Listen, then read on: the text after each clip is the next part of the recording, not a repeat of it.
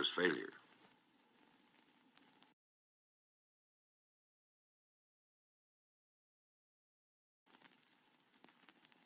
The second principle is faith. You never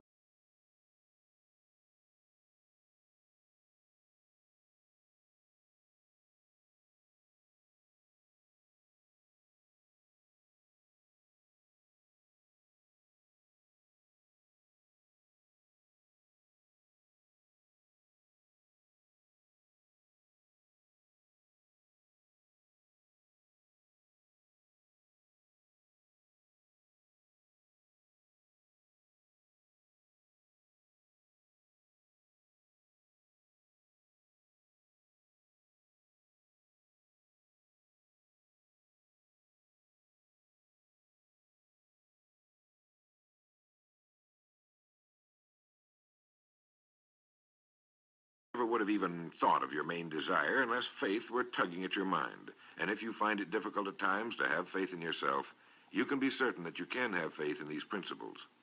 Napoleon Hill writes, "Faith is a state of mind which may be induced or created by affirmation or repeated instructions to the subconscious mind through the principle of conscious autosuggestion." Conscious autosuggestion simply means a suggestion by yourself to yourself, just as an autobiography is a biography written by the person it's about. By getting a mental image of yourself already having accomplished your main desire over and over again, you will muster the faith you need. Faith is vital to accomplishment. The Emperor Napoleon once said, "All the scholastic scaffolding falls as a ruined edifice before one single word, faith." Pascal said, "Faith affirms many things respecting which the senses are silent, but nothing which they deny. It is superior to their testimony, but never opposed to it." Goethe said, "Epochs of faith are epochs of fruitfulness, but epochs of unbelief, however glittering, are barren of all permanent good." And, as Schlegel put it, "In actual life, every great enterprise begins with and takes its first forward step in faith." Have faith that you can accomplish that which you seek, for you would never have decided upon it unless it was meant for you to accomplish. In his chapter on faith, Napoleon Hill gives us a self-confidence formula. First, I know that I have the ability to achieve the object of my definite purpose in life, therefore I demand of myself persistent, continuous action toward its attainment, and I here and now promise to render such action. Second, I realize the dominant thoughts of my mind will eventually reproduce themselves in outward physical action and gradually transform themselves into physical reality. Therefore, I will concentrate my thoughts for 30 minutes daily upon the task of thinking of the person I intend to become, thereby creating in my mind a clear mental picture of that person. Third, I know through the principle of autosuggestion any desire that I persistently hold in my mind will eventually seek expression through some practical means of attaining the object back of it. Therefore, I will devote 10 minutes daily to demanding of myself the development of self-confidence. Fourth, I have clearly written down a description of my definite chief aim in life, and I will never stop trying until I have developed sufficient self-confidence for its attainment. Fifth, I fully realize that no wealth or position can long endure unless built upon truth and justice. Therefore, I will engage in no transaction which does not benefit all whom it affects. I will succeed by attracting to myself the forces I wish to use and the cooperation of other people. I will induce others to serve me because of my willingness to serve others. I will eliminate hatred, envy, jealousy, selfishness, and cynicism by developing love for all humanity, because I know that a negative attitude toward others can never bring me success. I will cause others to believe in me because I will believe in them and in myself. In rereading Think and Grow Rich so that I could write this condensation for recording, I was forcibly struck all over again by this great chapter on faith, particularly the examples of how some of the world's greatest men have accomplished what appeared to be impossible through faith. The third principle is autosuggestion. Now, we've already touched on this. This chapter of the book tells us how, through repeated suggestion, the subconscious mind can be put to work for us. It is the faculty of being able to concentrate your mind on your burning desire until your subconscious mind accepts it as fact and begins to devise ways of bringing it about. Here is where hunches come from, sudden flashes of thought or inspiration, guidance. The instructions given in connection with the 6 steps in the 2nd chapter will now be summarized and blended with the principles covered by Napoleon Hill's chapter on autosuggestion.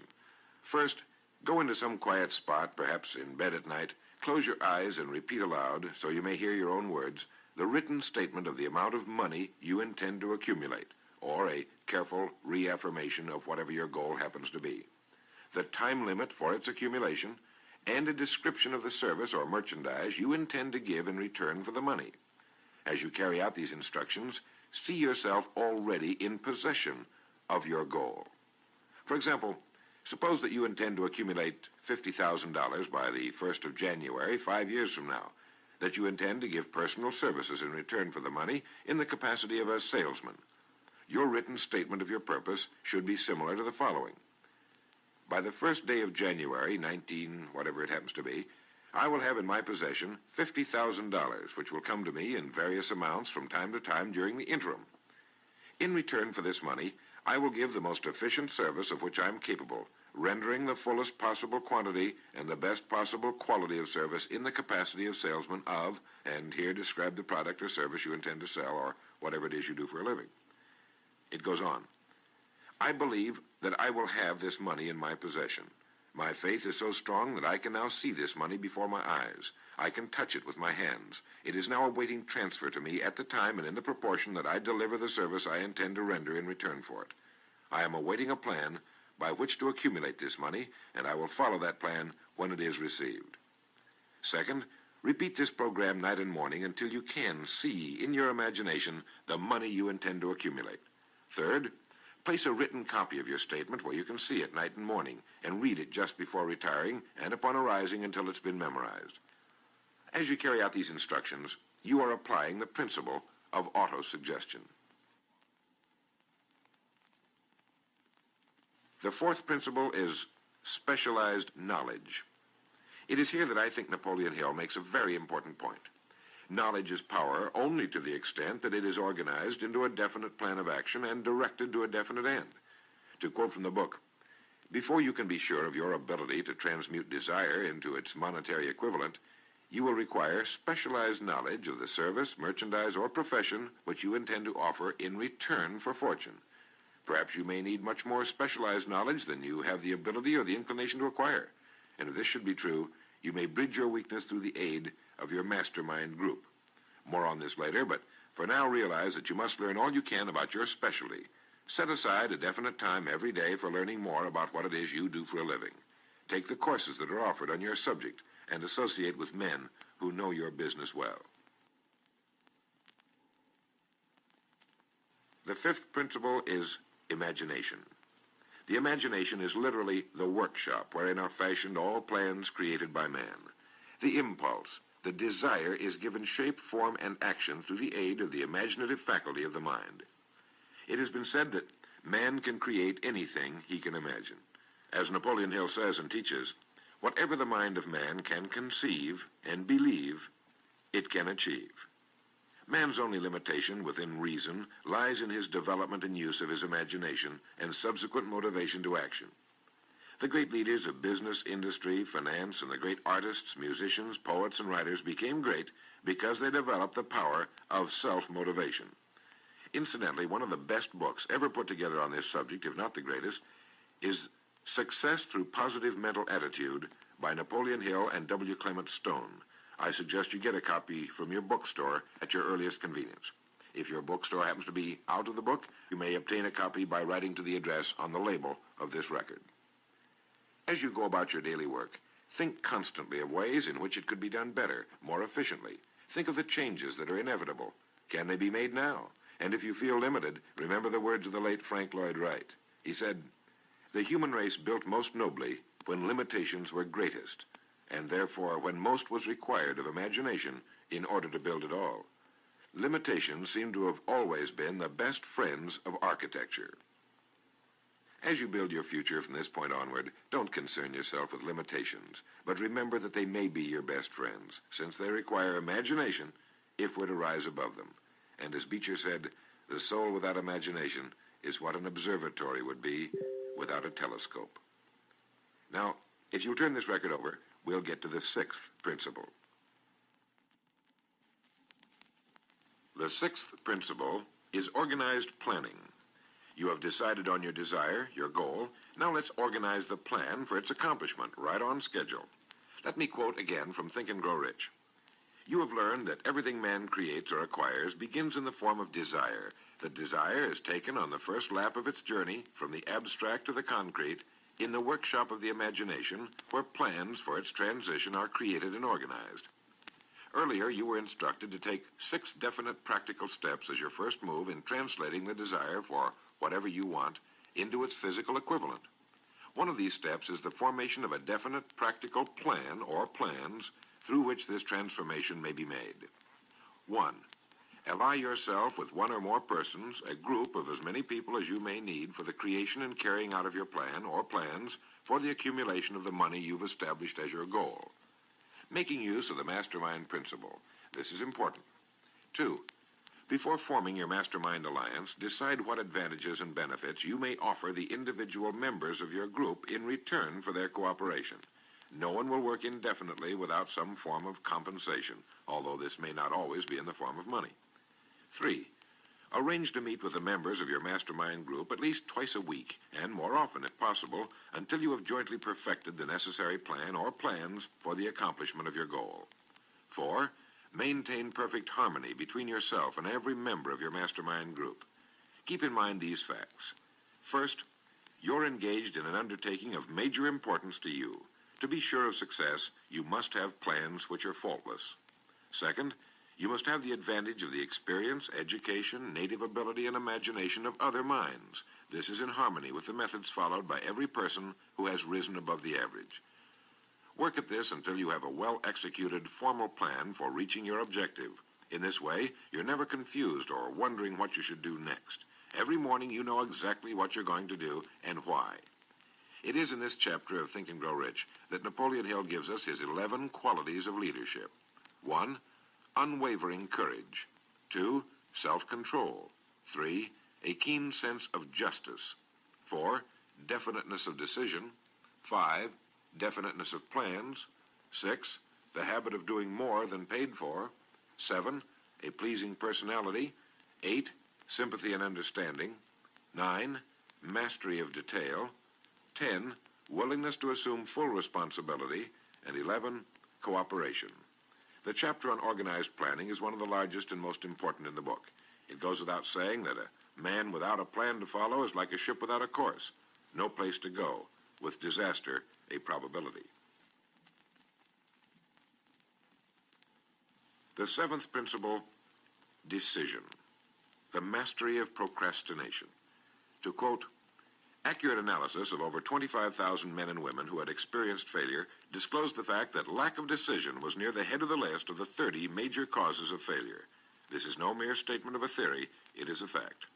Procrastination, the opposite of decision, is a common enemy which every man must conquer. Analysis of several hundred people who had accumulated fortunes well beyond the $1 million mark disclosed the fact that every one of them had the habit of reaching decisions promptly and of changing these decisions slowly if and when they were changed. People who fail to accumulate money, without exception, have the habit of reaching decisions, if at all, very slowly, and of changing these decisions quickly and often. A definite objective makes reaching prompt decisions that much easier. Napoleon Hill gives many examples, one of which is the case of Henry Ford. One of Henry Ford's most outstanding qualities was his habit of reaching decisions quickly and definitely and changing them slowly. This quality was so pronounced in the late Mr. Ford that it earned for him the reputation of being obstinate. It was this quality which prompted Mr. Ford to continue to manufacture his famous Model T, the world's ugliest, but for the time, most practical car, when all of his advisors and many of the purchasers of the car were urging him to change it. Perhaps he delayed too long in making the change, but the other side of the story is that his firmness of decision yielded a huge fortune before the change in model became necessary, and the company is certainly none the worse for it today. When you make up your mind, stay with it. The majority of people who fail to make the grade are generally easily influenced by the opinions of others, easily swayed. They permit the newspapers and the gossiping neighbors to do their thinking for them. Opinions are the cheapest commodities on earth. Keep your own counsel when you begin to put into practice the principles we're describing here. By reaching your own decisions and following them, take no one into your confidence except the members of your mastermind group, and be very careful in your selection of this group, that you choose only those who will be in complete sympathy and harmony with your purpose. Close friends and relatives, while not meaning to do so, often handicap one through opinions and sometimes through ridicule. Thousands of men and women carry inferiority complexes with them all through life because some well-meaning but ignorant person destroyed their confidence through opinions or ridicule.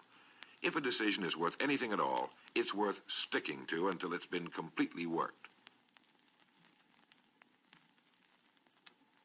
The eighth principle, persistence. Napoleon Hill defines persistence as the power of will. Willpower and desire, when properly combined, make an irresistible pair. Persistence to an individual is what carbon is to steel. In uncounted thousands of cases, persistence has stood as the difference between success and failure. It is this quality more than any other that keeps the majority from great accomplishment. They'll try a thing, but as soon as the going gets tough, they fold. Experience with thousands of people has proved that lack of persistence is a weakness common to the majority of men. It is a weakness which may be overcome by effort. If you're to accomplish the desire you've set for yourself, you must form the habit of persistence. Things will get dark. It will seem as though there's no longer any reason to continue. Everything in you will tell you to give up, to quit trying. And it's right here that the men are separated from the boys. It's right here that if you'll go that extra mile and keep going, that the skies will clear, and you'll begin to see the first signs of the abundance that is to be yours because you had the courage to persist. With persistence will come success. Persistence is a state of mind. Therefore, it can be cultivated. Like all states of mind, persistence is based upon definite causes, among them these. 1, definiteness of purpose, knowing what you want. 2, desire. 3, self-reliance. 4, definiteness of plans. 5, accurate knowledge, knowing that your plan is sound. 6, cooperation. Sympathy, understanding, and harmonious cooperation with others tend to develop persistence. 7, willpower. 8, habit. Persistence is the direct result of habit. The ninth principle, power of the mastermind. It is in this section that Napoleon Hill describes the importance of forming a group of individuals sympathetic to your desire. They may be individuals with similar plans. A mastermind group can be made up of 2 or more individuals. No 2 minds ever come together without thereby creating a third invisible, intangible force, which may be likened to a third mind. You may have noticed many times that by discussing something with another individual, you suddenly get good ideas as a result of this association. Ideas you would not have gotten without this association. The same thing happens to the other person. A lot of good ideas have been born in individual minds as a result of having met in committee. Associating with your mastermind group is not meant as a means of letting others do your thinking for you. Far from it. It is to stimulate your own thinking through the association with other minds. No one knows everything. The more sympathetic minds you get together, and by sympathetic I mean working for a common purpose, the more related information is going to be available, and great ideas are a combination of related information. So pick the member or members of your mastermind group with care. Make sure they're people you respect and who are hard-working and conscientious. You'll have a lot of fun, and you'll all reach your goals just that much sooner. The 10th principle could be called enthusiasm. That is, the enthusiasm that comes from the channeling of all bodily drives into positive, worthwhile outlets. It is in this chapter that Napoleon Hill describes the importance of the woman, the one and only woman, in the achievement of a worthwhile goal. It seemed quite significant to Mr. Hill that practically every great leader was a man whose achievements were largely inspired by a woman. When things get tough, and you can count on it, they will, you may be deserted by what you thought were friends. But if you've got a good woman, you'll never be alone. She'll be willing to start over again if necessary, and she'll give you the new enthusiasm that comes through her faith in you. Having someone to love is having someone to share your success and accomplishments, to give you the praise that all of us need from time to time. A man can become successful without a wife and family, but all the real joy is taken out of it. Take care of your wife and children as your greatest possessions. The 11th principle has to do with the subconscious mind. The subconscious mind consists of a field of consciousness in which every impulse of thought that reaches the objective mind through any of the five senses is classified and recorded, and from which thoughts may be recalled or withdrawn as letters may be taken from a filing cabinet. It receives and files sense impressions or thoughts, regardless of their nature. You may voluntarily plant in your subconscious mind any plan, thought, or purpose which you desire to translate into its physical or monetary equivalent. The subconscious acts first on the dominating desires which have been mixed with emotional feeling, such as faith. Your subconscious mind works night and day. Through a method of procedure unknown to man, the subconscious mind draws upon the forces of infinite intelligence for the power with which it voluntarily transmutes one's desires into their physical equivalent, making use always of the most practical media by which this end may be accomplished. You cannot entirely control your subconscious mind, but you can voluntarily hand over to it any plan, desire, or purpose which you wish transformed into concrete form. No one knows very much about what we call the subconscious or unconscious mind. We do know that it is incalculably powerful and can solve our problems if we go about using it the right way. And the best way is to hold in your conscious mind as often as possible a clear picture of yourself already having accomplished your goal. You know what you want, define it clearly, and then project it on the motion picture screen of your mind. Hold it. See yourself doing the things and having the things you'll have when your objective will have been reached. Do this as often as possible as you go about your daily work, and particularly at night, just before you go to sleep, and the first thing upon arising. As you do this, your subconscious will begin to lead you in the most logical ways toward your objective. Don't fight it. Follow your sudden hunches, the ideas that come into your mind, knowing that it's your subconscious trying to get through to your conscious mind. If you'll keep at this, you'll be amazed and delighted by the wonderful ideas that just seem to come from nowhere. In the next principle, we'll talk some more about this sixth sense that seems to control the lives of the great men and women, but it comes from a systematic triggering of the subconscious mind. The lives of the great men and women, which seem miraculous to the average person, are nothing more than the fulfillment of their burning desires through the power of their subconscious minds. Time means nothing to your subconscious. A man could work steadily at his job for 40 years and not accomplish as much as is possible in 3 or 4 years through the proper working of this principle. Your subconscious mind cannot remain idle. If you fail to plant desires in your subconscious mind, it will feed upon the thoughts which reach it as a result of your neglect. Remember that you're living daily in the midst of all manner of thought impulses which are reaching your subconscious mind without your knowledge. Some of these impulses are negative, some are positive. You are now engaged in trying to help shut off the flow of negative impulses and to aid in voluntarily influencing your subconscious mind through positive impulses of desire. When you achieve this, you will possess the key which unlocks the door to your subconscious mind. Bulwer wrote, "The man who succeeds above his fellows is the one who, early in life, clearly discerns his object and toward that object habitually directs his powers. Even genius itself is but fine observation strengthened by fixity of purpose. Every man who observes vigilantly and resolves steadfastly grows unconsciously into genius." The key word there is unconsciously. Know what you want.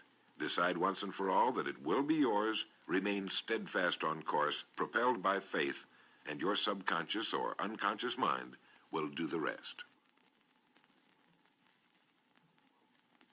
The 12th principle, as outlined in Think and Grow Rich by Napoleon Hill, has to do with the brain. If you had access to all the wealth in the world and took a penny, you would be doing exactly what you very probably have been doing in the use of your brain. Nothing in the world is more pitiful than the misunderstanding by the average person of the power of his brain and the minds to which it is connected, the conscious and the subconscious. You own in your brain the most marvelous, miraculous, inconceivably powerful force the world has ever known. Take, for example, the fact that the number of lines which connect the brain cells with one another equal the figure 1 followed by 15 million ciphers. It has been determined that there are from 10 to 14 billion cells in the average human cerebral cortex. It is inconceivable that such a network of intricate machinery should be in existence for the sole purpose of carrying on the physical functions incidental to growth and maintenance of the physical body. This is the mechanism that has given us the supersonic airplane, our deep rocket probes into outer space, the sciences, the arts, all that we know and use today and will use tomorrow, have hatched from this small gray mass each of us carries around. Can you doubt, even for a moment, that it can bring you and yours everything you want here on Earth? Of course it can. If you will recognize your power as an individual and stop acting like those who have never even thought about it. Give it the job you've decided to accomplish and watch it handle it. The 13th and final principle is called the sixth sense. The sixth sense can be described as the sense through which infinite intelligence may and will communicate voluntarily without any effort from or demands by the individual. This principle is the apex of the philosophy. It can be assimilated, understood, and applied only by first mastering the other 12 principles. The sixth sense is that portion of the subconscious mind which has been referred to as the creative imagination. It has also been referred to as the receiving set, through which ideas, plans, and thoughts flash into the mind. The flashes are sometimes called hunches or inspirations. The sixth sense defies description. It cannot be described to a person who has not mastered the other principles of this philosophy, because such a person has no knowledge and no experience with which the sixth sense may be compared. The sixth sense is not something that one can take off and put on at will. Ability to use this great power comes slowly through application of the other principles we've outlined. Many individuals come into a workable knowledge of the sixth sense even before the age of 40, but more often the knowledge is not available until one is well past 50, and this for the reason that the spiritual forces with which the sixth sense is so closely related do not mature and become usable generally except through years of meditation, self-examination, and serious thought. But begin to develop it now by applying the principles we've talked about here. Remember this: man can create nothing which he does not first conceive in the form of an impulse of thought. Man's thought impulses begin immediately to translate themselves into their physical equivalent, whether those thoughts are voluntary or involuntary. Keep fear out of your mind by concentrating on the mental picture of your goal, your greatest desire. Now, I want to mention that Think and Grow Rich as a book carries more endorsements by great men who knew of its truth than any other book of its kind ever written. I'll touch on only a few. All of these great men actually endorsed Napoleon Hill's principles. Former President of the United States William Howard Taft, F.W. Woolworth, wrote that he had built his great chain of stores by applying many of these principles. Robert Dollar, who built the great Dollar steamship line, wrote, "If I had had this philosophy 50 years ago, I suppose I could have accomplished all that I've done in less than half the time. I sincerely hope the world will discover and reward you." Samuel Gompers wrote that the mastery of these principles is the equivalent of an insurance policy against failure. President Woodrow Wilson, John Wanamaker, the merchant prince, wrote, "I know that your fundamentals are sound because I've been applying them in my business for more than 30 years. George Eastman, the world's largest maker of cameras, Thomas Edison, Luther Burbank, Theodore Roosevelt, E.M. Statler, John D. Rockefeller. I think you know that the endorsements of these great men could not have been bought with all the money in the world. What we have been talking about here can change your life, can bring you anything and everything worthwhile you want in life for yourself and your family. Cut yourself away from the average, from the mediocre, and chart your course on the dream in your heart. These 13 principles will never let you down, as long as you use them. And now, it is with great pleasure that I give you the author himself, Napoleon Hill. Thank you, Earl Nightingale. The message which you who are listening have just heard has brought you within 3 short steps of the supreme secret of success. The same secret which has brought happiness, peace of mind, and financial success to countless thousands of people who have read Think and Grow Rich. The same secret which has made master salesmen out of ordinary order takers. And the same secret which has brought friendship, love, and marriage to men and women who have come under the spell of the 13 principles which Earl Nightingale has just described.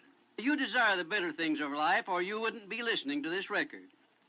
Come with me then, and I will help you chart your course so you may acquire whatever it is that you desire most in life by following these instructions. 1. Condition your own subconscious mind to work for you while you sleep as well as when you are awake. You can do this by playing this record to yourself every night just before you retire. Then, before you go to sleep, after hearing the record, write out a clear statement of what you wish to accomplish the following day, and request your subconscious mind to work during the night and provide you with the plan you will need to achieve your purpose. 2, form a personal mastermind group of 2 or more people who are closely associated with you. They can be members of your family, your business, or your professional associates, or people who work where you are employed. And play this record in their presence at least once a week. After you have done this, engage in a friendly roundtable discussion of the 13 success principles and request each person in the group to participate and to look for inspirational ideas which may help him or her to become more successful. 3, beginning now, follow the habit of rendering more service and better service than that which is expected of you, and do it in a pleasing, positive mental attitude. This will make friends for you, it will increase the value of your services, and it will attract opportunities by which you may get from life whatever it is that you most desire.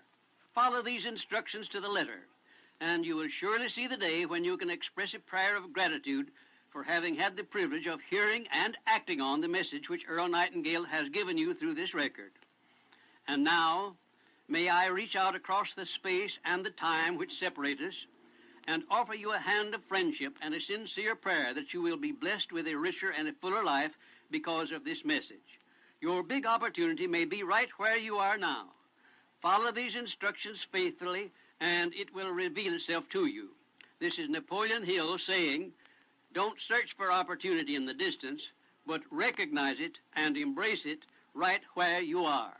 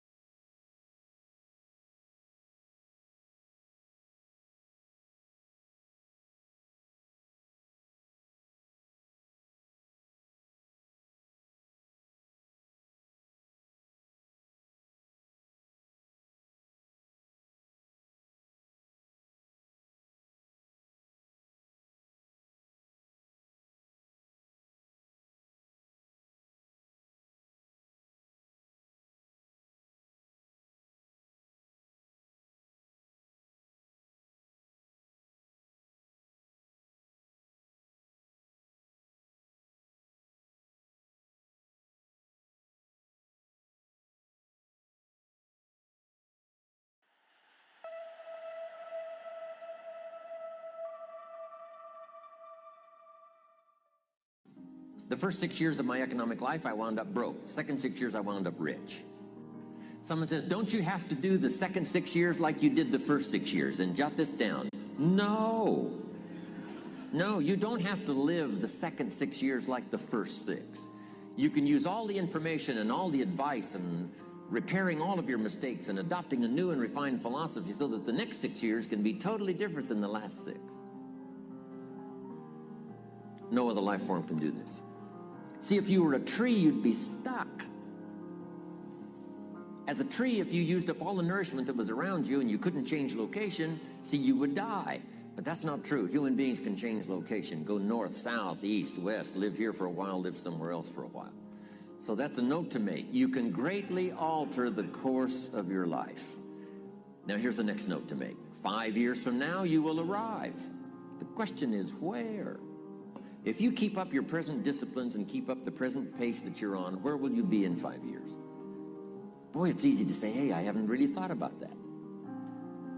So now make this note. In 5 years, here's the probability.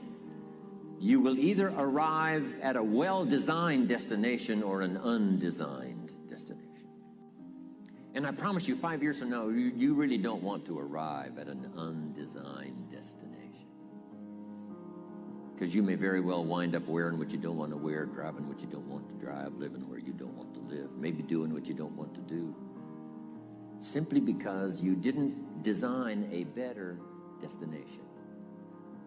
Now, sometimes after we've lived a few years now to repair our mistakes and get back on track seems like a tough job.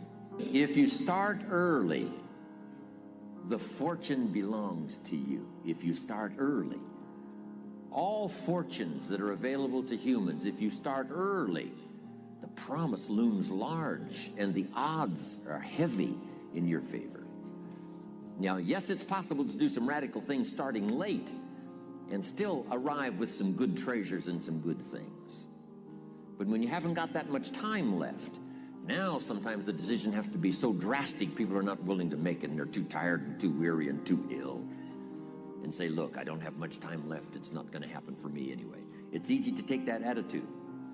But everyone here, we've got the time over the next 10 years. We've got the time the next 20 years. We've got the time the next 30 years to make some repair now in our errors of the past and set up some new disciplines. And I'm telling you, that's going to change everything. So, 5 years from now, I wish for you to arrive at a well-designed place. A place of productivity, a place that'll make you feel good about yourself, a place that'll give you honor and respect, a place that'll give you influence to touch other people 5 years from now that you couldn't do today. Where will you be in 5 years? Key phrase, we go the direction we face. If you start designing something at the end of this direction, sure enough, you will start going the direction you face. And we face the direction we design. Direction determines destination. Destination is not determined by hope. It's not determined by wish. Destination is determined by direction. You cannot change destination overnight. But here's what you can change today, and overnight, you can change direction. And it is so fascinating what a little small change of direction will do. A few decisions in discipline, a few decisions in learning, a few decisions in change of behavior, change of habit, a few decisions in setting goals that you've sort of let drift before. Like I did at age 25, didn't have a list. I immediately started to change that. And I immediately started to change my direction so that very quickly, I started heading this direction. In less than 7 years, I was a millionaire.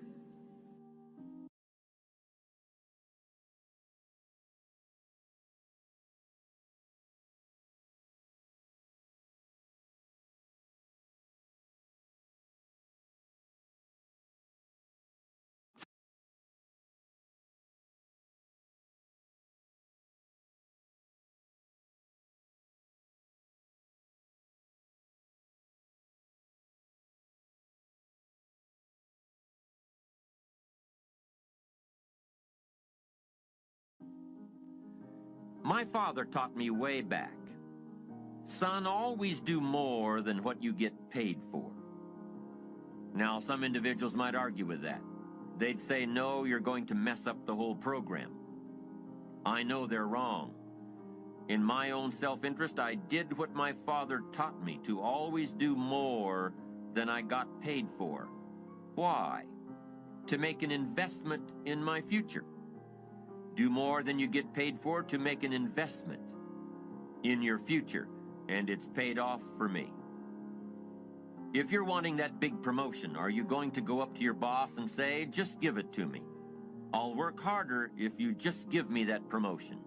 No, it doesn't work that way.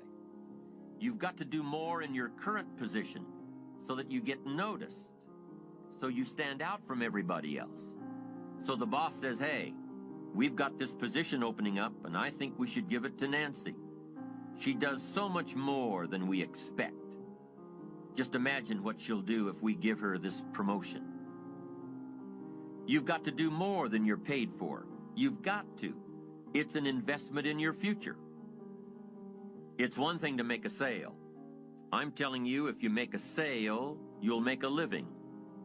All of us have found ways to make a living. What got interesting for me early on was to figure out ways to make a fortune. You'd say, well, Mr. Rohn, how would I deserve to make a fortune? It's easy. Render fortunes of service. People will do things you cannot believe for people who give them good service. Here's one of the greatest gifts you can give anybody, the gift of attention. In return, they will do extraordinary things for your career, take you by the hand, and lead you to more people than you could meet by yourself. Always do more than you get paid for. Life responds to deserve, not need. Life was not designed to give us what we need. Life was designed to give us what we deserve.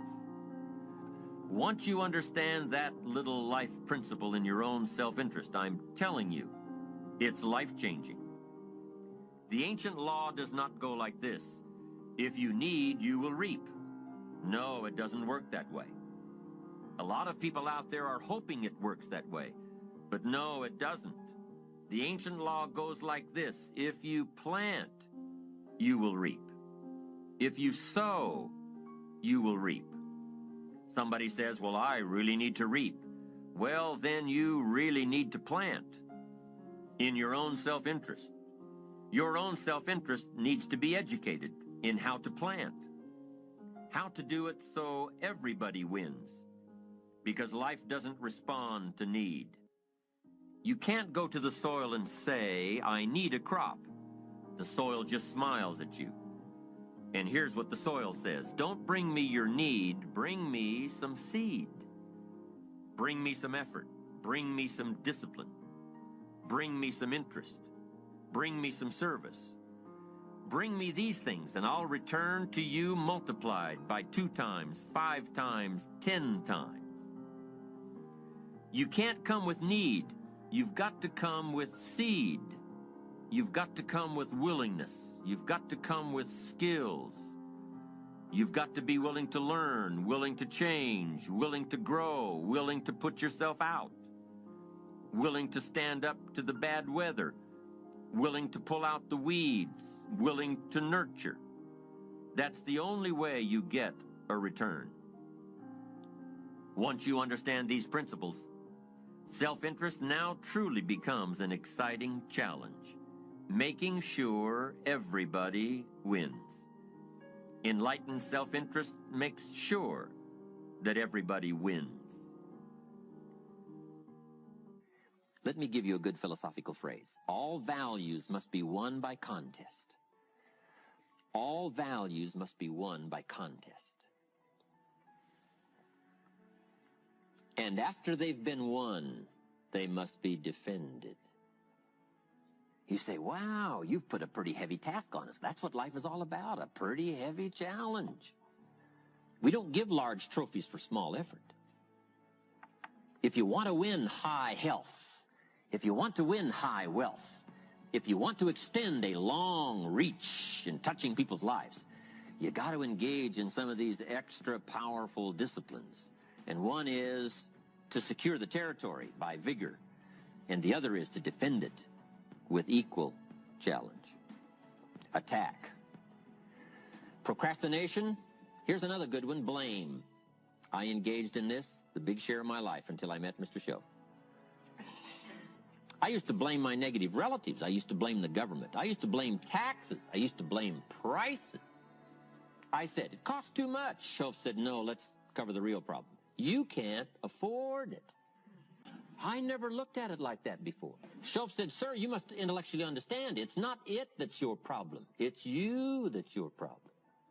It's not out there that's the problem. Out there is like it's been for 6,000 years. You can't cure that. But what you can cure is errors in judgment, errors in attitude, errors in activity, errors in judging results. I found that the errors were within. But see, he had to go after me on that point. Here's the next one. Excuses. Wow. We've got 1,000,000. I'm too short. I'm too tall. I'm too old. I'm too young. I don't have the money. I don't have the experience. On and on and on with the excuses. Learning to attack. Very important. Procrastination. That's a good one, front and center. We've got to attack procrastination because it's so insidious. It eats up such large chunks of your life and leaves you in a small corner. Putting it off. Delaying. Letting it slide. Now, I'm one of the best to attack procrastination because I confess to being one of the all-time great procrastinators. I've done a lot of things, but I've put a lot of things off. Procrastination. I am so good, I could teach it. But I also know the pain of procrastination. I also know the regret that comes from procrastination. I can also show you pieces of my life missing, never to be repaired, because I let it slide.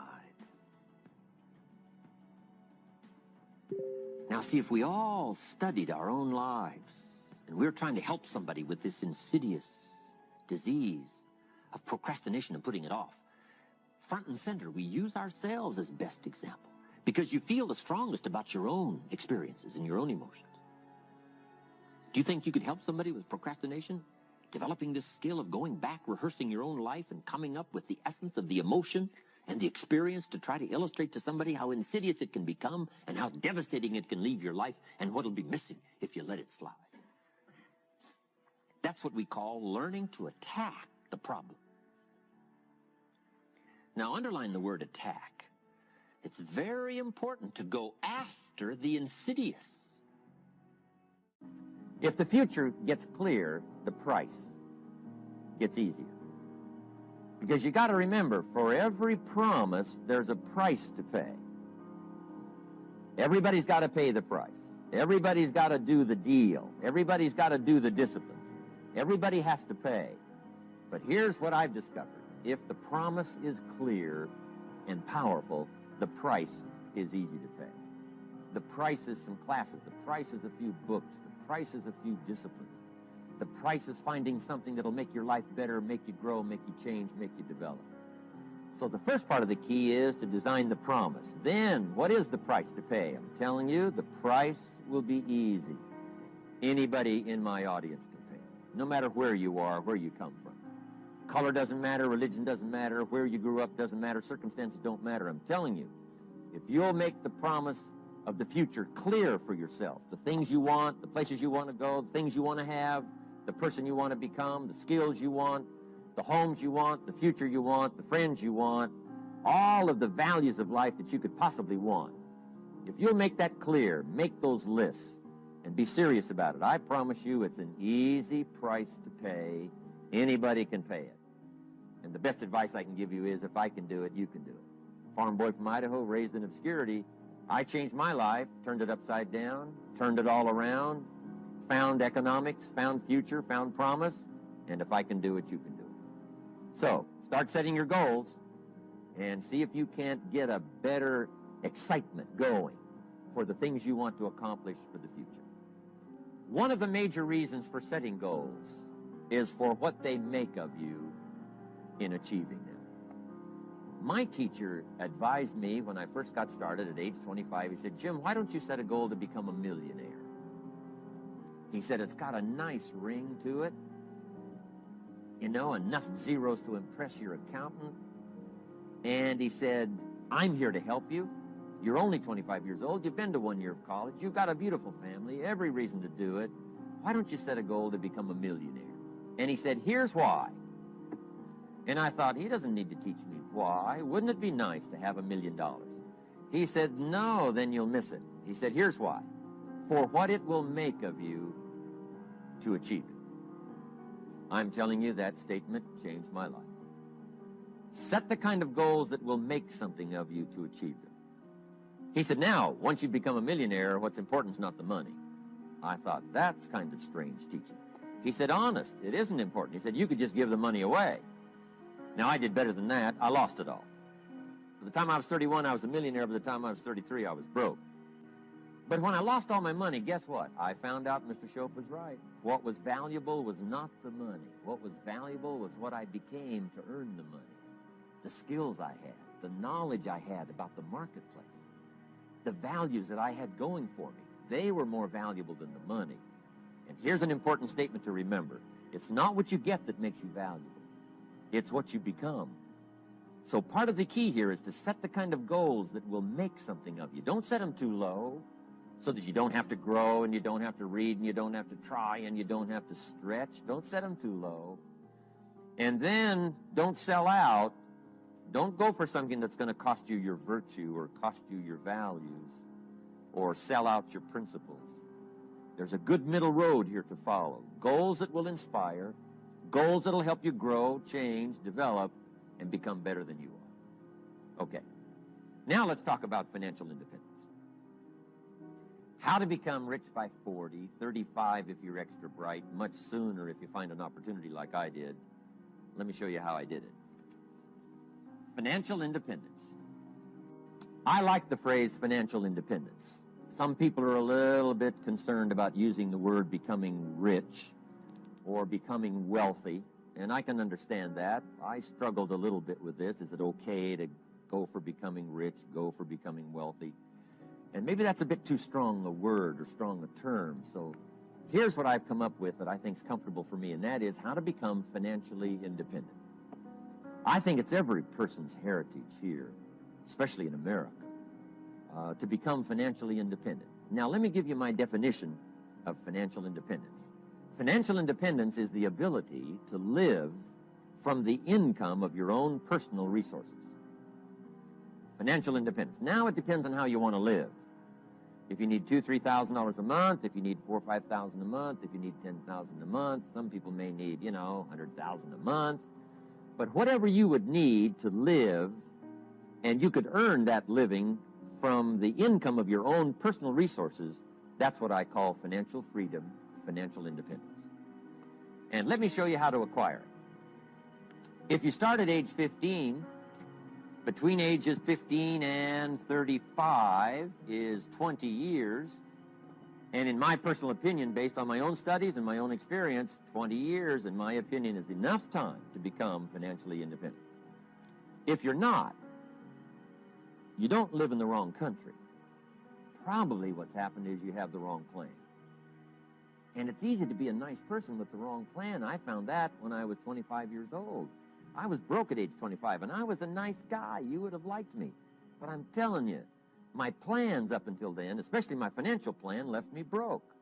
I totally changed it the next 6 years, and I became financially independent. So I know what I'm talking about. It is possible in a reasonable amount of time, 15 to 35, whatever, 20 years time, enough time. You can do it in a much shorter period of time, like I did if you want to. But this is a reasonable enough time. But here's number one. First of all, you got to have the right philosophy. Philosophy is our ability to gather knowledge and sort through it and decide what's valuable. To develop a philosophy about life, a philosophy about our health, a philosophy about our family relationships, a philosophy about economics. And if you develop the right philosophy, that's what helps to set this sail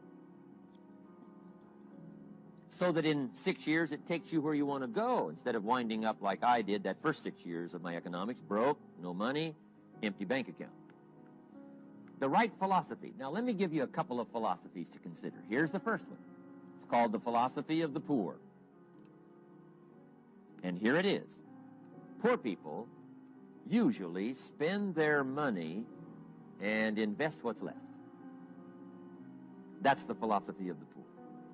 Now here's the philosophy of the rich. Rich people invest their money and spend what's left.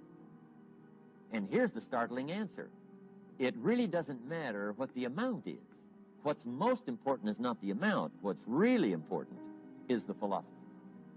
So I would ask you to adopt this philosophy of spending after you have invested. Invest first, then spend. And I've got a little formula that I'm going to share with you. Now, what should a child do with it?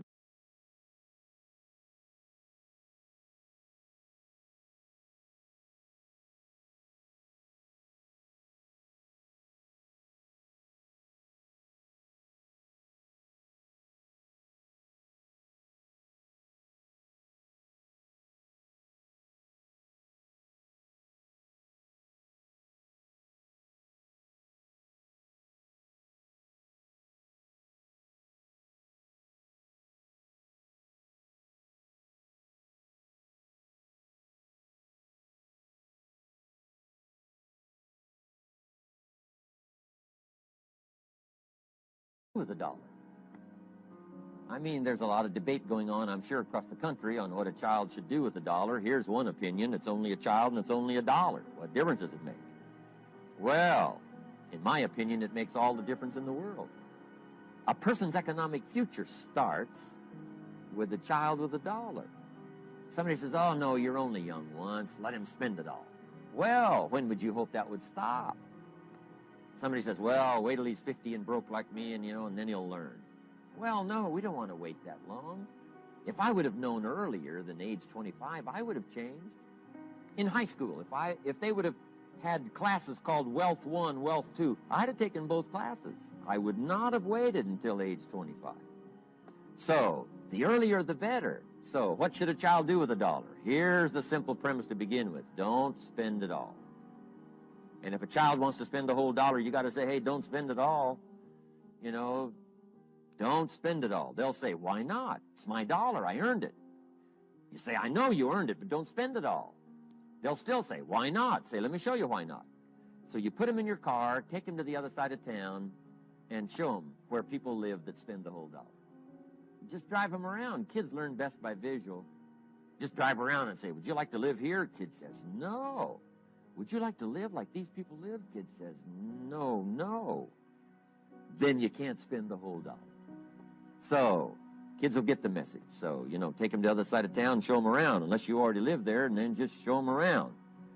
Anyway, don't spend the whole dollar. Now, let me give you my best view of what to do with the dollar.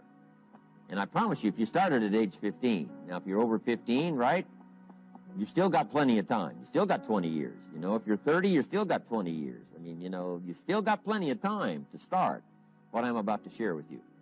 What to do with a dollar. Here's my first bit of advice.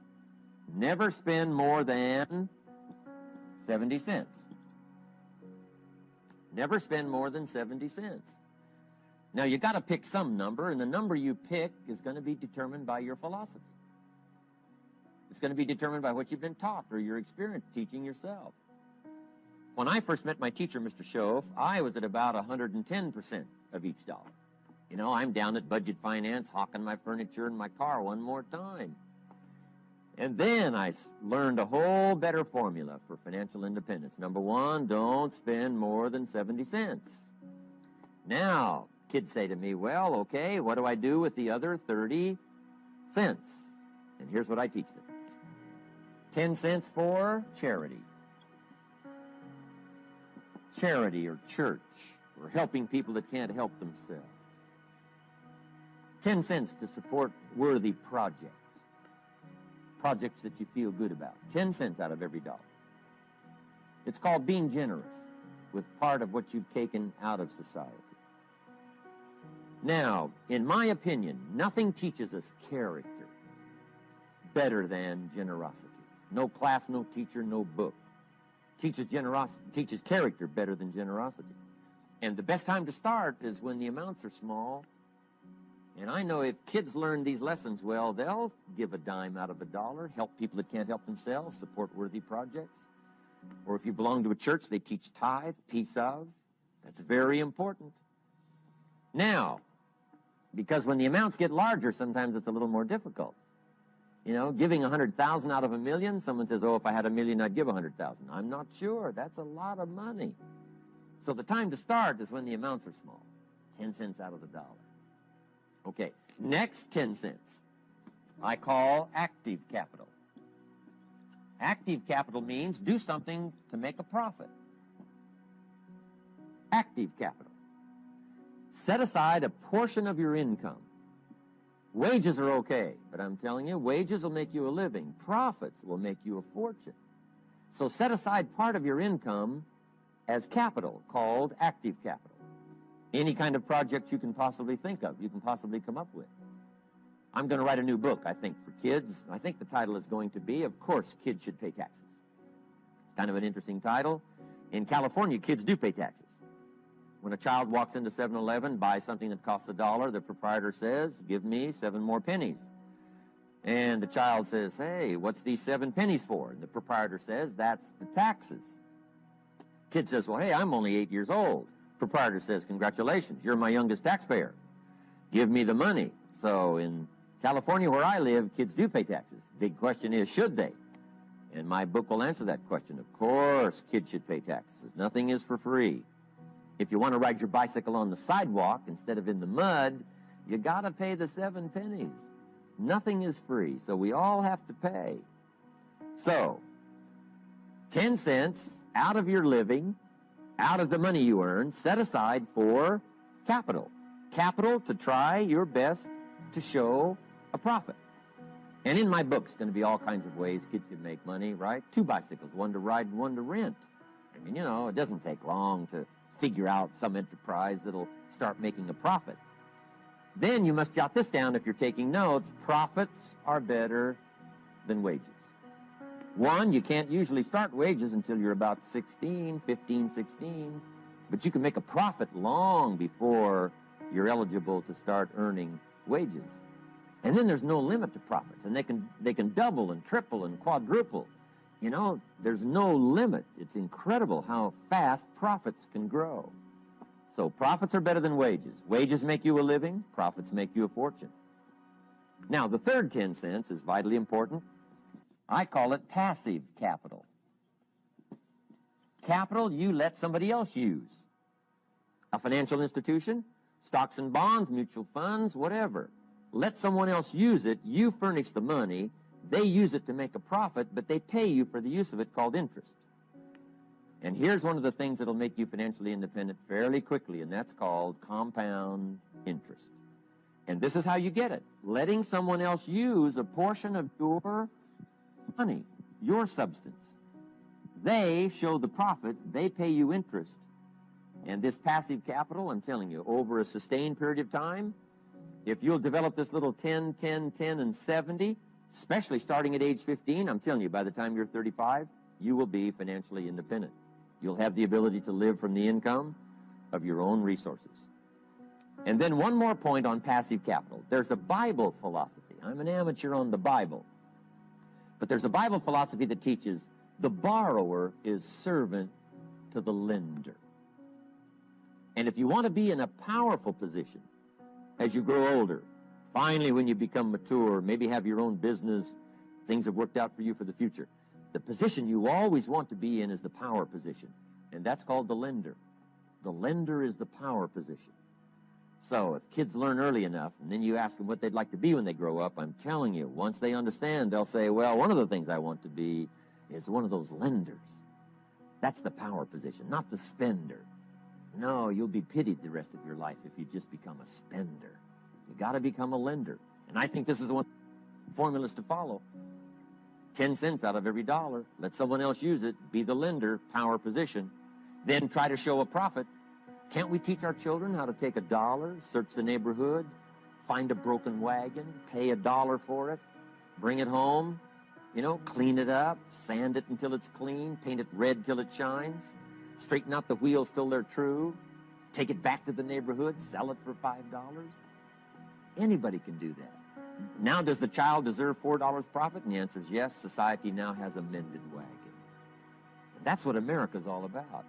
Finding something, touching it, making it better, making a profit, taking part of your resources, helping people who can't help themselves. Let someone else use it to make a profit. Some projects require more capital than one person has. Exciting. And then let them pay you for the use of it. America's had this philosophy now all these years. Communism has taught all these years capital belongs in the hands of the state, not in the hands of the people. We've been teaching all these years capital belongs in the hands of the people, not in the hands of the state. And we turned out to be right. Capital in the hands of the kids, capital in the hands of the people. Enterprises that make a profit, enterprises that grow. It's the hope of our future. So that little simple formula, I hope, will help you. Now, one more key on financial independence, and that is attitude. Attitude. Here's number one. I used to say, I hate to pay my bills. My teacher straightened me out on that. He said, let's see, Mr. Rohn, what you hate to do is pay $100 on an account and reduce your liabilities and increase your assets. I said, well, no, not if you look at it that way. He said, well, it all depends on how you look at it. So wouldn't you love to pay your bills, reduce your liabilities, increase your assets? You got to have that kind of attitude.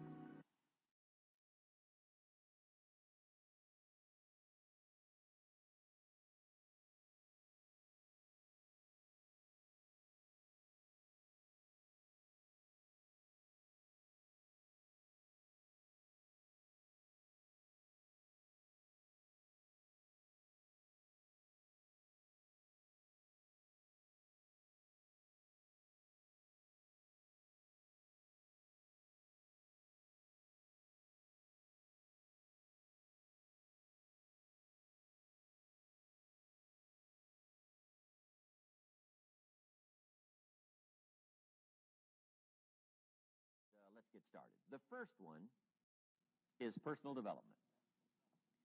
Now, in illustrating personal development, Mr. Shoaff, my teacher, started with money. You know, money's not the only place to start in talking personal development, but it's where he started, so let me share the thoughts he shared with me back then. Let me share them with you. Here's the best lesson I can give you on economics. It's very simple.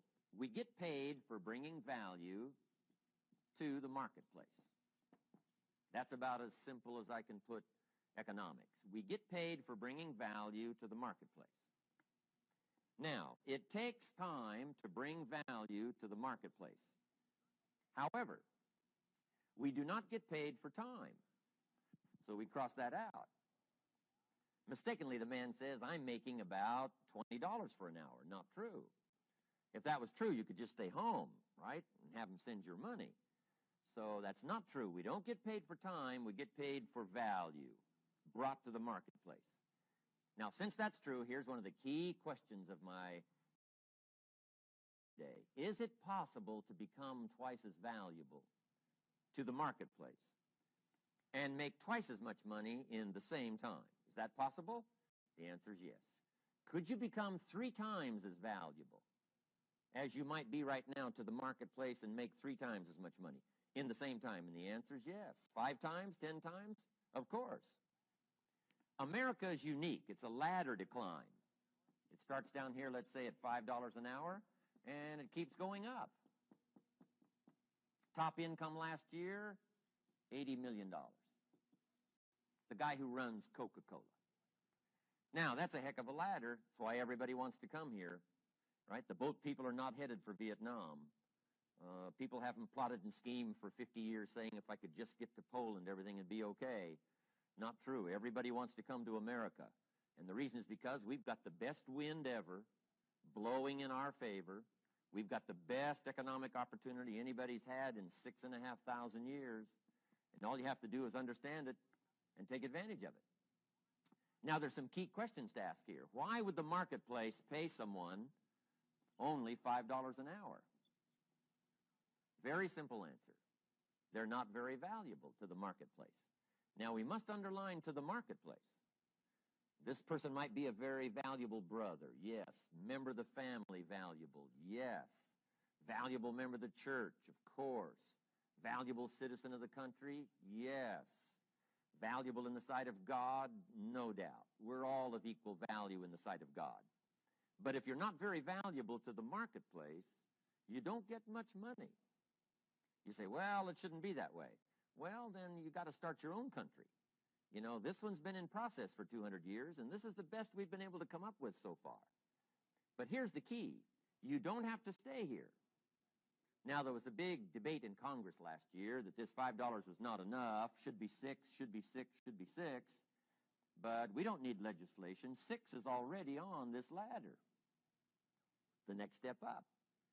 You know, if you work for McDonald's, they'll pay you $5 an hour to take out the trash. If you whistle while you take out the trash, they'll pay you $6 an hour. But we don't need that legislation. You just need to take lessons on how to whistle. Have a good attitude. Now, as you begin to climb this ladder, why would the marketplace pay some people $50 an hour? Answer, evidently, they must be more valuable to the marketplace. 10 times more valuable. And is that possible for someone to be 10 times more valuable and earn $50 an hour instead of 5? And the answer is yes. That's what America is all about. Now, why would the marketplace pay some people $500 an hour? Evidently, this person must be much more valuable to the marketplace. That's what's important to understand, to the marketplace. And would the marketplace pay one person $80 million for 1 year's work? And the answer is, of course. If you helped a company make $1 billion, would they pay you $80 million? I'm telling you, it is possible. And that's why America is so exciting. That's why this financial ladder is so exciting. It's possible for all of this to come true for all of you, no matter where you start. As a student in school, just getting started out there in the workplace, this is all possible for you. Now, Mr. Schoaf gave me the clue on how to climb this ladder as high as I wanted to climb. Now, we're talking primarily economics here. There's a lot of other ways to become valuable to your family, valuable to your friends, valuable to the community, valuable to the team, right? Valuable to the team effort, valuable to the concert. But here's what he said to me. In climbing this ladder economically, all you have to do is work harder on yourself than you do on your job. Once I heard that, it made sense to me. I kept hoping that everything else would change around me, found out that if I went to work on myself, worked on my skills, worked on my language, if I became better than I was each year, if I grew in skills and language and vocabulary and competence, then I would become attractive to the marketplace. Not very long ago, a company called me and said, Mr. Owen, we're expanding internationally. We'd like to have a bit of your expertise to help us. Would you give us a bit of your time? We'll add some millions to your fortune. And I said, okay. And I thought later, isn't that interesting? They would call me. Then my second thought was, of course they'd call me. Who else would they call? I can get the job done. Now, what a contrast for me, farm boy from Idaho, raised in obscurity, parents of modest means, broke when I was 25. How come I would get a telephone call and someone offer me a lot of money to help them in expanding around the world? Simple answer, evidently. Something happened to me between age 25 and where I am today. And I can tell you where it all started. From my teacher, Mr. Schoaf, who said to me, we don't have to change what's going on out there. That's the wind that's blowing. All we have to do is change what's going on in here. And now there's several ways to do that on personal development. And let me give you those ways. Here's the first one. We must learn from personal experience. Pretty simple. Learn from what happens to you. Take a look back over the last few months. Did you make some mistakes? How could you correct those for the future? Take a look back over the last year. Have you done it right or done it wrong? Let's correct it for the next year. Learn from your personal experience. Mr. Schoaf asked me when I first met him, he said, Mr. Owen, how are you doing? You've been out there now 6 years. And I said, I'm not doing very well. He said, I suggest you not do that anymore. What a simple, swift analysis to my situation. He said, if you keep doing it, the next 6 years will be like the last 6. You don't want that to happen. Let's make the changes. So learn from your personal experience. Now, here's number 2, why I came to share this video experience with you today. And that, I call it OPE, other people's experiences. That's me, other people. That's your teacher, other people. That's your friends and colleagues, other people. The people you meet that can pass along to you their experiences, what's happened to them, the mistakes they made, how they corrected them, how they changed their health and changed their bank account and changed their income and changed their future. That's it, other people. Now, there's two kinds of people to learn from. One is failures. It's too bad failures don't give seminars, right? That would be valuable. Bring your notebook, have them tell you how they lost it all and threw it all away, threw their health away and threw their friendships away and things didn't work out well. That would be valuable. But now then we must also learn from positive, people that have done well. They've got the health, and so we ask them, how did you become so healthy? They've got the skills, so we ask them, how did you become this skillful? They've got the income, so we ask them, how did you get here in such a short period of time? So now here's what's important in personal development. In learning from other people, we learn, number one, by observation. We learn what we see. We watch people that are successful in what they do. In sports, we watch their disciplines. In business, we watch their disciplines. By observation, what we can see. The reason I created this video is something that you could see someone's experiences translated for you.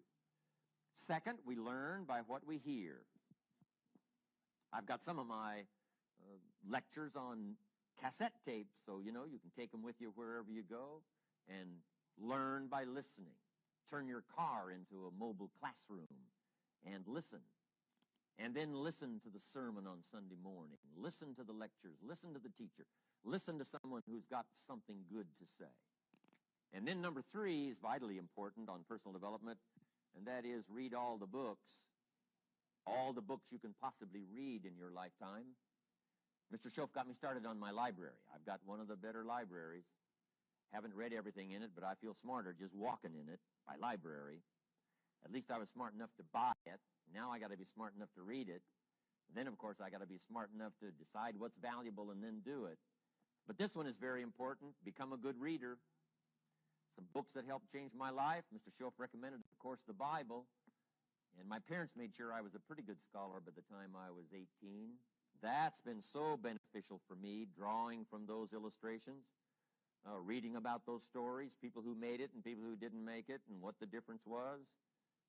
And then other books that helped to really change my life. One called Think and Grow Rich by Napoleon Hill. And then a book that helped me become independent by the time I was 31. And that book is called The Richest Man in Babylon by George Clason. And I'm going to share a little bit of that book with you when I get to financial independence today, our third subject. But I started reading the books, attending the classes, making sure that I got in front of people that had something good to say. And then I started keeping a journal. One of the major things my teacher taught me was to keep a journal. He said, don't trust your memory. If you hear something good, just make a little note and write it down. Now, at first I took, notes on pieces of paper and torn off corners and backs of old envelopes. And it didn't serve me well, thrown in a drawer. Then I learned to keep a journal, a bound copy of all my notes. So I would suggest you do the same. Things that impress you, a poem that impresses you. When you attend a class, some of the ideas that impressed you, jot them down. You read something in a magazine, right? Some ideas. Take those out, put them in your journal. Keep a good journal the rest of your life. This will serve you well. My journals make up a significant portion of my own library. And if you saw my library and saw my journals, I tell you what you'd have to say. This is the library, and these are the journals of a very serious student. No wonder Mr. Rohn is invited to lecture and speak on his experiences around the world.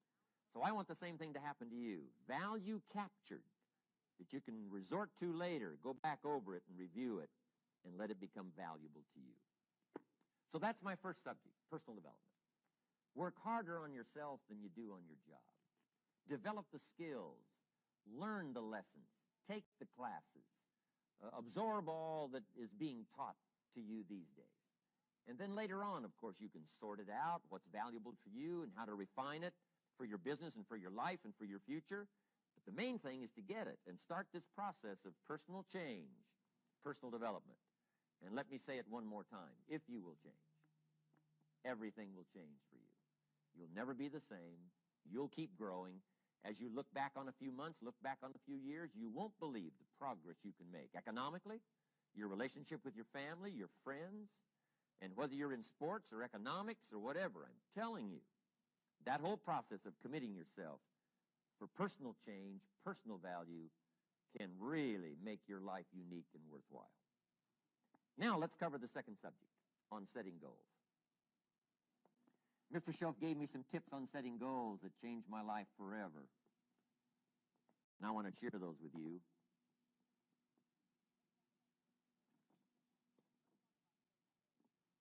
So let's talk about setting goals, and I also want to tie it to personal development, and you'll see how I'm going to do it as I progress here. Setting goals. We need to take a look into the future. There are 4 things to consider in terms of attitude. One is how you feel about the past. Best advice I can give you on that is treat the past as a school. Let it teach you the mistakes you've made, the things that went wrong, the things that didn't work. Don't use the past as a burden to carry, and don't use the past as a club to beat yourself to death. Past losses, past failures, past mistakes. But let the past be a school. Tough school maybe. We've all been through some tough stuff. So if you feel good about the past, draw from it for experience and let it teach you. Then next is how you feel about the future. We've got to have the future well designed. The future is called the promise. And here's what we teach in our leadership series. The promise of the future can be an awesome force for your own future. The promise of the future, designing the future. There's 2 ways to face the future. One is with apprehension, and the other is with anticipation. I promise you, in my travels around the world, most people face the future with apprehension. And here's why. They don't have it well designed. They've sort of left that up to someone else to fix. But here's the best way to face the future, with anticipation. And you can face the future with anticipation if the future is clear, if the future is well designed.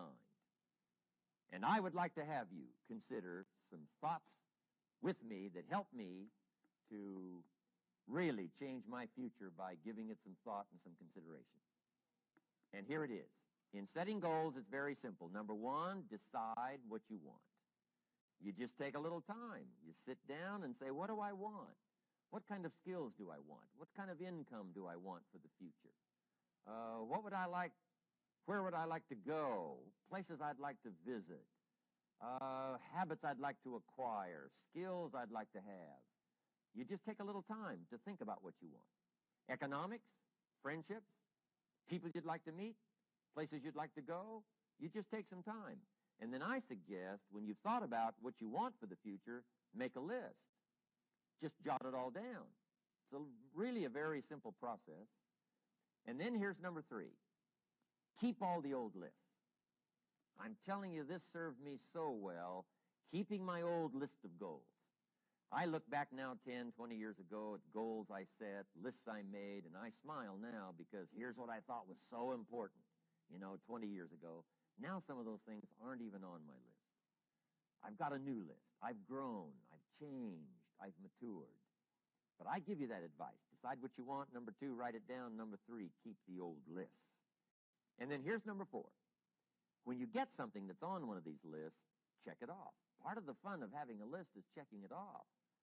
And then if you can add some drama to checking it off, see, that's what really helps. I set a goal to go to Spain many, many years ago. And when I finally made my first trip to Spain, I had that journal with me that had that list in it. And while I had my journal on my lap, waiting for the wheels to touch down in Madrid, I waited until the wheels touched the runway, and I checked it off, adding a little drama. So part of the fun of having a list is checking it off. Now, here's what's important about the lists and designing your future. If the future gets clear, the price gets easier.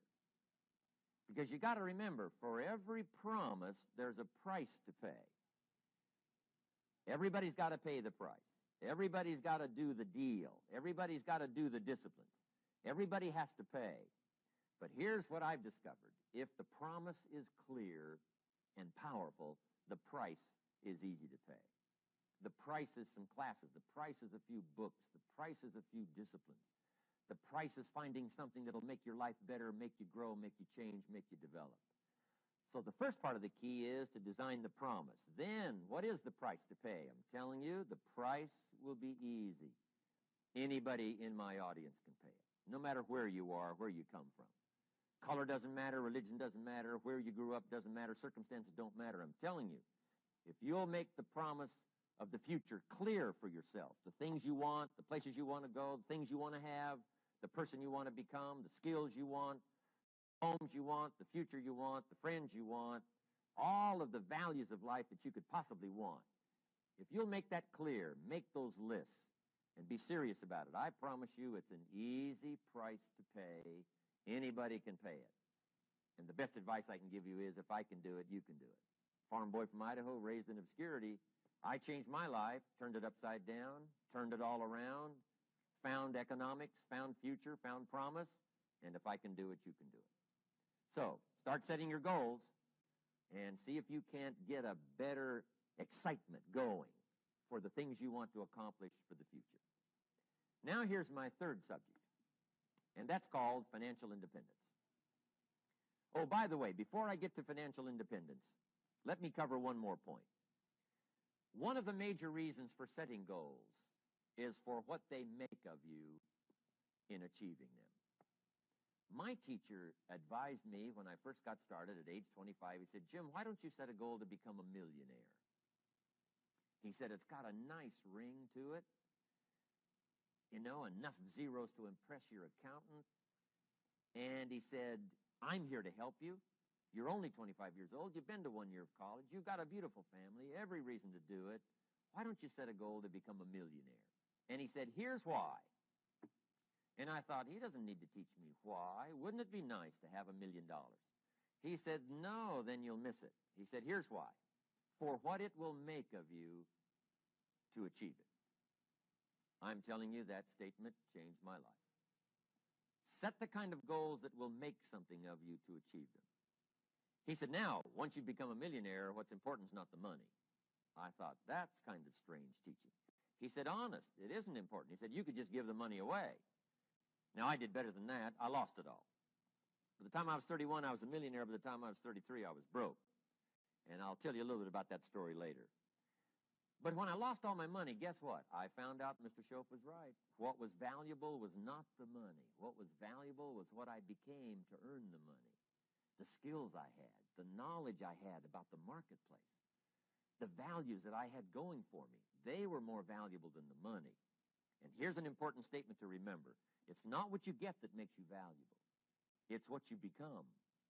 So part of the key here is to set the kind of goals that will make something of you. Don't set them too low so that you don't have to grow and you don't have to read and you don't have to try and you don't have to stretch. Don't set them too low. And then don't sell out.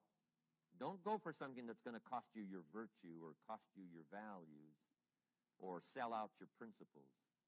There's a good middle road here to follow. Goals that will inspire, goals that will help you grow, change, develop, and become better than you are. Okay.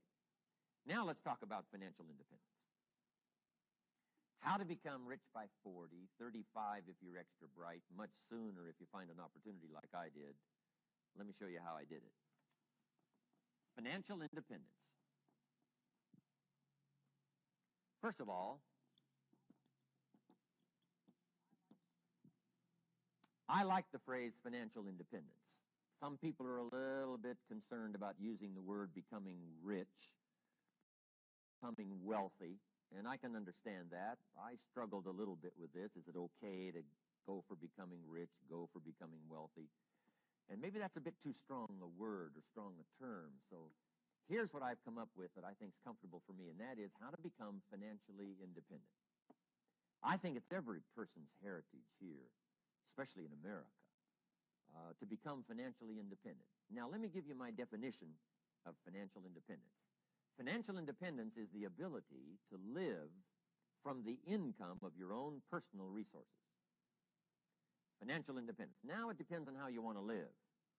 If you need $2,000, $3,000 a month, if you need $4,000 or $5,000 a month, if you need $10,000 a month. Some people may need, $100,000 a month. But whatever you would need to live, and you could earn that living from the income of your own personal resources, that's what I call financial freedom, financial independence. And let me show you how to acquire it. If you start at age 15, between ages 15 and 35 is 20 years. And in my personal opinion, based on my own studies and my own experience, 20 years, in my opinion, is enough time to become financially independent.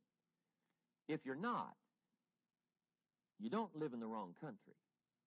Probably what's happened is you have the wrong plan. And it's easy to be a nice person with the wrong plan. I found that when I was 25 years old. I was broke at age 25, and I was a nice guy. You would have liked me. But I'm telling you, my plans up until then, especially my financial plan, left me broke. I totally changed it the next 6 years, and I became financially independent. So I know what I'm talking about. It is possible in a reasonable amount of time, 15 to 35, whatever, 20 years time, enough time. You can do it in a much shorter period of time, like I did if you want to. But this is a reasonable enough time. But here's number one. First of all, you got to have the right philosophy.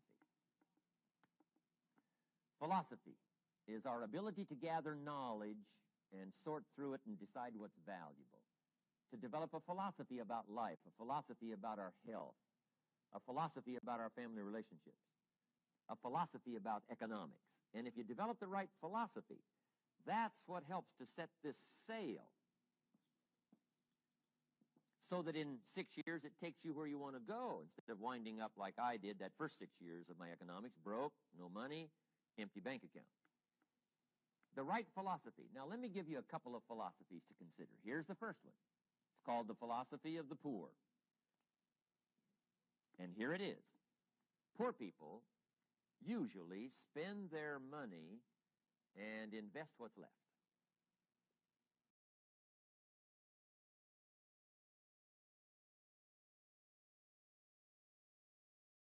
That's the philosophy of the poor. Now, here's the philosophy of the rich. Rich people invest their money and spend what's left. And here's the startling answer. It really doesn't matter what the amount is. What's most important is not the amount. What's really important is the philosophy. So I would ask you to adopt this philosophy of spending after you have invested. Invest first, then spend. And I've got a little formula that I'm going to share with you. Now, what should a child do with a dollar? I mean, there's a lot of debate going on, I'm sure, across the country on what a child should do with a dollar. Here's one opinion. It's only a child and it's only a dollar. What difference does it make? Well, in my opinion, it makes all the difference in the world. A person's economic future starts with a child with a dollar. Somebody says, oh, no, you're only young once. Let him spend it all. Well, when would you hope that would stop? Somebody says, well, wait till he's 50 and broke like me, and then he'll learn. Well, no, we don't want to wait that long. If I would have known earlier than age 25, I would have changed. In high school, if they would have had classes called Wealth 1, Wealth 2, I'd have taken both classes. I would not have waited until age 25. So, the earlier the better. So, what should a child do with a dollar? Here's the simple premise to begin with. Don't spend it all. And if a child wants to spend the whole dollar, you got to say, hey, don't spend it all. Don't spend it all. They'll say, why not? It's my dollar. I earned it. You say, I know you earned it, but don't spend it all. They'll still say, why not? Say, let me show you why not. So you put them in your car, take them to the other side of town, and show them where people live that spend the whole dollar. You just drive them around. Kids learn best by visual. Just drive around and say, would you like to live here? Kid says, no. Would you like to live like these people live? Kid says, no. Then you can't spend the whole dollar. So, kids will get the message. So, take them to the other side of town, show them around, unless you already live there, and then just show them around. Anyway, don't spend the whole dollar. Now, let me give you my best view of what to do with the dollar. And I promise you, if you started at age 15, now if you're over 15, right, you've still got plenty of time. You still got 20 years. If you're 30, you still got 20 years. I mean, you still got plenty of time to start. what I'm about to share with you. What to do with a dollar. Here's my first bit of advice. Never spend more than 70 cents. Never spend more than 70 cents. Now, you got to pick some number, and the number you pick is going to be determined by your philosophy. It's going to be determined by what you've been taught or your experience teaching yourself. When I first met my teacher, Mr. Schoaf, I was at about 110% of each dollar. You know, I'm down at Budget Finance, hawking my furniture and my car one more time. And then I learned a whole better formula for financial independence. Number one, don't spend more than 70 cents. Now, kids say to me, well, okay, what do I do with the other 30 cents? And here's what I teach them. 10 cents for charity. Charity or church, or helping people that can't help themselves. 10 cents to support worthy projects. Projects that you feel good about. 10 cents out of every dollar. It's called being generous with part of what you've taken out of society. Now, in my opinion, nothing teaches us character better than generosity. No class, no teacher, no book teaches character better than generosity. And the best time to start is when the amounts are small.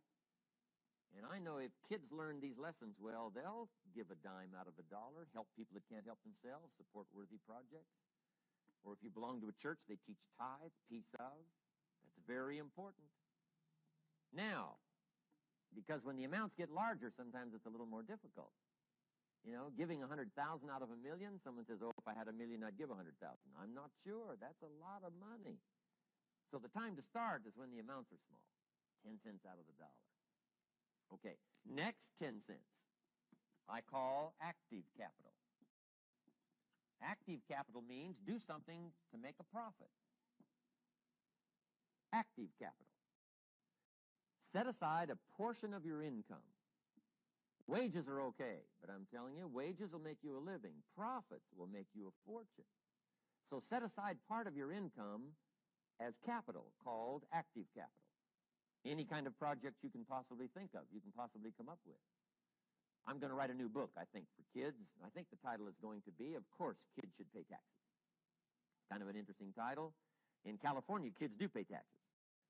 When a child walks into 7-Eleven, buys something that costs $1, the proprietor says, give me 7 more pennies. And the child says, hey, what's these 7 pennies for? And the proprietor says, that's the taxes. Kid says, well, hey, I'm only 8 years old. Proprietor says, congratulations, you're my youngest taxpayer. Give me the money. So in California, where I live, kids do pay taxes. Big question is, should they? And my book will answer that question. Of course, kids should pay taxes. Nothing is for free. If you want to ride your bicycle on the sidewalk instead of in the mud, you got to pay the 7 pennies. Nothing is free, so we all have to pay. So, 10 cents out of your living, out of the money you earn, set aside for capital. Capital to try your best to show a profit. And in my book, it's going to be all kinds of ways kids can make money, right? 2 bicycles, one to ride and one to rent. I mean, you know, it doesn't take long to figure out some enterprise that'll start making a profit. Then you must jot this down if you're taking notes. Profits are better than wages. 1, you can't usually start wages until you're about 16, 15, 16, but you can make a profit long before you're eligible to start earning wages. And then there's no limit to profits, and they can double and triple and quadruple. It's incredible how fast profits can grow. So profits are better than wages. Wages make you a living. Profits make you a fortune. Now, the third 10 cents is vitally important. I call it passive capital. Capital you let somebody else use. A financial institution, stocks and bonds, mutual funds, whatever. Let someone else use it. You furnish the money. They use it to make a profit, but they pay you for the use of it, called interest. And here's one of the things that'll make you financially independent fairly quickly, and that's called compound interest. And this is how you get it. Letting someone else use a portion of your money, your substance. They show the profit, they pay you interest.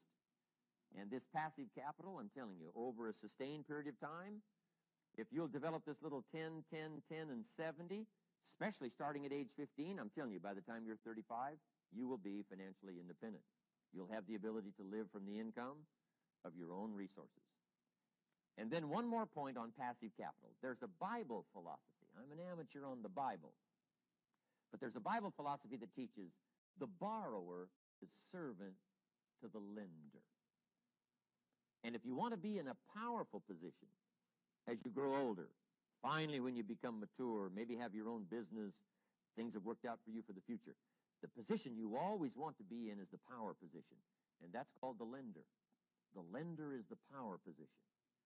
So if kids learn early enough, and then you ask them what they'd like to be when they grow up, I'm telling you, once they understand, they'll say, well, one of the things I want to be is one of those lenders. That's the power position, not the spender. No, you'll be pitied the rest of your life if you just become a spender. You got to become a lender. And I think this is the one formulas to follow. 10 cents out of every dollar. Let someone else use it. Be the lender, power position. Then try to show a profit. Can't we teach our children how to take $1, search the neighborhood, find a broken wagon, pay $1 for it, bring it home, clean it up, sand it until it's clean, paint it red till it shines, straighten out the wheels till they're true, take it back to the neighborhood, sell it for $5? Anybody can do that. Now, does the child deserve $4 profit? And the answer is yes. Society now has a mended wagon. And that's what America's all about. Finding something, touching it, making it better, making a profit, taking part of your resources, helping people who can't help themselves. Let someone else use it to make a profit. Some projects require more capital than one person has. Exciting. And then let them pay you for the use of it. America's had this philosophy now all these years. Communism has taught all these years capital belongs in the hands of the state, not in the hands of the people. We've been teaching all these years capital belongs in the hands of the people, not in the hands of the state. And we turned out to be right. Capital in the hands of the kids, capital in the hands of the people. Enterprises that make a profit, enterprises that grow. It's the hope of our future. So that little simple formula, I hope, will help you. Now, one more key on financial independence, and that is attitude. Attitude. Here's number one. I used to say, I hate to pay my bills. My teacher straightened me out on that. He said, let's see, Mr. Owen, what you hate to do is pay $100 on an account and reduce your liabilities and increase your assets. I said, well, no, not if you look at it that way. He said, well, it all depends on how you look at it. So wouldn't you love to pay your bills, reduce your liabilities, increase your assets? You got to have that kind of attitude. I found out the same attitude about taxes. I used to say, I hate to pay my taxes. And Mr. Shove said, well, that's one way to live. But don't you understand? Taxes is how we care and feed the goose that lays the golden eggs. Wouldn't you want to do your share? Someone says, yes, but the goose eats too much. Probably true. But hey, we all eat too much. We all need to go on a diet. Better a fat goose than no goose. So I finally became a happy taxpayer. Now, I think taxes are too high, so I'm working to get taxes lowered for our economic future.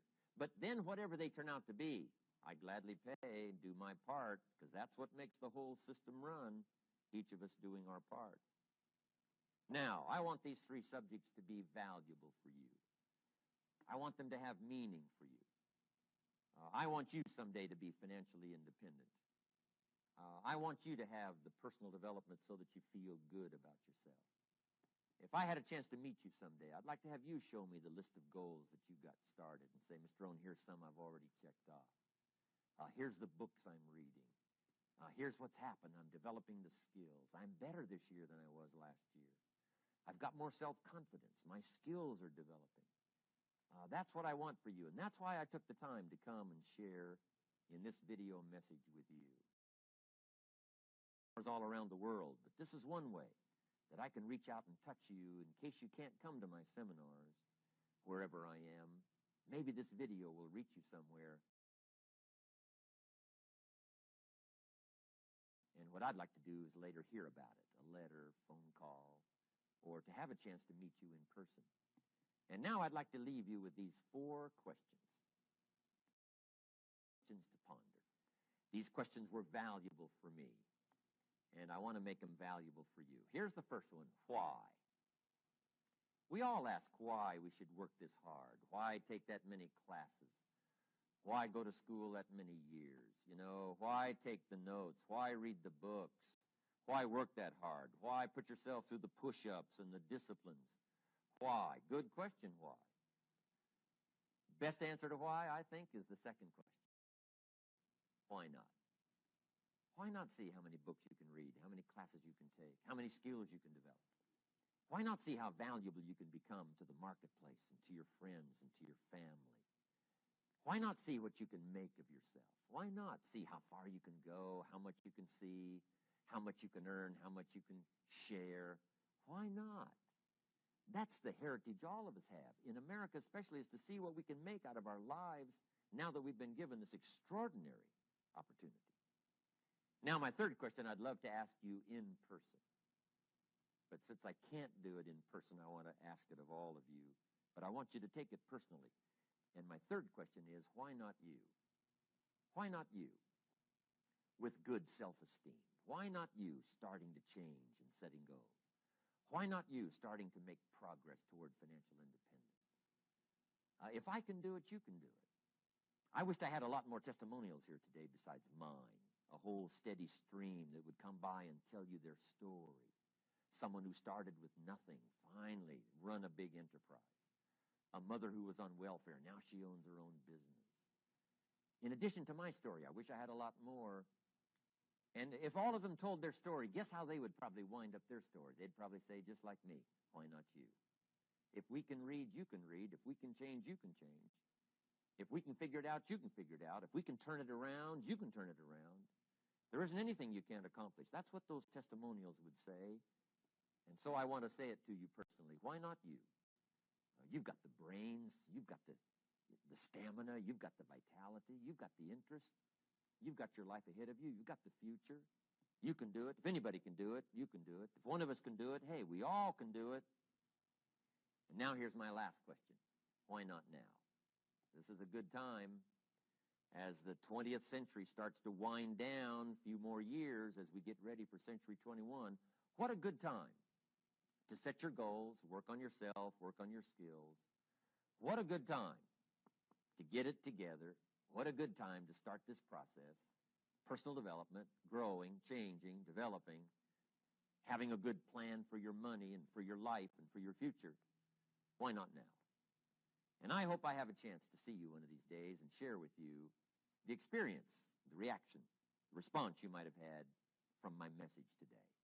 And until I get a chance to see you on this side of the world or the other side of the world, in some school or some seminar, or maybe I'll come and speak for a company that you work for someday. I hope I get a chance to meet you. Until then, I wish you the best. I want all that I've gotten to be yours and much, much more. God bless. Goodbye.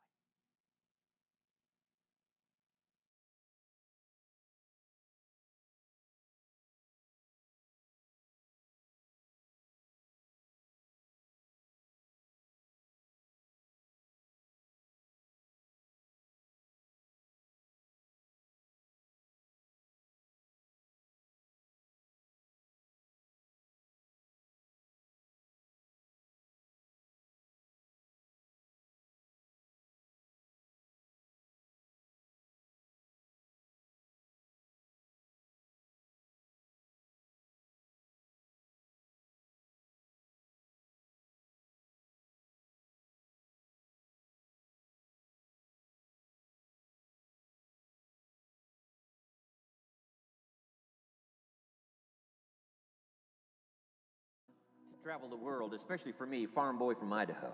I didn't have many skills when I first awakened to the opportunity that, you could work for pay. I knew how to milk cows, but, that was about it, and it didn't pay very well. But when I was introduced to network marketing, health and nutrition, a marketing system where I could start at the bottom, go to the top, and start part-time, it literally revolutionized and changed my life forever. I've never been the same. And a big share of my story now is sharing with people around the world this extraordinary opportunity.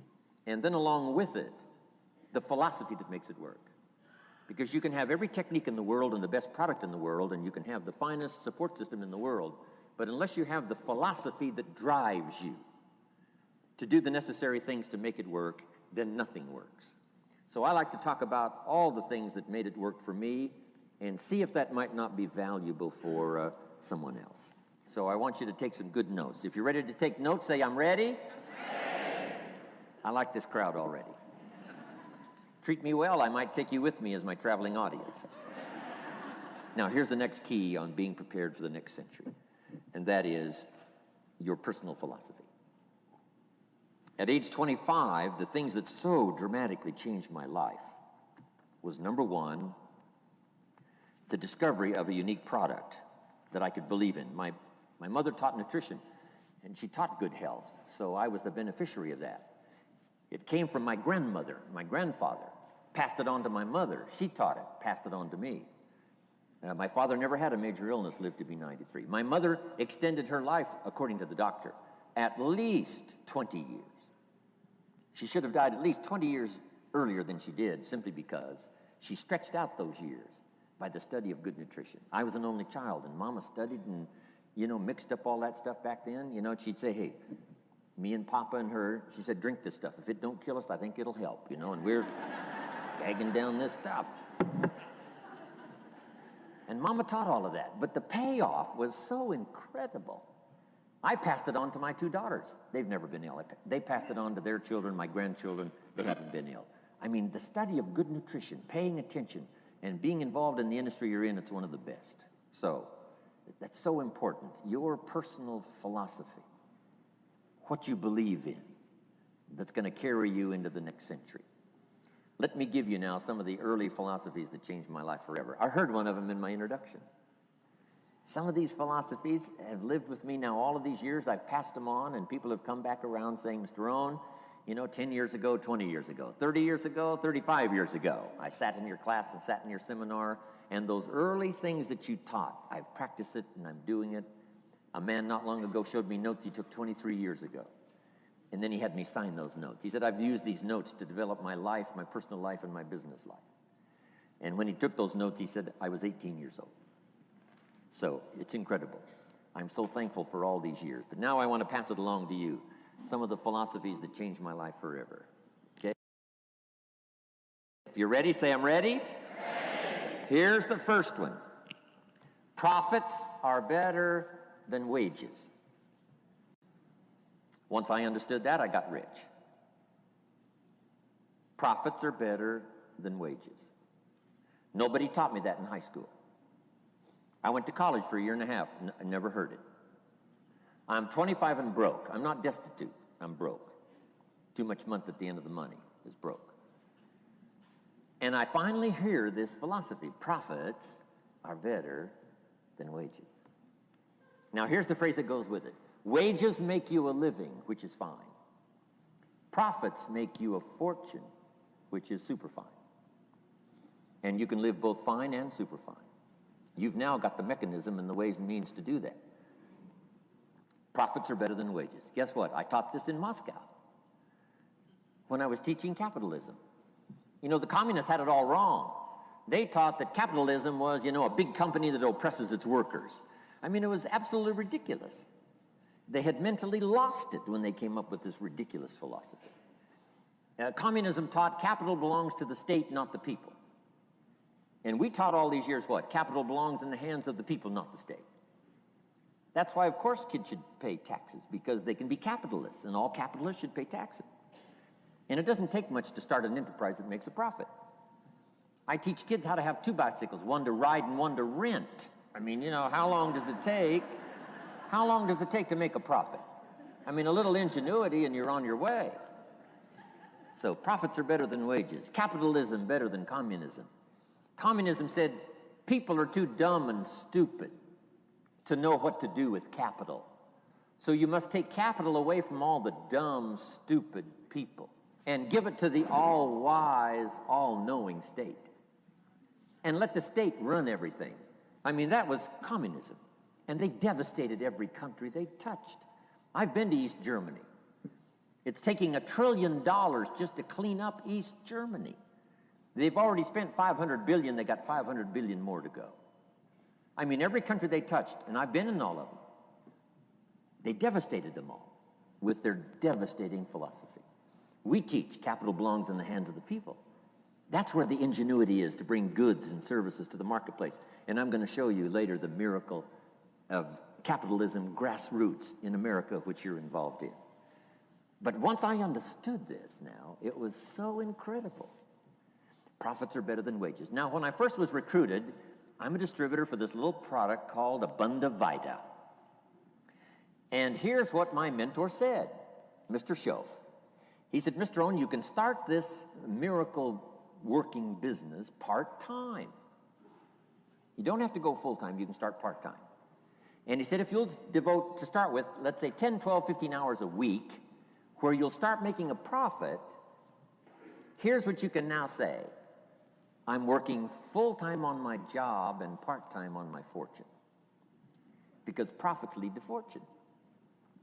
I got so excited about that philosophy. I'm working full-time on my job, but now I'm working part-time on my fortune.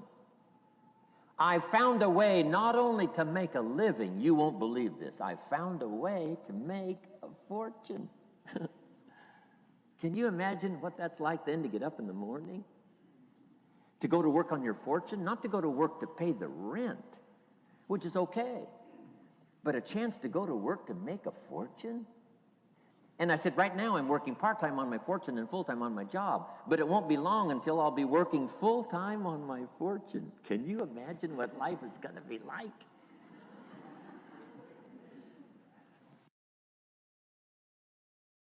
Now, here was my first goal when I started, and that was part-time.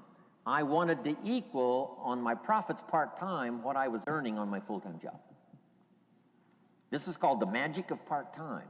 It is so thrilling for people to start working the business part-time because now you can work on profits, and it doesn't take very long. If you'll really concentrate on those 10, 12, 15 hours a week, it won't be long if you really do it right and learn some of the skills I'm going to talk about. It won't be long until you can be earning as much part-time working on your fortune as you are full-time working on your job. I did that in less than 6 months. Now I've got an incredible invitation. I found a way part-time to work on my fortune, and I'm making as much money at that as I am on my full-time job. Would you like to hear my story? It was incredible. Now here was my second goal, to make twice as much money part-time working on my fortune as I was working full-time on my job. And I reached that in less than a year. Making twice as much money part-time working on my fortune as I was full-time working on my job. Now I've got an incredible invitation that won't quit. I found a way, through a unique opportunity, to work part-time on my fortune, and I'm now earning twice as much money as I am working full-time on my job. Would you like to hear my story? Do you imagine anybody would say, no, I don't care to hear your story? No. Everybody I said that to said, wow, yes, what are you doing? I said, I'm glad you asked. Let me tell you. Now, when I started making twice as much money part-time as full-time, here's my dilemma. I didn't want to go full-time. And why not go full-time? And the reason was because I didn't want to give up my electrifying story. Right? It was so powerful, nobody could resist the invitation to at least take a look. I didn't want to give it up. And I hung on for I don't know how long until it was, almost insane. And then finally, reluctantly, I gave up my full-time job. But now,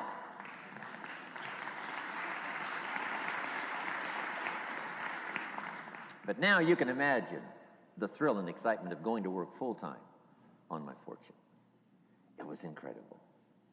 But I want you to jot down the magic of part-time. What does it take to really change a person's lifestyle? Not very much. An extra $1,000 a month, I'm telling you, will drastically change most American families' lifestyle. And that's why part-time is so valuable, because it very quickly changes a person's lifestyle. And here's what the change in lifestyle does. It's a great recruiting tool. One of the greatest recruiting attractions is the money you make part-time. Somebody said, "You've been on 3 vacations this year?" Says, "Yes, I got this little part-time thing going." Says, "What's that?" "You bought 2 new cars, one for you and one for her. How did you do that?" Said, "I got this little part-time thing going." Your kids have got all these new clothes? Yes. All this stuff is happening. What is it? An extra $1,000 a month. See, $1,000 a month full-time, nobody wants to hear your story. $1,000 a month part-time that starts to change your lifestyle, everybody wants to hear your story.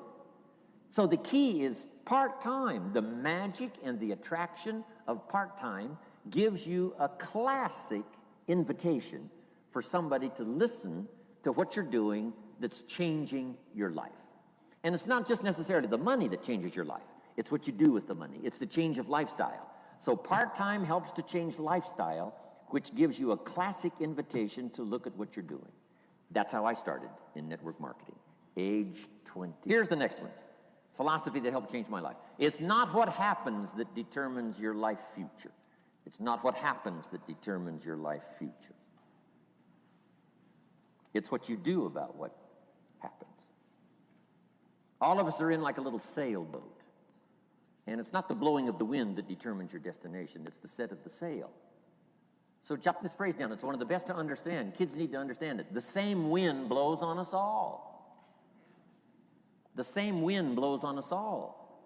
The wind of disaster, the wind of opportunity, the wind of change, the wind when it's upside down, the wind when it's favorable and unfavorable. The same wind blows on us all. The economic wind, the social wind, the political wind. The same wind blows on everybody. The difference in where you arrive in 1 year, 3 years, 5 years, the difference in arrival is not the blowing of the wind, but the set of the sail. And that's what learning is all about, to set a better sail this year than last year. To set a better sail. The first 6 years of my economic life, I wound up broke. Second 6 years, I wound up rich. You say, well, the Democrats must have finally gotten power. No. No. No. It was not a political change. Here's what changed the second 6 years of my economic life. It was my philosophy that changed. The set of the sail of better thinking, correcting the errors of the past and picking up new disciplines for the future. That's all I had to do at the end of the first 6. Correct the errors of the past and then pick up some new disciplines for the future. And my total life changed. The second 6 years was totally different than the first 6 of my working life. And guess who can do that? Anybody. Now, you can keep on the same path for the next couple of years as you have the past 2. But if you wish to, and maybe everything's okay for you and you don't need to, but if you need to make some changes, I'm telling you, you can start doing it today so that the next 2 years will be drastically different than the last 2. And anybody who wishes to do that can. And you can do it between ages 40 and 43. You can do it between ages 13 and 15. You can do it between ages 60 and 62. Any 2 years, any 5 years, that you wish to drastically change from the previous 5, you can do it. If you wish to. Now, this isn't written. This is not a law. Here's what it's called, opportunity. But if you don't know you can change, if you don't know you can drastically change your income, change your future, change your health, change your marriage, change everything. If you don't know that, some people then go year after year after year after year not making much change simply because they didn't get to the class. They never read the book. They never went to the seminar. They never made the discovery. They didn't seek for the knowledge of how could I make my life better. And if you just rock along, I'm telling you it's okay. Anybody can live any way they choose. But I'm here to tell all of you that if you wish to, it's possible to make the next 3 years totally different than the last 3. And all you have to do is just a few things. So if you got that one now, it's not the blowing of the wind that determines your income. It's not the blowing of the wind that determines your fortune. It's the set of the sail. And that's why we gathered here today. Maybe I've got some ideas that'll help you with a couple of little things about setting the sail of your thinking that might drastically give you multiplied more benefit the next 3 years than you've gotten in the last 3. So it's not what happens. What happens to everybody. Chevron years ago brought me in to talk to management. They said, Mr. Owen, you travel around the world and you're fairly knowledgeable. what do you think the next 10 years are going to be like? I said, gentlemen, I can tell you I do know the right people. So they all leaned forward and listened carefully. And I said, gentlemen, the next 10 years are going to be about like the last 10.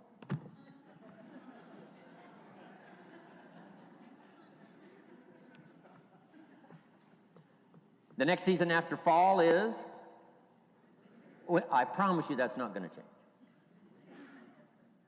After day comes night. I promise you that's not going to change.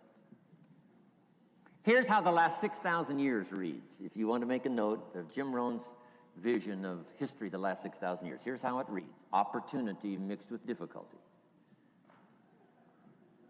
And if we're around another 6,000 years, it's going to read like that looks like for the next 6,000 years. Opportunity mixed with difficulty. Now, sometimes there seems to be more opportunity than difficulty, and then sometimes there seems to be more difficulty than opportunity, but the mix isn't going to change.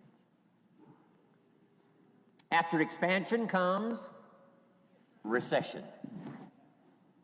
But after recession comes expansion. Not to think so, see, is naive. And once you've got just a little of this stuff settled, then you know exactly what to do. You know exactly what to anticipate, so you can be ready. Now, here's the next one, and I heard it in my invitation. Here's what it says. For things to change, you have to change. I was hoping the government would change, and taxes would change, and economics would change, and my boss would change and be more generous.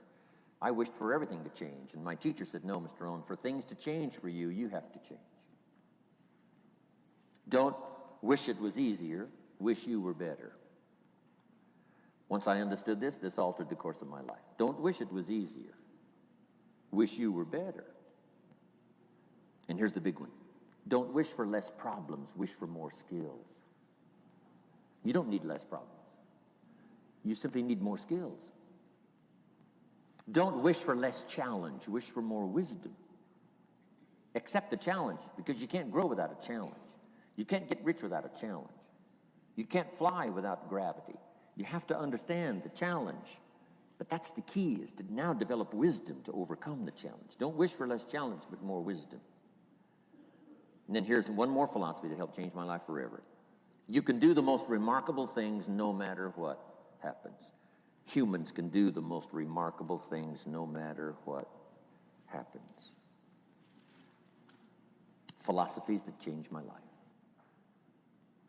Here's one of the big philosophies I learned in network marketing. It's called the law of averages. If you do something often enough, a ratio will appear. Key phrase, if you do something often enough, a ratio will appear. It's amazing. It's uncanny. In baseball, we call it batting average. If you talk to 10 people, one says yes. Now the ratio has begun. 1 out of 10. Talk to 10, get 1. Here's something interesting about the law of averages. Once it starts, it tends to continue. This is colossal information. Once a ratio starts, it tends to continue. If you talk to 10 and get 1, sure enough, chances are excellent if you talk to 10 more, you'll get another one. Talk to 10 more, you'll get another one. Now you can compete. If you can only get 1 out of 10, you can compete, even with somebody that can get 9 out of 10. If you've been here a long time, you can get 9 out of 10. I just joined, I can only get 1 out of 10. If we have a 30-day contest, I will beat you. Say, well, how could you beat me? Here's why. During that 30 days, you talk to 10 and get 9. I talk to 100 and get 10. I beat you. Isn't that clever? This is clever stuff. And I do it for 2 reasons. I sincerely wish to win. But I do it for another very sincere reason. I wish for you to lose. And that's noble on my part. Here's why it's noble. You learn more by losing than you do by winning. So I wish to give you that experience. Now here's how I do it once I understand the law of averages. When I'm new, I make up in numbers what I lack in skill. I make up in numbers what I lack in skill. Now who can do that? Anybody that's ambitious. Anybody with a little ingenuity. Anybody. Doesn't matter. Now here's one more. The law of averages can be increased. You get 1 out of 10, talk to 10, get another one. Talk to 10, get another one. The fourth time you talk to 10, you get 2. Why would the fourth time you talk to 10, you get 2 instead of 1? You're getting better. You're getting better. And who can get better? Anybody. Talk to 10, get 2. Talk to 10, get 2. Finally, talk to 10, get 3. I finally got up to about 3. Now, it takes more than a genius to go past like 3 or 4. But 3 will do. If you bat 300 in baseball, they pay you $4 million a year, which means you're out 7 times out of 10. 7 times out of 10, out. Make $4 million a year.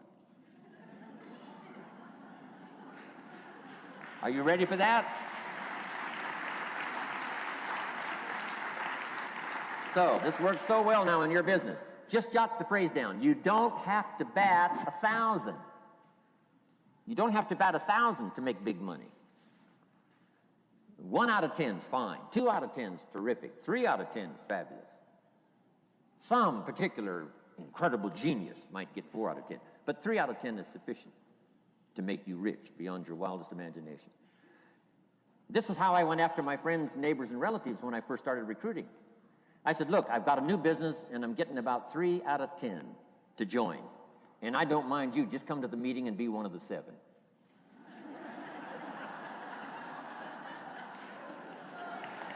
Right? Doesn't matter. Right? You're my friend. You'll do me a favor. And so it's not important to me that you like it. It's not important to me that you join. It's certainly not important to me that you buy. It's just important to me that you listen. One of the reasons, though, I want you to hear the story is because a year from now, if I'm doing well, I don't want you to say, how come you never picked up the phone a year ago? I never got a letter, never got a call. You call me a friend? You're making all this money, you never picked up the phone. So I don't want that to happen. So for 2 reasons, I want you to see what I'm doing. So the year from now, if I'm doing well, I can say, you know, I gave you the opportunity. But also, just as a favor, come and be one of the 7.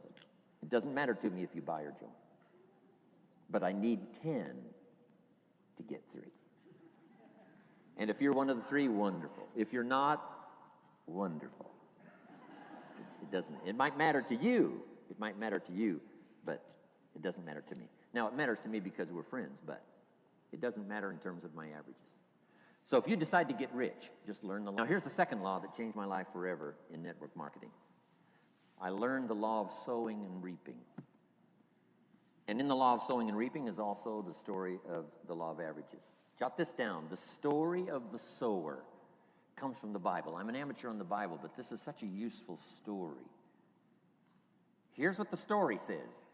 And take the notes because the drama's in the details. The sower was ambitious. Evidently, he was ambitious. When you read the whole story, you'll conclude, yes, this was an ambitious sower. Here was number 2. He had excellent seed. The sower who sowed the seed had excellent seed. And the excellent seed can be an excellent opportunity, an excellent product, an excellent story.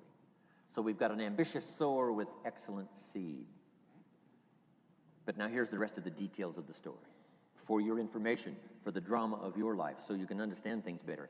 Learning some of this is how I got rich by age 31. Okay. Number 1, it says the sower goes out to sow the seed, but the first part of the seed falls by the wayside and the birds get it. So jot this down. The birds are going to get some of the seed. The birds are going to get some of the seed. Now you say, well, Mr. Arnold, what does that mean? Well, I invite John to come to a meeting. He said he'd be there Tuesday night. Tuesday night I show up, John isn't there. I say, John, I wonder why John didn't make it. Now I know the answer. The birds. The birds. John had this great idea of coming to the meeting to look at an opportunity, and somebody stole it and said, you're not going to go see network marketing. And he says, well, maybe not. So have you jotted that down now? The birds are going to get some. Now, when the birds get some, you've got 2 options. Number 1 is to chase birds. And say, well, let me get a hold of the person that talked him out of coming to the meeting. I'll tear him a new page. but I wouldn't do this. Here's what happens if you go chasing birds. You leave the field. If you go chasing birds now, you leave the field, which is going to distract from your future, not add. So you can't chase birds and try to straighten this stuff out. Here's what it is. It's just one of those things. And here's the best comment when things are a little disappointing. Isn't that interesting? You just have to say, I thought sure he would be there. He promised me. He promised me. But I know it was the birds. And you just have to say, isn't that interesting? Now, here's the rest of the story. It says, the sower kept on sowing. See, that was the secret to his success. He kept on sowing. And if you keep sowing, you can sow more than the birds can get because there aren't enough birds. If you keep sowing, there are some birds, but there's not enough because the law of averages will work for you. My mentor taught me, he said, you know, Mr. Rohn, there's only 9 or 10 real nasty, miserable people in the whole world. Now, he says they move around a lot, you know, and you're liable to... You'll bump into one once in a while. But when you bump into one, you say, there's only 9 more like you. I can handle that in the whole world. Okay. Now, here's what else it says. The sower now keeps sowing the seed. Now the seed falls, the story says, on rocky ground where the soil is shallow. And the rocky ground where the soil is shallow is not of your making, because you had excellent seed and you were an ambitious sower. So the rocky ground where the soil is shallow is not of your making. But here's what it says what happened. This time, the little seed that falls in the ground starts to grow, and the little plant starts to grow. But the first hot day, it withers and dies. It dies. Not an easy thing to watch. I finally get John started. Sure enough, 3 or 4 days later, somebody says, boo, and he goes,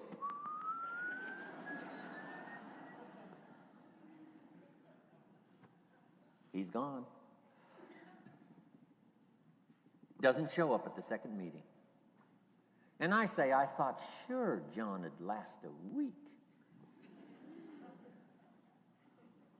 What happened? Jot this down.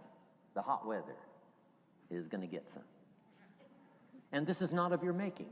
Here's what you must say when that happens. Isn't that interesting? Wow. What can you do? The answer is nothing. You say, well, I'm going to try to change this. I wouldn't take that class. You know, the sun comes up in the east. Somebody says, why is that? I wouldn't spend much time on that. Just let that happen. Don't go for this why stuff. I'm giving you the answers here. The answers is in the structure and the consequences and in the deal. The answer is in the deal. Anything beyond that is not worth study.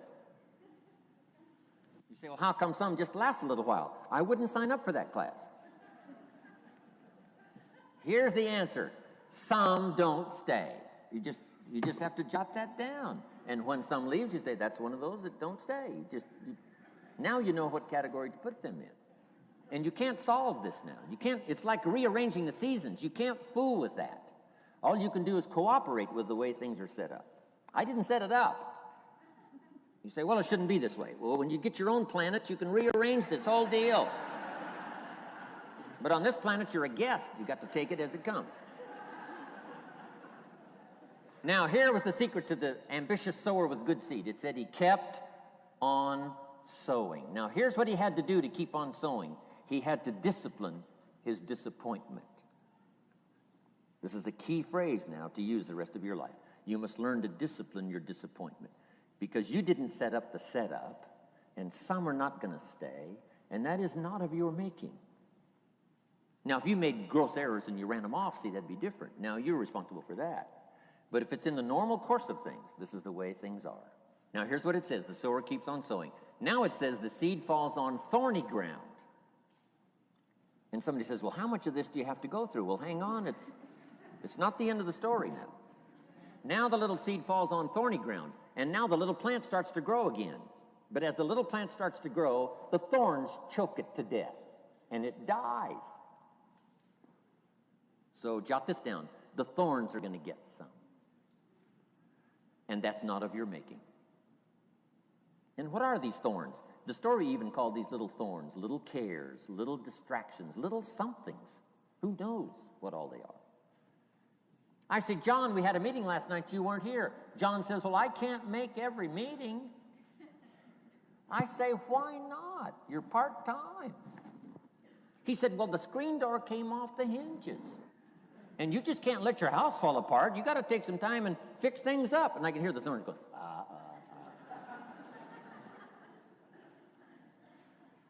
He says some extra trash had piled up in the garage. You can't let mountains of trash take over. You got to keep your trash hauled out.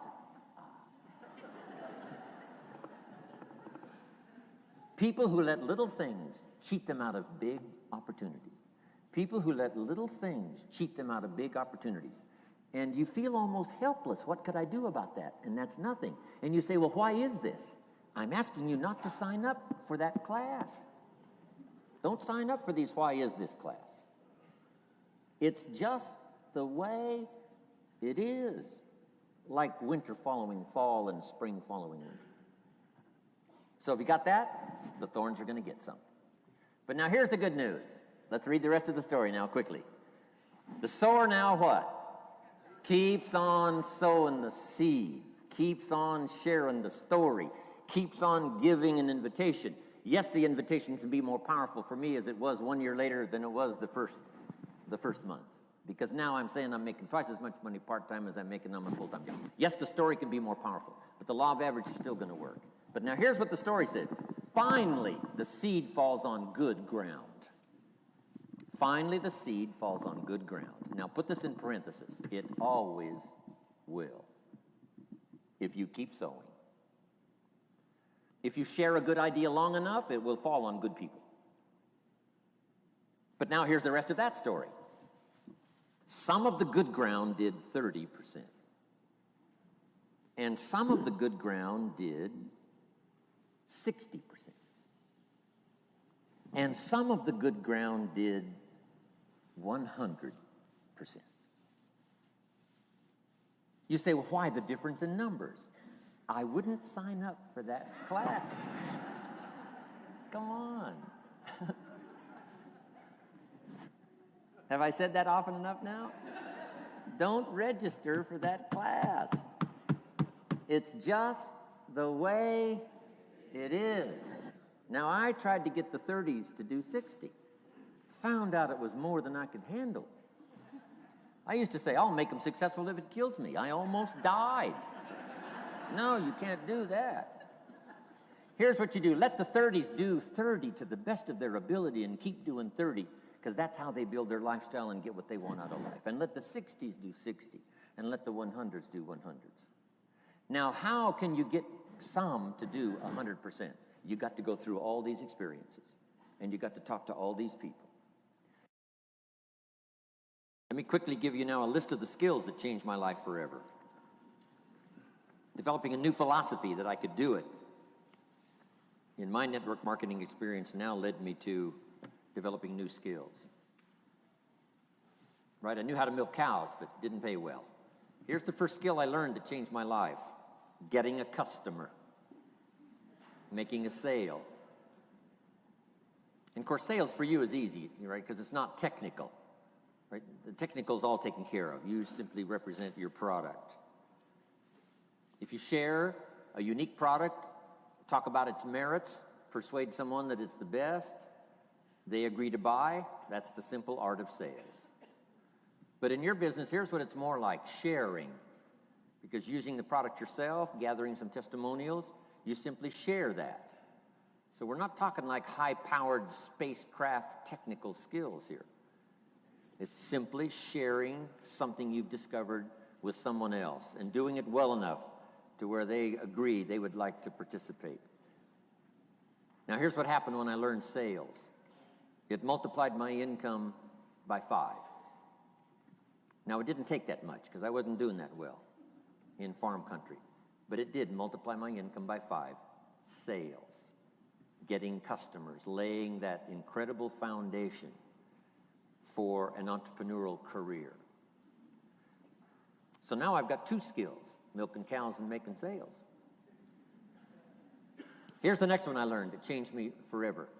and that's recruiting, introducing the business opportunity to new people, learning how to give a good invitation, learning how to give two kinds of presentation, formal and informal.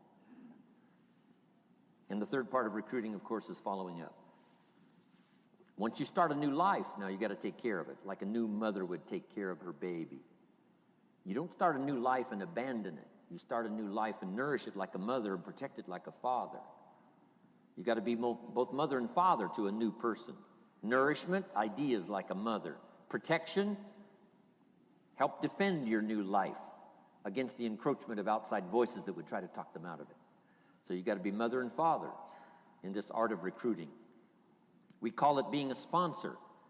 And being a sponsor is like being a bridge, helping somebody from darkness to light, from skeptic to faith, from not knowing to knowing, from no confidence in themselves to starting to gain confidence. You're the bridge that helps people from the shadows to the sunlight.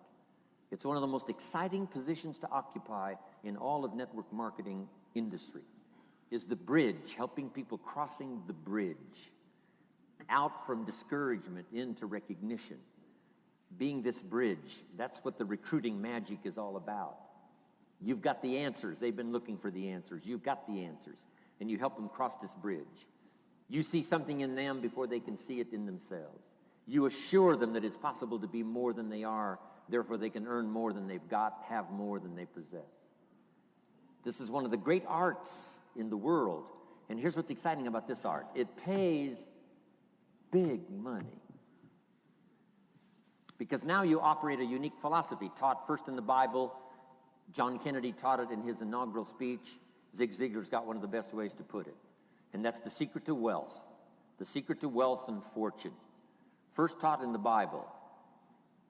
Because the question was asked, how can we achieve greatness, great wealth, great power, great influence, great recognition, great self-esteem? How can we achieve greatness? The master teacher was asked. And here was his formula for achieving personal greatness. He said, find a way to serve the many, for service to many leads to greatness. For those that are interested. Some people aren't interested, but for those that are, service to many leads to greatness. Someone says, well, best I can do is just take care of myself, which is okay, but it doesn't lead to greatness. Someone says, I got enough bills of my own, I can't worry about someone else's bills. That's okay, but it doesn't lead to greatness. Greatness is helping people pay their bills. You forget about yours. Because if you help enough people pay theirs, yours disappear. Help people with problems, your problems disappear. The key to greatness, the master teacher taught, is finding a way. Now, a lot of people would like to serve many people, but they don't have a way. And what's exciting about you and your business is you've now got the way. Whether you use it or not, it's up to you. Whether you cash it in or not is up to you. Whether you make a fortune or just a little, that's all up to you. Each person's ambition. It's called the same marketing, the same product. The products are the same for everybody here. The marketing system is the same. The difference is each person's philosophy and each person's individual ambition. But whatever your ambitions are, now you've got the ways and means. And here's what you've got the ways and means to do. Serve as many people as you would like. Now, here's what's exciting about recruiting. With what you're involved in here, you can directly and indirectly affect the lives of dozens of people. Some of you are going to directly and indirectly affect the lives of hundreds of people. And some of you, if you wish, can directly and indirectly affect the lives of thousands of people. And the pay is accordingly. If you affect a few, you earn that pay. If you affect the many, you earn that pay. But the secret is found in the Bible. Service to many leads to greatness. Now, John Kennedy said it in his inaugural speech. Here's what he said. Don't ask. Don't we wish that was the current political philosophy? Where is John Kennedy and his philosophy? John Kennedy said, don't ask. That's important if you understand philosophy. He said, don't ask what the people can do for you. Don't ask what the country can do for you. Don't ask what the government can do for you. That's not how you get rich. That's not how you have high self-esteem. That's not how you get trophies to put on the mantle above the fireplace, asking what the people can do for you. Don't ask, he said, what the people can do for you, but ask, what could I do for my country? And the country means the people.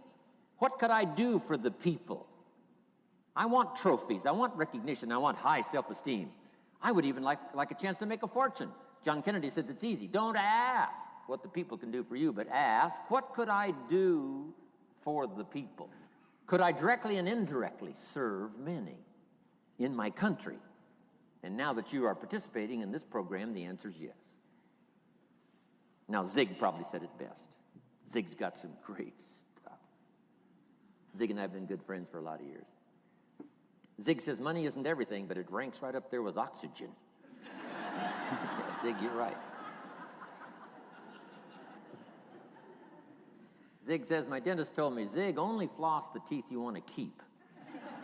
You know, forget the rest.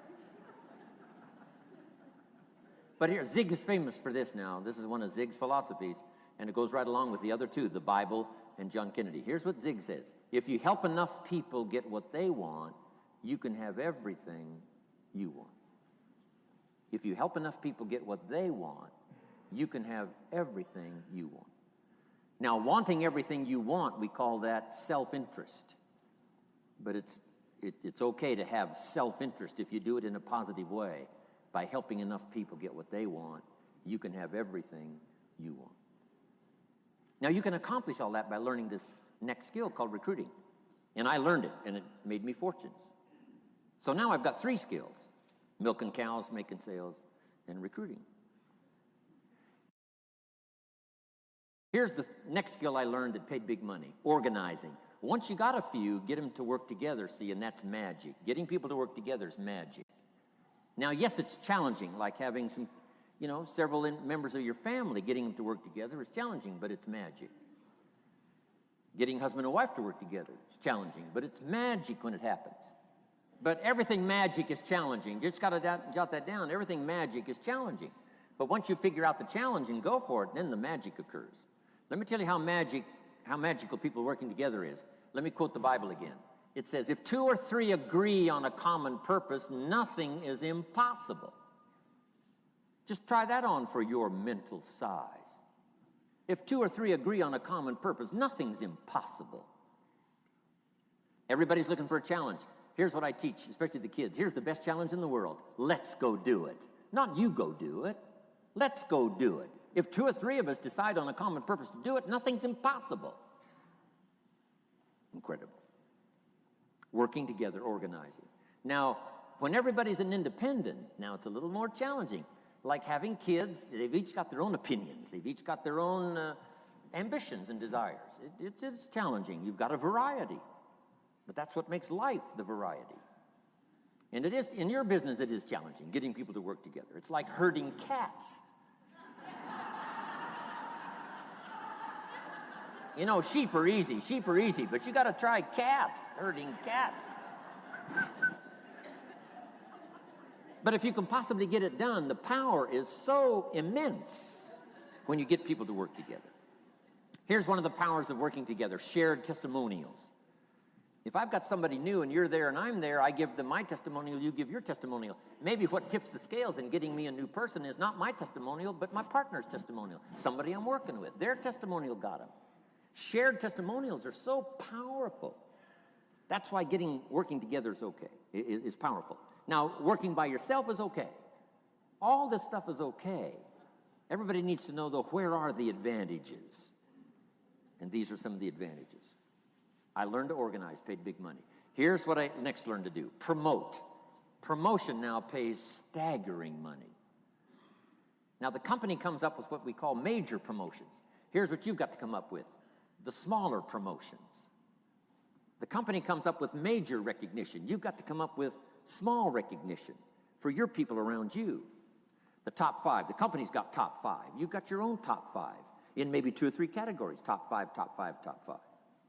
And those little recognitions, to reach certain levels in the company, you have to take major steps. But for you, recognition, let them take small steps. Here's one of the secrets of your kind of business: rewarding people for small steps of progress. Rewarding people.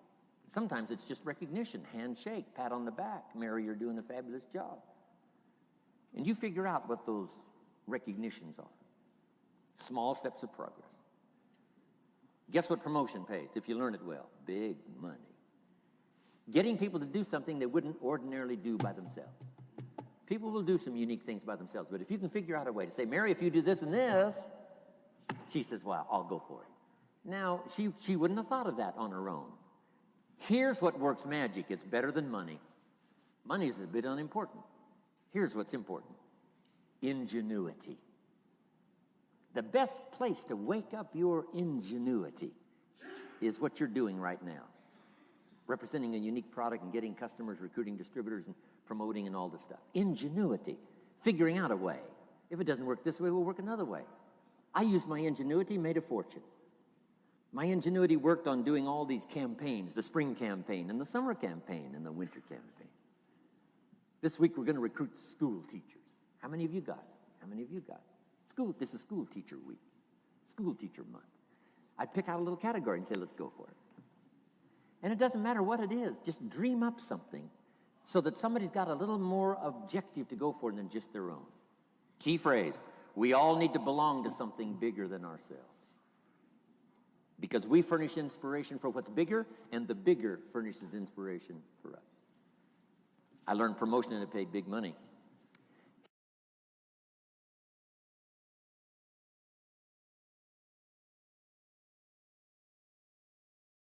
Here's next I learned, communication, how to conduct a meeting. I learned identification, logic and reason, attack and confess, solution. Simple deals on communication. Wasn't easy for me at first. I stood up to give my first presentation, my mind sat back down. Right? Y'all been through that? Opened my mouth, nothing came out for a while. But here's what I did. I did it again. Just jot that phrase down. I did it again. That's the secret to how I got here. 35, 40 years later, it's how I got here. I did it once, it was uncomfortable. That first presentation was so lousy, if I hadn't have been doing it, I'd have gone home. It was not that good. But here's the secret to how I got here. I did it again, and then I did it again, and then I did it again, and I did it again. I remember when I first decided to be a little more animated, right? And walk out away from the podium, right? Get out from just behind the podium. So I got out there, and then I thought, how do you get back? Whoa, I'm stranded out here. Remember those times? Doing something for the first time? But you learn quickly in your business, right? In your business, a guy stands up to give his first testimonial, and he's so nervous he forgets his own name, right? And 30 days later, he wants to give a 3-hour testimonial, right? You hardly get him off the stage. So, learn communication. How to affect other people with words. That's the greatest art in the world to learn. How to affect other people with words. Key phrase, don't be lazy in language. If you learn to use the gift of your own language wisely, it can make you a fortune and build an incredible life. Here's 3 other things I learned. One is to train. Training people how the business works. And then I've used another word called teach, train and teach. And only to say this, training people how the business works, teaching is how life works. Because here's what all of us need for the 21st century, business skills and life skills. The life skills are leadership skills. The life skills are learning how to set goals. Now here's the ultimate skill to learn that can transform your life and the life of whoever will listen, the ability to inspire. Inspire means help people to look up a little higher than where they are and wish they could get there, and inspire them that it's possible. Here's how we inspire, by our own testimonial. If I can do it, you can do it. Here's how else we inspire, by others' testimonial. If they can do it, Mary, you can do it. Getting people to see themselves better than they are. Getting people to see themselves richer than they are. Getting people to see themselves more capable next year than they are this year. Getting to see themselves in the future. To help both your kids and your people, here's what you must learn to do. Number 1, help people to see themselves as they are. If people have made mistakes, they got to know it. You can't go on making mistakes and hope to achieve. Mistakes have to be corrected. And you've got to do it with your children. Help them to see themselves as they are.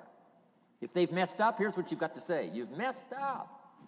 But here's what's important as a parent. Don't leave them in the mess. Some parents, tell their kids they've messed up and then they leave them in the mess. They don't paint a better picture. Here's what you could become with just a couple of more changes. Rather than this, here's what you could be. So we must help our children see themselves as they are, but here's the greatest gift, to help our children see themselves better than they are. To transport them not only past to see their mistakes, but transport them to the future to see their opportunity. To see the person they can become. My mentor had that greatest gift to help me to see myself better than I was. At first it was difficult to see, then I started to believe, and that's how I got here today. He said, one of these days, Mr. Owen, you'll walk into a room full of people, and you will hear some of them say, that's him, that's the famous man. I said, well, that could never happen to me. He said, trust me. If you keep working hard on the disciplines like you're doing right now, that'll happen. You'll walk into a room full of people, and you'll hear one say, that's him, that's the famous man. He saw it, and he tried to get me to see it. And now, finally, it's happened. I think when I walked in here today, I think I heard someone say, that's him, that's the famous man. It happened for me.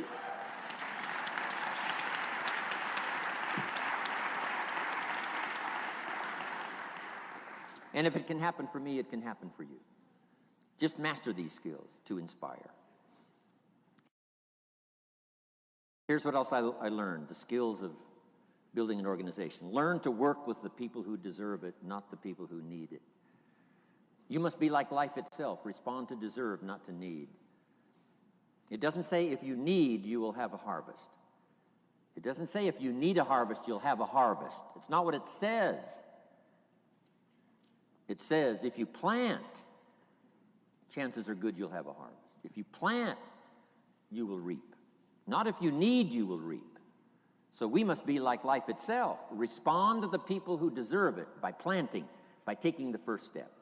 Even God himself says, if you move toward me, I'll move toward you. That's the condition. You move toward me, I'll move toward you, says the Almighty. Now, he could also say, you don't move, I don't move. You say, well, that's arbitrary. Well, when you're God, you can set it up that way. Now, learn to work with the people who deserve it, not the people who need it. Now, here's what's the next step. Teach people how to deserve your time. Teach people how to deserve your attention. Teach people how to deserve a phone call. Say, Mary, you just take this one step and I take 2 steps. You take 2 steps, I take 5 steps. You don't step, I don't step. But this isn't hard now. You step, I step. You respond, I respond. You try, I try. You make a call, I back you up. Right? Learn to teach people how to deserve your time and your attention. Next, I learned to work by group more than individual. Here's why. 80% of the people do 20% of the business. So 20% of the people you can work with individual. 80% you have to work with by group. But group is very powerful, less confrontational. Then here's what's important for all of you to learn as a sponsor, helping other people. You can help 1,000, but you can't carry 3 on your back. You can help 1,000, but you can't carry 3 on your back. And I'm sure all of you have already gotten that experience, even though you've been here a short time. Some people will try to get on your back. That's where we got that expression, get off. That's where we got that. A guy discovered somebody on his back and said, what? I can't carry you, get. Now, if you're like some I see here, 6'4" and you weigh 300 pounds, you might carry one, and if you were really big enough, Kareem Abdul-Jabbar or something, you might carry 2, but you can't carry 3. When babies are born, they were not designed just to be carried. Babies were not born to be carried all their life. Someday you got to try your legs. Someday you got to try your wings. Someday you got to try. Even if you fall down, you got to try, because you can't just crawl around all your life. You can't be carried all your life. So as quickly as possible, you can help 1,000, but you can't carry 3. Next, don't expect the pear tree to bear apples. I used to try to change everything. You can hang apples on a pear tree. I'm telling you, it won't help. You can put up a sign, this is an apple tree. Sure enough, come the season, pears. Here's what I learned. You cannot change people. but they can change themselves. You cannot change people, but they can change themselves.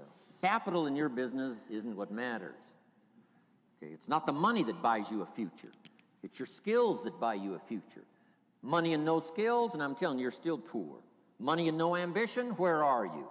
Money and no courage, you're broke. A little bit of money and a whole lot of courage. That's all we need. I'm looking for people when I'm recruiting back in those days, and the money didn't matter. What mattered to me was somebody's willingness, somebody's ingenuity, somebody's willingness to try, right? If they had $1 to invest, that was plenty for me. $1 and some ambition, and I can show you how to get rich, and it'll be one of the classic stories of the company.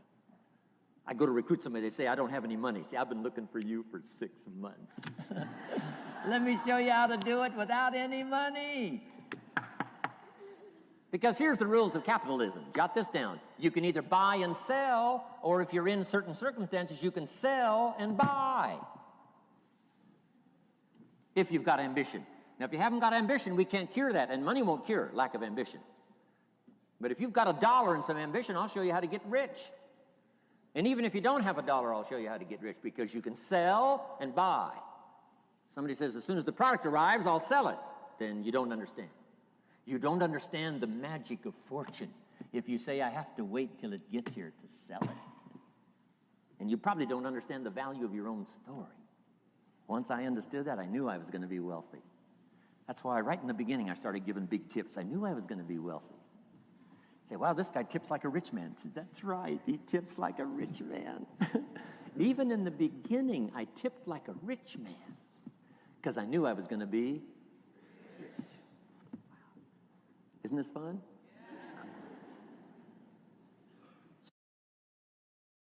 So jot these phrases down as I close. Number 1, the greatest value in life is not a bank account. The greatest value in life is not a car, a home to live in. The greatest value in life is this. Make a note. Living a good life.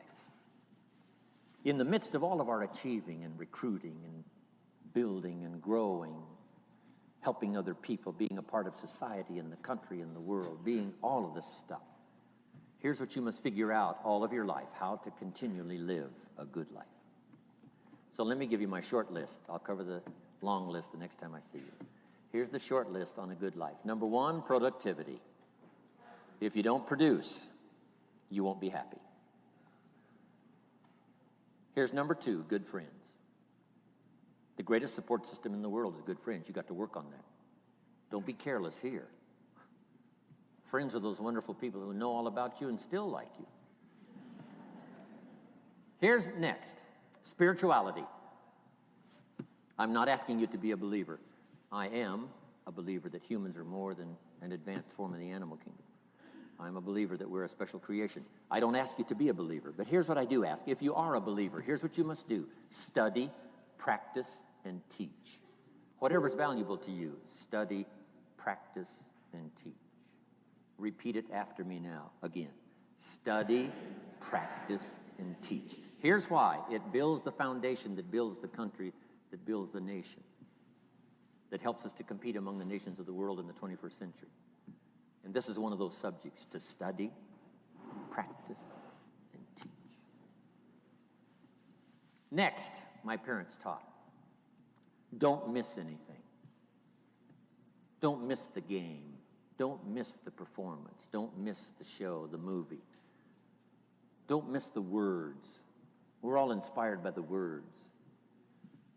Elton John says she lived her life like a candle in the wind, never knowing who to cling to when the rain set in. You can't miss those lyrics. You can't miss the music. You can't miss the songs that nourish the soul. You can't describe how brief and fragile life is much better than that. George Harrison, one of the Beatles, sings, if not for you, the winter would hold no spring. Couldn't hear a robin sing. I just wouldn't have a clue if not for you. Wow. You got to remember the words that reflect the experience. Barbra Streisand sings, it used to be so natural to talk about forever, but used to be's don't count anymore. They just lay on the floor till we sweep them away. You don't sing me love songs, you don't say you need me, and you don't bring me flowers anymore. Illustrative of all of our experiences. Winston Churchill said, the truth is incontrovertible. Malice may attack it and ignorance may deride it, but in the end, there it is. You got to use that. Feast on someone else's comments. Because, see, you could stay up all night and not think of that.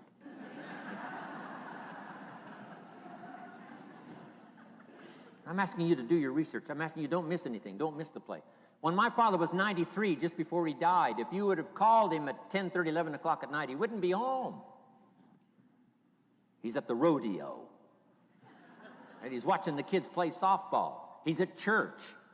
He's watching the concert somewhere. Every night, my parents taught me that. Don't miss anything. Even the little small things, don't miss. The big things, don't miss. Don't miss, don't miss. It's part of living a good life. Here's why. Jot this phrase down. It'll serve you well forever. If you live well, you will earn well. If you live well, it'll show up in the texture of your voice. If you live well, it'll show up in your face. If you live well, it'll show up in the magnetism of your personality. If you live well. So don't miss the nourishment of all the things around you that could help you live a good life. Next is the inner circle. Take care of them, they'll take care of you. Inspire them, they will inspire you. Nothing more valuable than the inner circle. That's where the power to conquer the world comes from, the inner circle. If a father walks out of the house and he can still all day long feel his daughter's kiss on his face, he's a powerful man. That nourishment of the inner circle is so incredible. If a husband walks out of the house and all day long he feels the imprint of his wife's arms around his body, he's invincible. Who can touch him? One person caring for another, the old prophet said, is the greatest of virtues. There's many virtues and values, but the greatest is love, one person caring for another. Better to live in a tent on the beach with someone you love than to live in a mansion by yourself. People caring for people. And especially that inner circle where the power is so magnificent that if you draw from it, if you nourish it, and then it nourishes you. Now, here's my last comment. Ask for God's help. We could all use a little help. But my whole seminar was what you can do. A man took a rock pile, turned it into a fabulous garden. Somebody came and saw it and said, you know, you and the good Lord have this fabulous garden here. The gardener said, I understand your point, but you should have seen it a few years ago when God had it all by himself.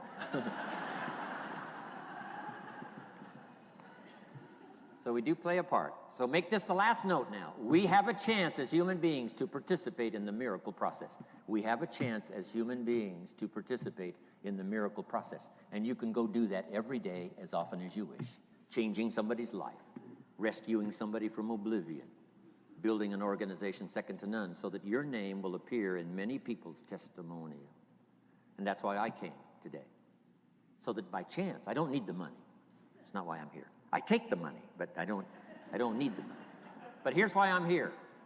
By chance, perhaps, if I've come along at the right time, I don't know what time this is for you, but if I've come along at the right time, just maybe, a week from now, a month from now, a year from now, 5 years from now, you might say, Jim Rohn came by and gave us a little piece of information. That started me down the road. Here's what's happened to me. And my name might appear in your testimonial. Now, here's the drama as we finish. How many of you have my name in your notes? Here's the part of the drama then. I go with you. When we all leave here and the lights are out and the place is dark, I go with you because you've taken my notes and hopefully some of the spirit, some of the stuff I had besides just the notes. So I go with all of you. But here's the big drama. All of you go with me. See, that's so unbelievable.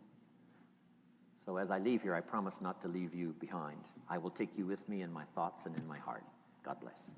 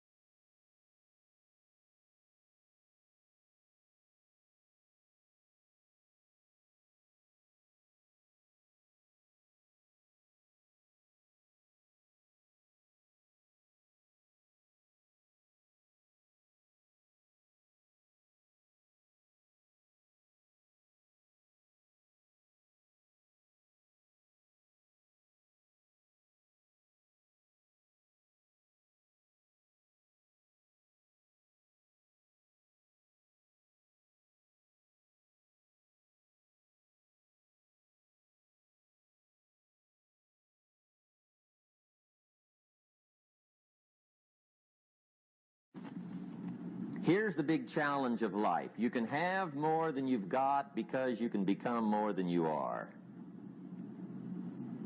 That's the challenge. And of course, the other side of the coin reads, unless you change how you are, you'll always have what you got.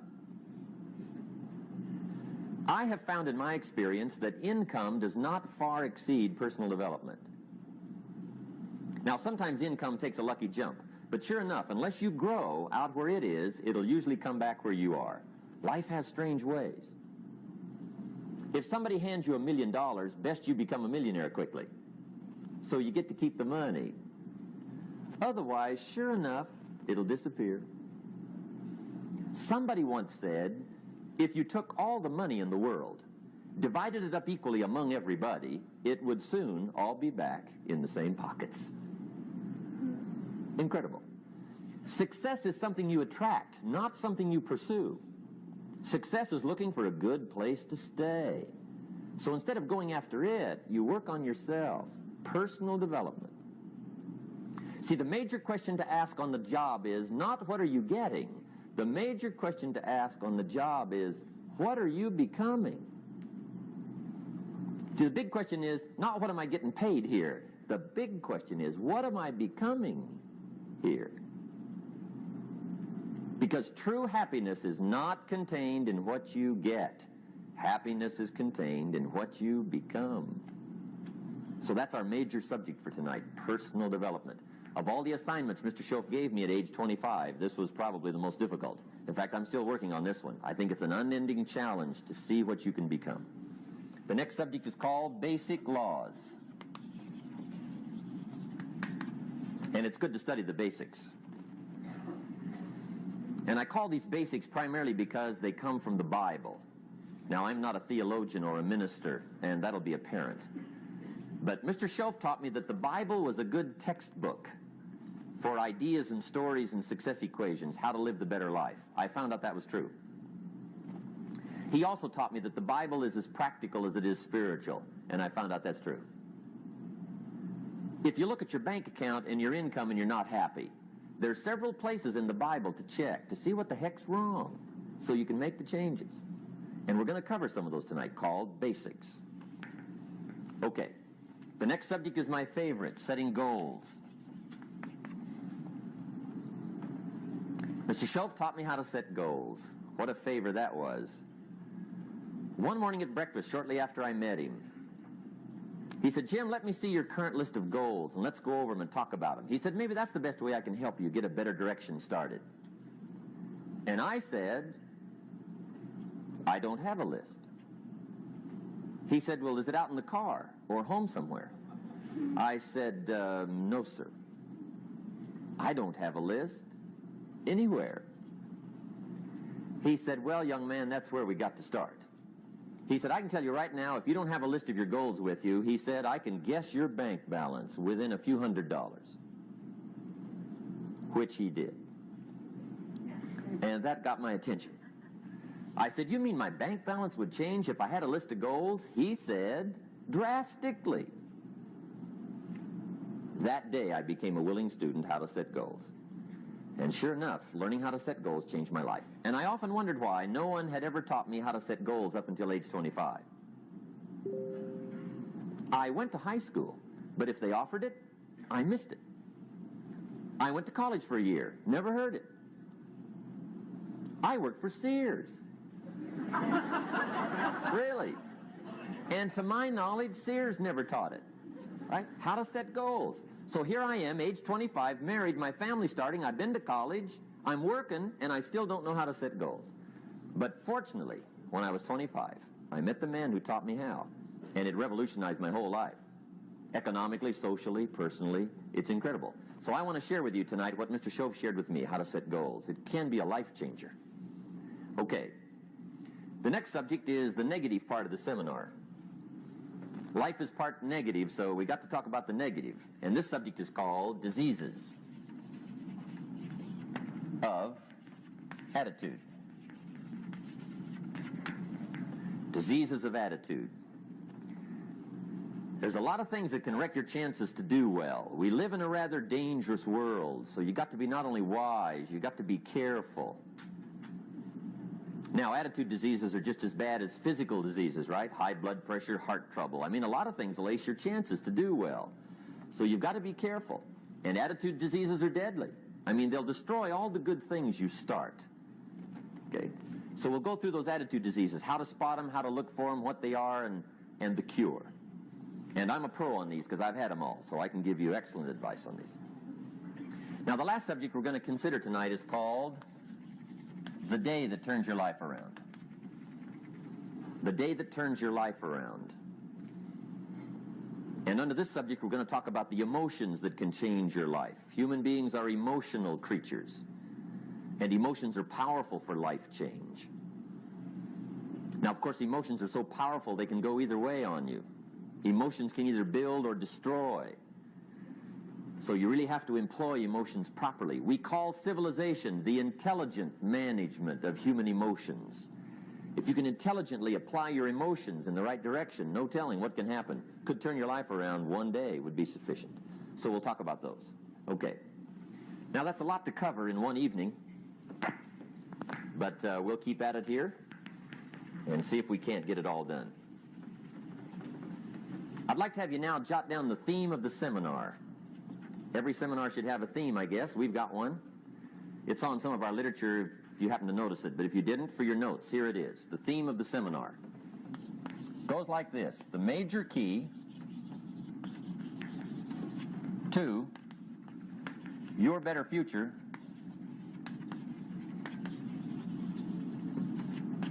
is you. That's the theme of our seminar tonight. The major key to your better future is you. And I'd like to have you underline two words just to give it some added punch. Underline the word major and the word you, so that it reads, the major key to your better future is you. Now, my first suggestion is transfer this to a card or something where you can put it up, where you can see it every day. Preferably put it up where you can see it at the beginning of the day, before you go off to put the day together. This is a good phrase just to glance at, to keep in mind as you're putting the day together. It's called the silent seminar. If you'll just let this talk to you during the day, I found it to be tremendously helpful. The major key to your better future is you. For a big share of my life now, I didn't have this one quite figured out. Among a lot of things I didn't have quite figured out. Many things used to puzzle me back in those early days. I used to wonder why two people could work for the same company, one make twice as much money. Now, see, that used to puzzle me. And maybe they were the same age, graduated from the same school, live in the same community, work for the same company, with the same products and the same services. They've got the same traffic, the same problems, and one makes $1,000 a month, the other one makes $2,000 a month. Now, that was my puzzling question. Why would this long list be the same and the money twice as much? I asked, what's the difference between $1,000 a month and $2,000 a month? And I don't mean $1,000 a month, right? I could figure that out. But what makes the difference? Why would one person do twice as well, 3 times as well? Speaking economically. Now, I know there's more than one way to do well. I understand that. But in this little narrow area called compensation, what's the difference? Well, back then, with my faulty thinking, I'm trying to reason it out. I thought, well, maybe time makes some of the difference, right? Some people do better because they have more time. I used to say, Harold ought to be able to do well. He's got a lot of time. If I had all of Harold's time, I could do well. Now, that's got to be dumb, right? Number one, you can't get somebody else's time. A guy says to me one time, he says, you know, if I had some extra time, I could make some extra money. I said, then forget it. There isn't any extra time. Hey, when the clock strikes 12 midnight, that about wraps it up, right? I mean, you can look around the gongs there for a little more, but it's over. You say to the guy, what are you doing? He says, I'm looking for extra time. See, they'll come and take you away, right? There isn't any more time. Now, if you can't get more time, which you can't, what could you get more of that would make a difference in economic results? And here's the key word. Make it a part of your notes. We're going to consider it tonight. The word is value. And I have a little phrase for your notes. Value makes the difference in results. Value makes the difference. You can't get more time, but you can create more value. Now, here's the first lesson of economics. Everybody should learn it from the time they're old enough to understand what a dollar means, how to earn one, how to get one, how to keep one, what to do with it. First lesson of economics. We primarily get paid for value. That's lesson one. Bringing value to the marketplace, that's how you get paid. You don't get paid for the time. I know it takes time to bring value to the marketplace, but you get paid for the value, not the time. Now, since that's true, here's one of the key questions of the evening. Is it possible to become twice as valuable at the marketplace and make twice as much money in the same time? Could you become 3 times as valuable? Make 3 times as much money in the same time? Is that possible? The answer is yes, if. And it's always if, right? Life is known as the big if. Harry Truman once said, life is iffy. How true. And here's the big if we're going to consider it tonight. It's possible to do much better at the marketplace if you go to work primarily on yourself. And that's the theme of our seminar tonight. Learning to work primarily on yourself. People have asked me for the last 24 years, how do you develop an above-average income? And the answer is, become an above-average person. Develop an above-average handshake. Some people want to be successful. They don't even work on their handshake. As easy as that would be to start on. They let it slide. They don't understand. Develop an above-average smile. Develop an above-average excitement. Develop an above-average interest in other people. Develop an above-average intensity to win. See, that'll change everything. Probably one of the most frustrating experiences in life is looking for an above-average job with above-average pay without becoming an above-average person. It's called frustration.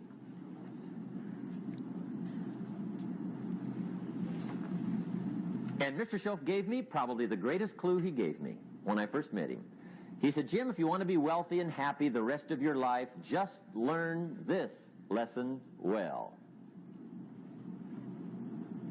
He said, learn to work harder on yourself than you do on your job.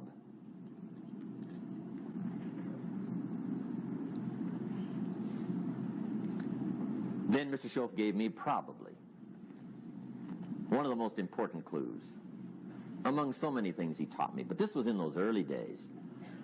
Mr. Schoaf was very kind, but he was also very abrupt. And he had these interesting questions to ask. I'm giving him a little rundown one day on how things hadn't worked out for me. He said, Mr. Owen, I've got the answer for you if you will listen carefully. And listen carefully I did that day and for the next 5 years. If somebody's wealthy and happy, you gotta listen. He said, Jim, I've only known you a short time. But he said, it's already my honest opinion that for things to change for you, you got to change. That wasn't quite the answer I was looking for. But that's the answer he gave me, and I pass it along to you on this warm summer evening in Anaheim, California, 1981. For things to change for you, you've got to change. Otherwise, it isn't going to change. Before I met Mr. Schoaf, I used to say, I sure hope things will change. Right? That seemed to be my only hope. If it isn't going to change, I'm in serious trouble. And then I discovered it isn't going to change, so I'm in serious trouble.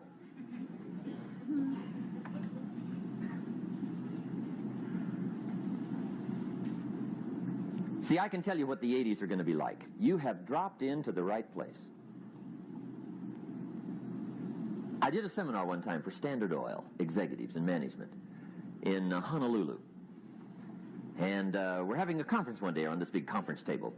And one of them said to me, Mr. Rohn, you know some fairly important people halfway around the world. What do you think the 80s are going to be like? I said, gentlemen, I do know the right people. I can tell you. So they all listened very carefully. And I said, gentlemen, based on my wide experience, I can really honestly say to you, in my opinion, in the 80s, it's going to be about like it's always been. Aren't you glad you came? That's inside. I don't pass that around just everywhere. Now, of course, I said that to make a point, but I also said it because it's accurate. It's going to be about like it's always been. It isn't going to change. The tide comes in, and then what? It goes out. For 6,500 years that we know of, recorded history, and probably long before that. So it is not going to change. It gets light, and then what? It turns dark. 6,500 years. See, it's not likely to change. And we're not to be startled by that. And if the sun goes down, the guy says, what's happened, what's happened? It means he hasn't been here long, I guess, right? It always goes down about this time. The guy says, well, I don't like that arrangement. Well, you got to talk to somebody besides me, right? It gets light, then it turns dark. In rotation, the next season after fall is what? Winter. Pray tell, how often does winter follow fall? Every year regularly for the last 6,500 that we know of. See, it is not going to change. Now, some winters are long, and some are short, and some are hard, and some are easy, but they always come right after falls. It isn't going to change.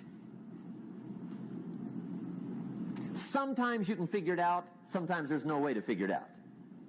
Sometimes it goes well, sometimes it gets in a knot. Sometimes it sails along, sometimes it gets in reverse. See, that's not going to change.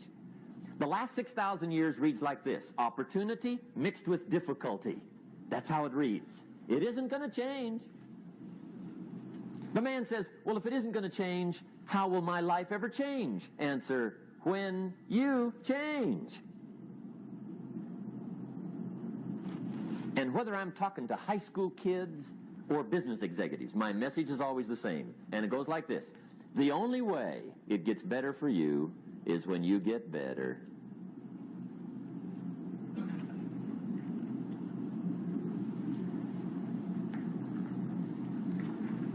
Let me give you the 4 major lessons in life to learn. Here's 4 majors. It's good to study the majors. In our weekend seminar we teach, some people don't do well because they major in minor things. You've got to be on the lookout. At the end of every week, end of every month, you've got to check, make sure you're not spending major time on minor things. We go through that whole series. Majors and minors. Now, let me give you 2 phrases before we get to the 4 majors. This will set it up and you'll see where I'm going. 2 key phrases for your notes. Here's the first one. Life and business is like the changing seasons. That's the first phrase. Life and business is like the changing seasons. One of the best ways to describe life, it's like the seasons. Frank Sinatra sings, life is like the seasons. Now here's the second phrase. Very important.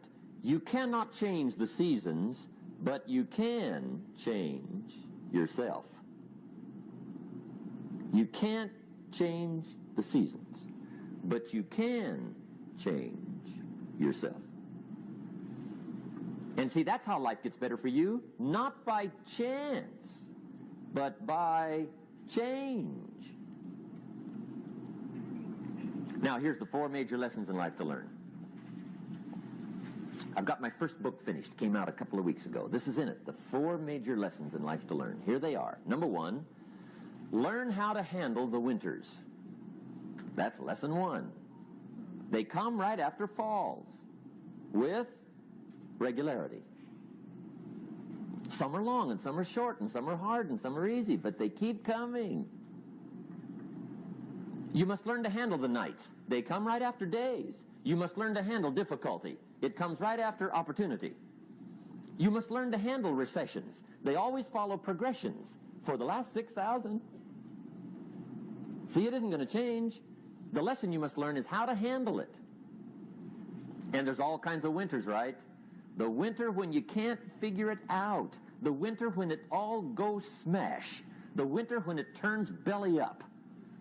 The winter when it won't work, when you've run out of money and you've got a broken heart. See, those are winter times. There's all kinds. Economic winters, social winters, personal winters. When your heart is smashed in 1,000 pieces and the nights are unusually long, your prayers seem to go no higher than your head. It's wintertime.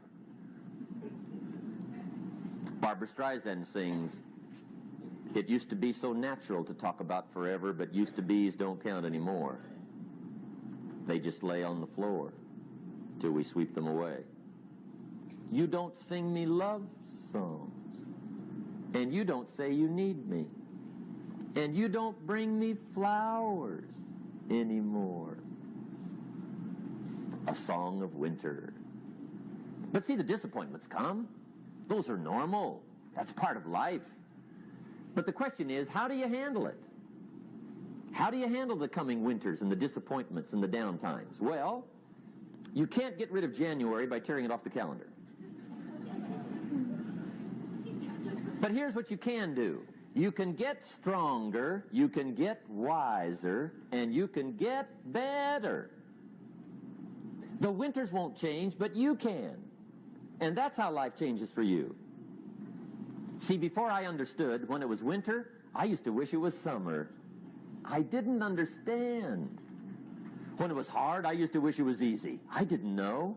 And then Mr. Schoaf gave me a part of his very unique philosophy when he said, "Don't wish it was easier, wish you were better." See, that triggered my whole life change. Don't wish for less problems. Wish for more skills. Don't wish for less challenge. Wish for more wisdom. That's the key. So that's lesson 1. Learn how to handle the winters. Here's lesson 2. Learn how to take advantage of the spring. That's the second one. Spring is called opportunity. And spring follows winter. What a great place for it. If you were going to put it somewhere, that'd be the place to put it, right after winter. And pray tell, how often does spring follow winter? Every year with regularity, 6,000. You can almost count on it. See, opportunity always comes. Days follow nights. Isn't that terrific? Opportunity follows difficulty. But here's what you must learn to do. Underline these 2 words in that key phrase. Take advantage. Underline those 2. You must learn to take advantage of the spring. See, just because spring rolls around is no sign you're going to look good come fall. You got to do something with it. In fact, you have to get good at one of 2 things in life. Planting in the spring or begging in the fall. Or get somebody to do it for you. See, those are about the only alternatives. Now, here's what else you must do. Take advantage of the springs quickly, because there's only a few. Just a handful of springs have been handed to each of us. They don't come forever. Life is fairly brief. So you got to read every book you can get your hands on what to do with your springs while they're here. And take advantage, they soon run out. The Beatles wrote, "Life is so short." And for John Lennon, it was extra short. But life is brief. Elton John sings, "She lived her life like a candle in the wind." It's brief. So whatever you're going to do with your life, you got to get at it. Don't just let the springs pass. Here's the 3rd major lesson in life to learn. Learn how to protect your crops all summer. You got to take care of what you start. Sure enough, as soon as you've planted your garden in the spring, the busy bugs and the noxious weeds are out to take it. And here's the next bit of truth. They will take it unless you prevent it. And that's the 3rd major skill to learn. You've got to learn to prevent the intruder from taking all the good you start. It's one of the challenges. Here's two key phrases under number 3. First one, all good will be attacked on this planet. Maybe not the next one we get to, but on this one, all good will be attacked. Every garden will be invaded. Not to think so is naive. And here's the second phrase. All values must be defended. Political values, social values, community values, family values, marriage values, friendship values, business values. Every garden must be tended all summer. Third major lesson. Now here's number 4. Fourth major lesson in life to learn. Learn how to reap in the fall without complaint. Learn to reap come harvest time without complaint. Take full responsibility for what happens to you. It's one of the highest forms of human maturity, accepting full responsibility. It's the day you know you've passed from childhood to adulthood, the day you accept full responsibility. And another note, learn to reap in the fall without apology. Without apology if you do well, and without complaint if you don't. That's maturity. I used to have that long list of reasons why I wasn't doing well. To explain.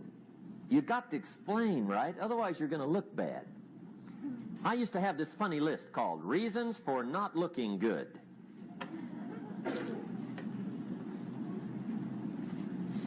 I used to blame the government. I mean, you can believe that or not. It was at the top of my list. I had a lecture second to none. The government. That was on my list. I used to blame taxes. Look what you got left after they take everything. And they expect you to do well. That was on my list there. Prices, that one's easy, right? You walk into the supermarket with $20, come out with a little half bag. So I had that on my list. I used to blame the weather. I blamed the traffic. I used to blame my car. I blamed the manufacturers. I used to blame the company. I blamed company policy. I used to blame the training program. I blame my negative relatives. They were always putting me down. I blame my cynical neighbors. They're just selfish, looking out for themselves. Won't loan you money? They were on my list.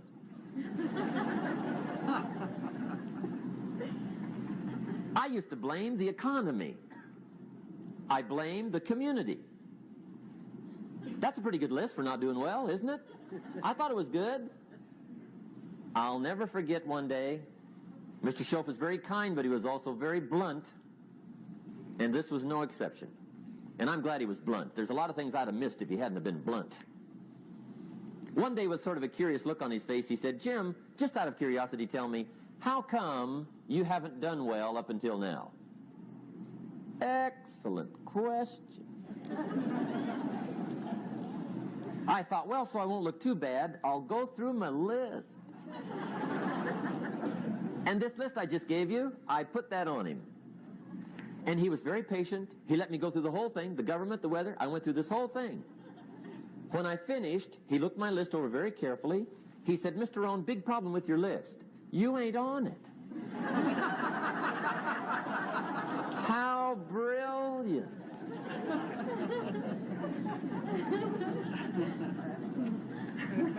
When I went to work for him a few months later, I learned very quickly to tear up my list, reasons for not doing well, and I threw it away.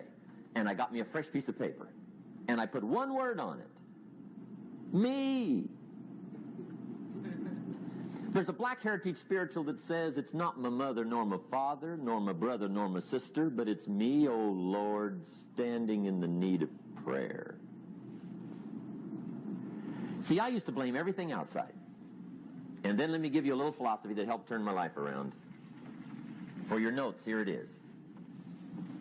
It's not what happens that determines the quality or the quantity of your life. It's not what happens. And the reason is because what happens to about everybody. No different. The sun went down on all of us last night. A common event, a happening. And I found out that the same things can happen to two different people. One gets rich and one stays poor. Why is that? It's because it's not what happens, but rather it's what you do that changes everything. So that's a key phrase. It's not what happens, it's what you do. What happens is about the same. You might put that in parentheses here. Same. What people do, that's what's different. Anything can happen, right? Everything can happen. I've heard all the stories. I've been one of the stories. Hey, we could all tell stories all night long, right? Happenings. Anything can happen. Have you heard of Murphy's Laws? Anybody here heard of Murphy's Laws? Okay, most of you have. Murph had these laws. One of them was, if anything can go wrong, it will. That's one of Murphy's Laws. He was not one of the great positive speakers of the day. But anyway, it's still true though, right? Anything can go wrong, everything can go wrong. For sure. I've fallen out of the sky so many times. Once to the tune of a couple of million. Devastating. Took me a while to survive that one. Now, it wasn't all that much, but it was all I had. Right? I mean, that's when it's much, right? When it's all you got. If you got 3, 2 go, you got 1 left, you ain't looking that bad. But when it all goes. Has anybody been there when it all went? Anybody? Come on, the rest of you liars. Go ahead. Hey, we've all been there, right? When it all went. Of course, it used to be a long time ago, right? When you ran out of money, got to 0, you were all through. Heck, now you can whistle right on by 0, right? I mean, they will bury you. That's what they will do.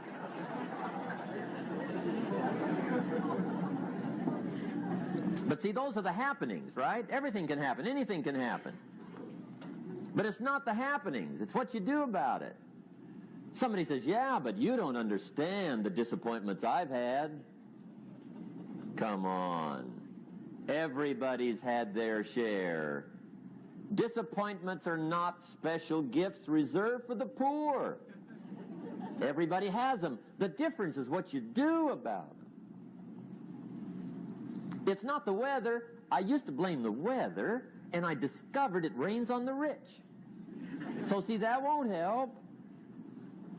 2 men wake up one morning, there's a rainstorm on. One of them looks out his window, sees the rainstorm, and he says, wow, what a storm. With weather like this, they can't expect you to go out and make sales. He stays home. Same morning, the other guy looks out his window, sees the same storm, says, wow, what a storm. But he says, you know what, with weather like this, what a great day to go out and make sales. Most everybody will probably be home, especially the salesman.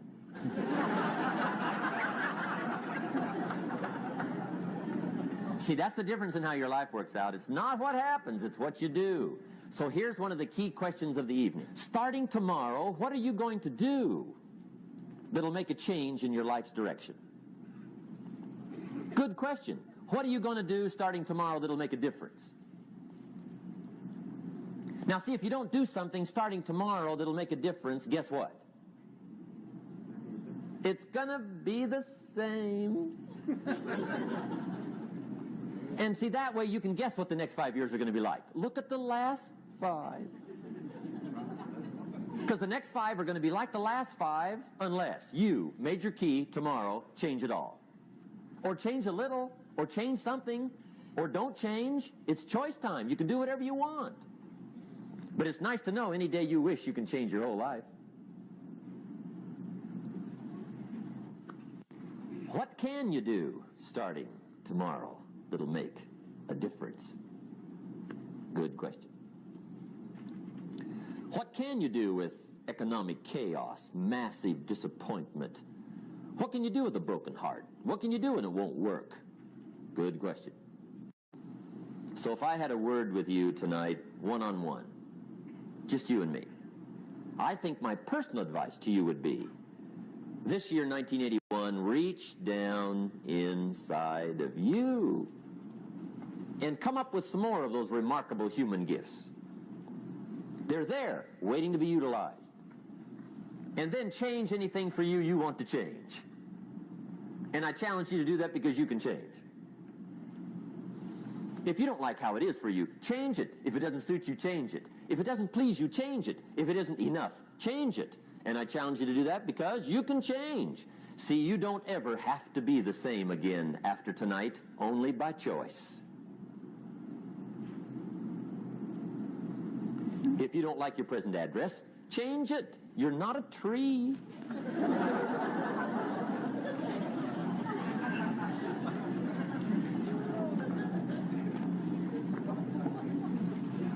Now, let me give you 3 steps to personal development. Let's get down to the nitty-gritty. What does it take to really make the changes starting tomorrow?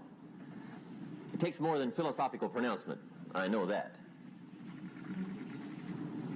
It also takes more than enthusiasm. I know we're hearing a lot about enthusiasm these days, but see, that just won't do the job. We're still hearing the old cliches of the 30s, right? To be enthusiastic, you must act enthusiastic. But see, that's not going to help. After you have leaped about, there are some things you got to do, or it isn't going to change. See, you can get all excited about lifting 200 pounds till you get to the gym. And then you need a new excitement. And the new excitement is called discipline. Major step to human progress. Discipline. If there's one thing to get excited over, that's it. Get excited over your ability to make yourself do the necessary things.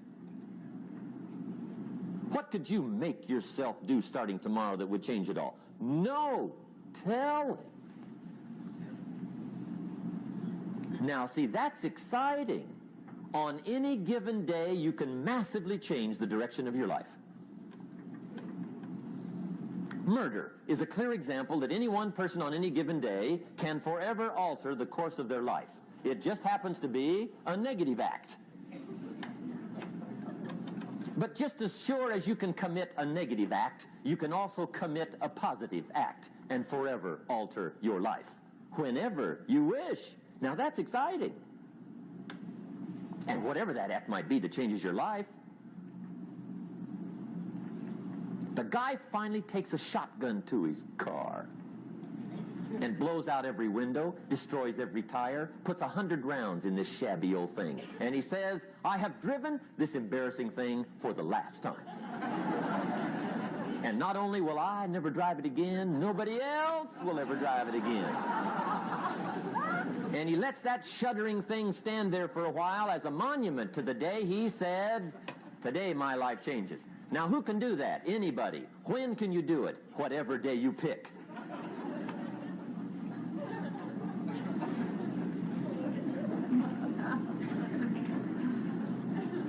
Now here's the key to discipline. Start with the little disciplines, get excited over the little disciplines, and get right on those because those will lead to the big ones.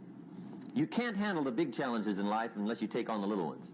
Make a list of all the things you can do. Get right on those. Discipline yourself for those, both for the results and for the muscle and for the practice, so that when life hands you some big challenges, you'll be ready, you'll have the muscle.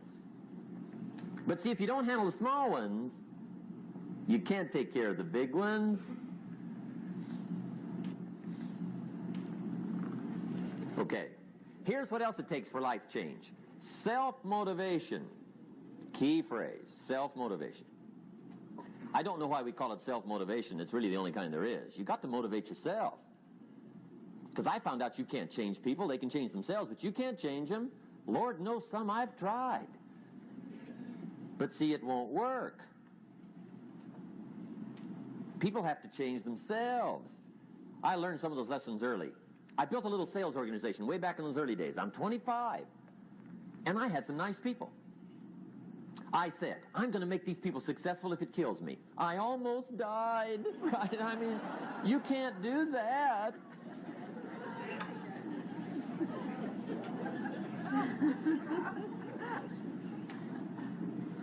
See, I've discovered this. Good people are not trained, they're found. You find good people. You don't make them good, you find them good. Training really is for the purpose of finding good people. You don't need much instruction for a good person. But too much training probably means you got the wrong people.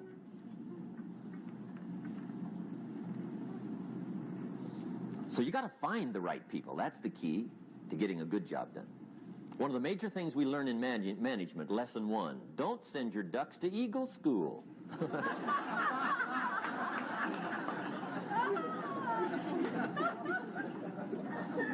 Because it won't help. I mean, I'm telling you, it won't help, no matter how good your school is. And the little eagle badge and little eagle hat, I'm telling you, it won't help. It won't help.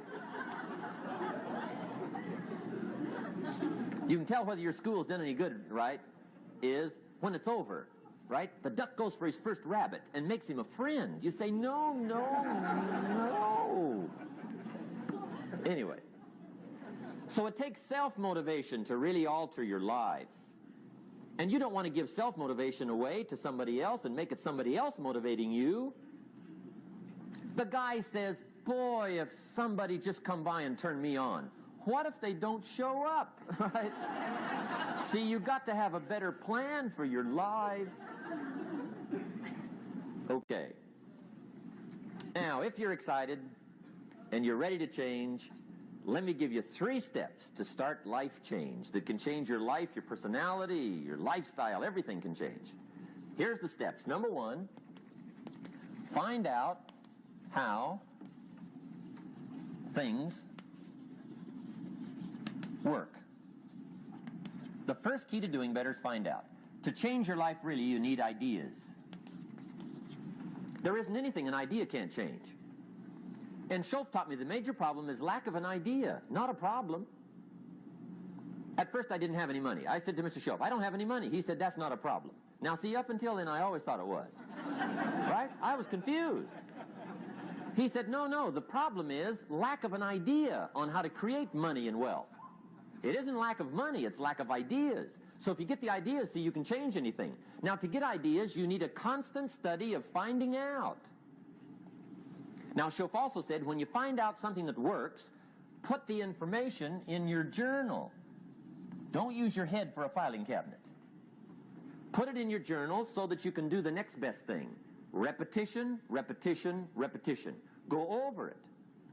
And if you repeat it, go over it, sure enough, someday, some mysterious day, the idea takes root, starts to grow, and shows up in your bank account, and your dress, and your personality, and your lifestyle.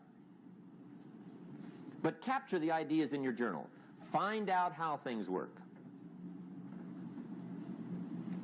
Schoaf gave me this word for my life change. He said, study. Great word. If you wish to be successful, study success. If you wish to be happy, study happiness. If you wish to be wealthy, study wealth. Don't leave it to chance. Make it a study. Some people just go through the day with their fingers crossed. See, that won't do it. You've got to study the things that can change your economic, social, spiritual, personal life. Now, here's a qualifying phrase. And we'll have several of these qualifying phrases throughout the seminar. Here's the first one. You may not be able to do all you find out. I understand that. You may not be able to do all you find out, but you should find out all you can do. See, you don't want to wind up at the end of your life and discover that you've lived only 1/10 of it. And the other 9/10 went down the drain. Not for lack of opportunity, for lack of information. So that's number 1, find out how things work. Now here's the best human virtue for finding out, curiosity. Make a note of that. Curiosity. Be curious. You might add a word to it that'll help. Childish curiosity.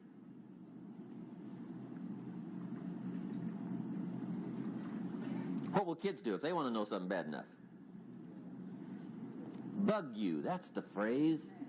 They can ask 1,000 questions. You think they're through? They got another 1,000. They'll drive you to the brink. It's a virtue. when you got to know. Be like a child. In fact, Jesus, the master teacher, said, unless you can become like little children, you might as well forget it. You don't have a prayer. Excellent advice. You got to be like children. 4 ways, in my opinion, to be like a child. Number 1 is curiosity. Number 2 is excitement. Get excited like a child over your ability to make yourself do anything for change. 3rd is faith. Have faith like a child. Adults are too skeptical. And 4th is trust. Trust is a childish virtue, but the rewards are incredible. So be like a child. Now, if you're curious, let me give you 3 ways to find out how to change anything. Any life direction, any dimension. Here's 3 ways to find out how to change anything. Number 1 is to read. Become a good reader. All of the successful people I know and work with around the world, they're all good readers. Curiosity drives them to read. They got to know. They just read.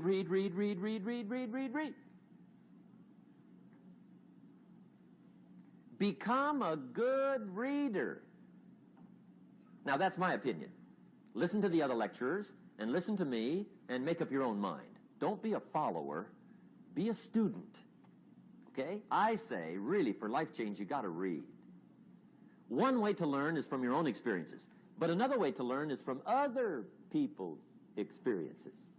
See, one book might save you 5 years if you read it. Did you know there's books on how to be stronger, more decisive, be a speaker, be a leader, have a better effect on other people, develop your personality? Did you know there's books on that? And people don't read them? How would you explain that? And they can read. Did you know that hundreds of successful people have written their stories in books and they wrote down how they did it and people don't read it? How would you explain that? The guy's busy, I guess. You know, you get tied up. The guy says, well, yeah, you work where I work. By the time you struggle home, it's late. You got to eat a bite of supper, watch a little TV, get to bed. You can't sit up half the night reading. And the guy's behind on his car payment. Good worker, hard worker, sincere. But you got to be better than sincere and work hard. Otherwise, at the end of your life, you'll wind up cold, stony broke. You got to be better than a good worker. You got to be a good reader. The whole world is governed by laws. The universe, in fact. Laws. We call it the law of electricity. We call it the law of gravity. There's mathematical laws. There's physical laws. Speed and velocity laws. Agricultural laws. There's all kinds of laws. Now that we find ourselves on the spinning planet, you just have to learn what I call the setup. Learn the setup. Life's setup. Now, we didn't set it up, but we're here, so you got to learn it. And we should learn the setup for 2 basic reasons. Number 1, to keep from getting hurt. It's one of the major reasons for learning, so you won't get hurt. See, economically, socially, personally, you can get hurt just not knowing. Ignorance is not bliss. Ignorance is poverty. Ignorance is tragedy. You got to know, or you're going to get hurt. It's good to know not to walk out the 10-story window. That's excellent information. Now, what if a guy didn't know and he walks out? Now he's dead at the bottom. Somebody says, well, the poor guy didn't know. You got to know, or you're going to get hurt. Okay. Now, here's a parenthesis. You don't have to like the setup. I don't ask you to like how it is. That's not what's important. But it is important to learn how it is. Okay, so you don't have to like it, but you should learn it. That's what I tell the kids, right? Make sure you get the information. What you think about it, that's up to you. What you're going to do with it, that'll soon be up to you. But make sure you get it. See, there's nothing worse than being stupid. Nothing. I mean, being broke is bad, but being stupid is awful. And what's really bad is being broke and stupid, right? That's about the end of the world. I mean, there isn't anything much worse than that. Unless you're sick. Sick, broken, stupid. I mean, that is it, right? There's nowhere else to go. So make sure you get the information. It's key. You don't have to like it, but learn it. If this big monstrous thing lifts up in the sky, hangs there for a little while, cuts loose, comes crashing down, boom, shakes the ground for 5 miles. And then this big monstrous thing lifts back up in the sky, hangs there for a little while, cuts loose again, comes crashing down, boom, shakes the ground for 5 miles. It just keeps doing it, this big monstrous thing, lifting up and then crashing down, boom. Now, you might come along one day and say, that's got to be a stupid arrangement, which is okay. You're entitled to your opinion. But the first thing you should learn to do is get out from under it, right? That's number one. You might have a great moral argument. You might want to shake your finger at the sky, but do it from over there, right, so you don't get smashed. It's called your basic smart. So number one, learn so you won't get hurt. Whether you like it or not, learn. Now here's the second reason for learning, the setup, to benefit. It's called the plus of life. And that's what life is, right? Both minus and plus. The minus is tragedy, heartache, misery, failure, unhappiness. But life is also happiness, prosperity, good feelings. So here's the key. Learn to get on the good side of the way things work.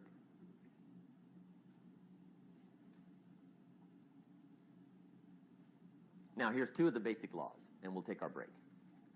Shof taught me these. They come from the Bible. Now, again, I'm an amateur, okay? When it comes to the Bible, I'm not a pro. So you'll sort of have to take my way of putting it. But here they are. The first one is the law of use. The law of use. And it goes something like this. Whatever you don't use, you lose. Lack of use causes loss.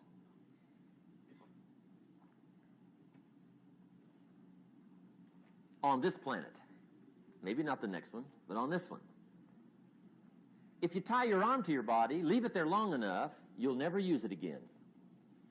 It's over for the arm. Now, it may not be over, but it's over for the arm. The only way to keep the use of this arm is what? Keep using it. If you quit, you lose automatically. They don't bring it up for a vote. You lose automatically when you quit. Now, the same thing that goes for your arm goes for your brain, mentality. The same thing goes for all the human virtues. Ambition, unused, declines. Strong feelings, unused, diminish. It doesn't grow, it diminishes. Faith, unused, decreases. It's a law. Vitality unused diminishes. Energy unused decreases. The guy says, well, I'm going to save up my energy. You can't do that. That's like trying to save today, put it on the end of the year. See, you can't do that. They'll come take you away. If you don't use today, what? It's lost. The guy says, well, I'll work twice as hard tomorrow to make up for it. See, that's foolish. You could have done that anyway. Today unused is lost. A talent unused is lost. An ability unused is lost. So here's one of the key expressions of the evening. Take a new inventory of yourself. Starting tomorrow, new project. Take a new inventory. And make sure that all of your talent and ability and mentality and ingenuity and vitality and strong feelings, faith, courage, make sure that all you've got's being used. Otherwise, you lose. Now, one of the best illustrations of the law of use is a Bible story called the Parable of the Talents. The talent story. Interesting story if you haven't read it in a while. Just review it. It's a good story. An ancient story. It says there was a master with 3 servants. He got them together one day, and he said to the 3, I've got these talents. And in those ancient days, a talent was a measure of gold. And he said to the 3 servants, take these talents and see what you can do with them while I'm gone. He said, I'm taking a journey and I'll be gone for a while. When I come back, we'll get together, go over the book, see how you did. He said, here's 5 of these talents for you. 5. Here's 2 of them for you. 2. And here's 1 for you. 1. The master said, take those talents, see what you can do with them. When I come back, we'll get together, we'll go over it all. The servant said, okay, master takes off. According to the ancient story, the master comes back from his trip.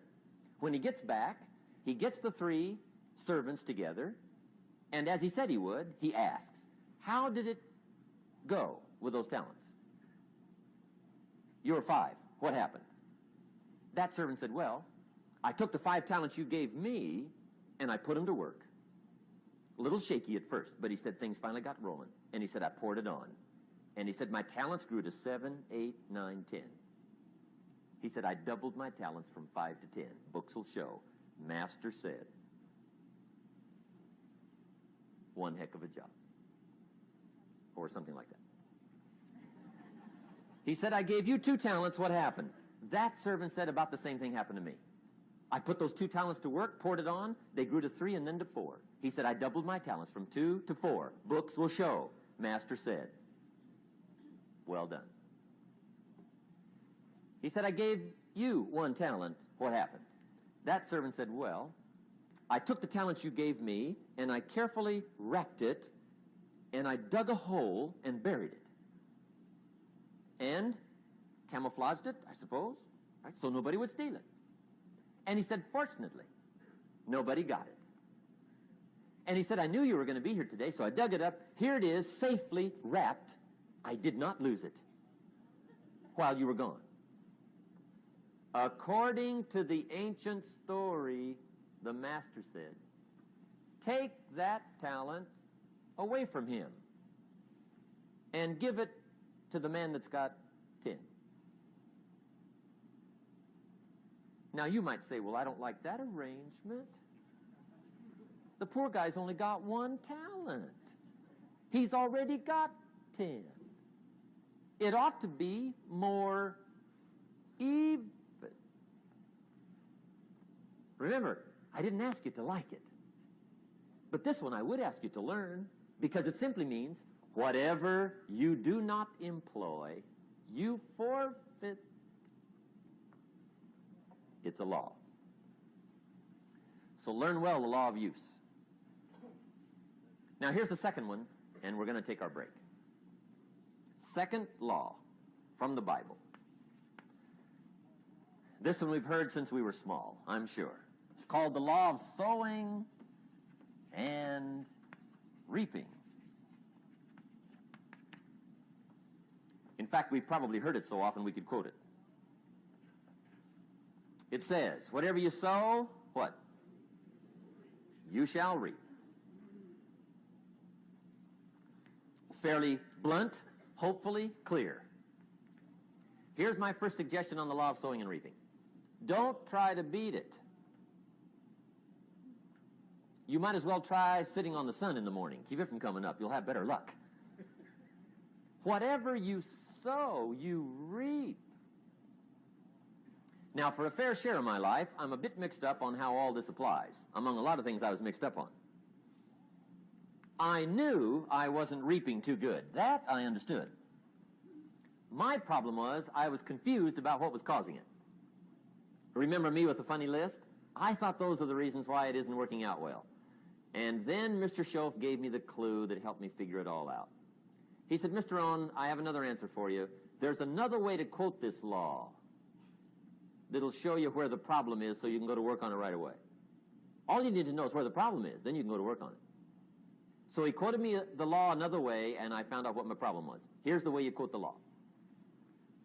Whatever you reap is what you've sown. Now I knew what my problem was. Whatever you reap is what you've sown. If you don't like the crop, who do you look up? Answer, whoever planted it. And where do you find who planted your crop? Answer, in the mirror. What I finally learned to do come fall was to go to the mirror. That's where you go. And if necessary, you say, a few skinny carrots? I got to be unimpressed. Where were you last spring? Asleep. Didn't you read the books? Did you break your hoe? Let me give you 7 key points to the law of sowing and reaping. Let's tick right down through the list of 7, and it'll be break time. 7 points to sowing and reaping. Here's part of the philosophy that really helped me to make some changes in life direction.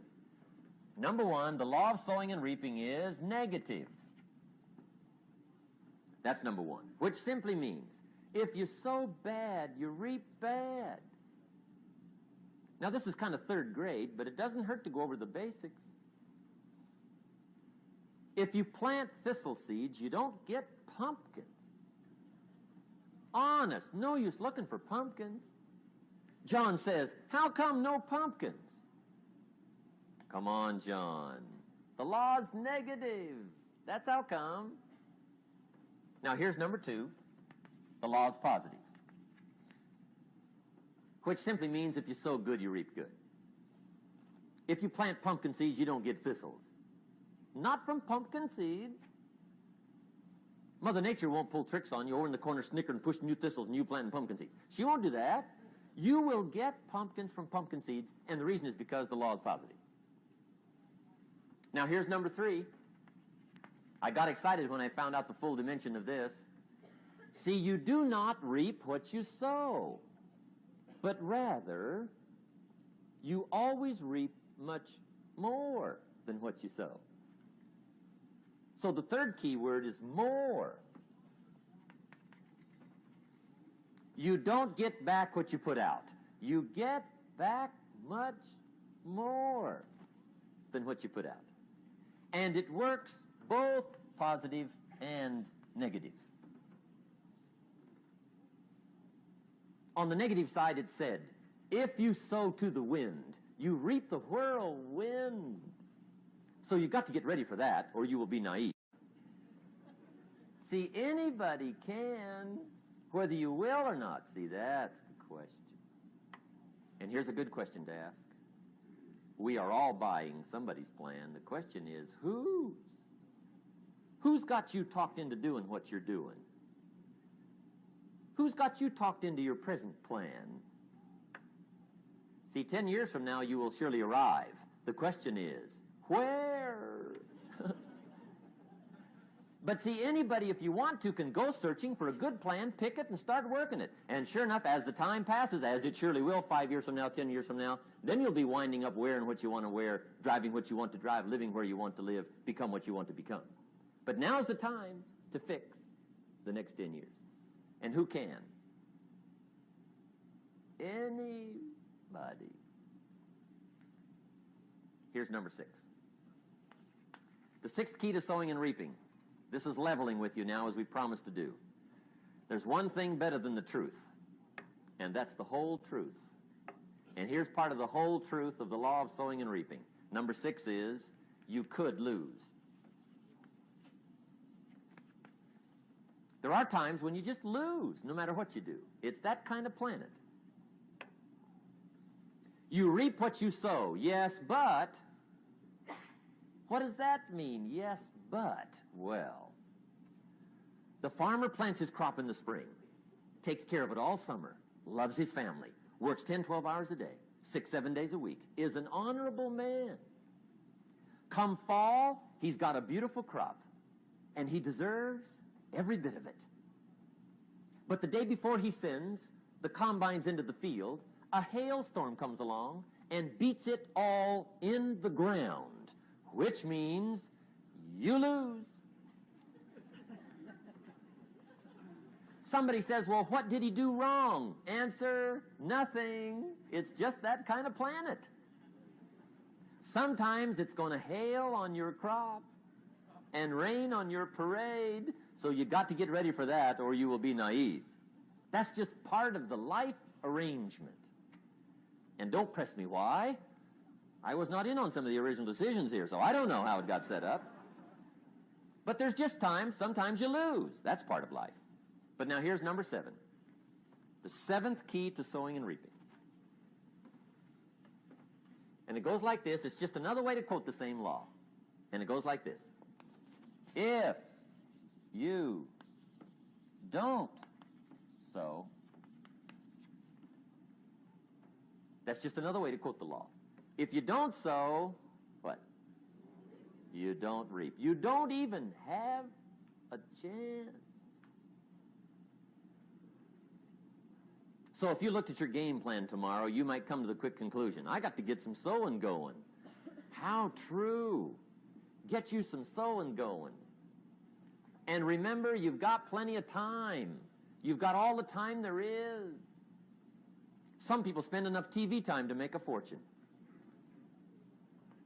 Latest article on television watching in this country, according to the latest article, the average television is on in this country in every household 7 hours a day, called the Big 7. I asked a guy one time what his TV cost. He said about $450. I said, you forgot to look at the price tag. He said, what do you mean? I knew he was a TV watcher. I said, that television costs you, in my opinion, at least $12,000 a year. To watch it, not to own it. Owning it's cheap. Watching it is what's expensive. And I said, hey, $12,000 a year is too much to pay to watch TV. That's too much. Pay a little, but not $12,000. And he's the guy that said, I hope pay TV never comes.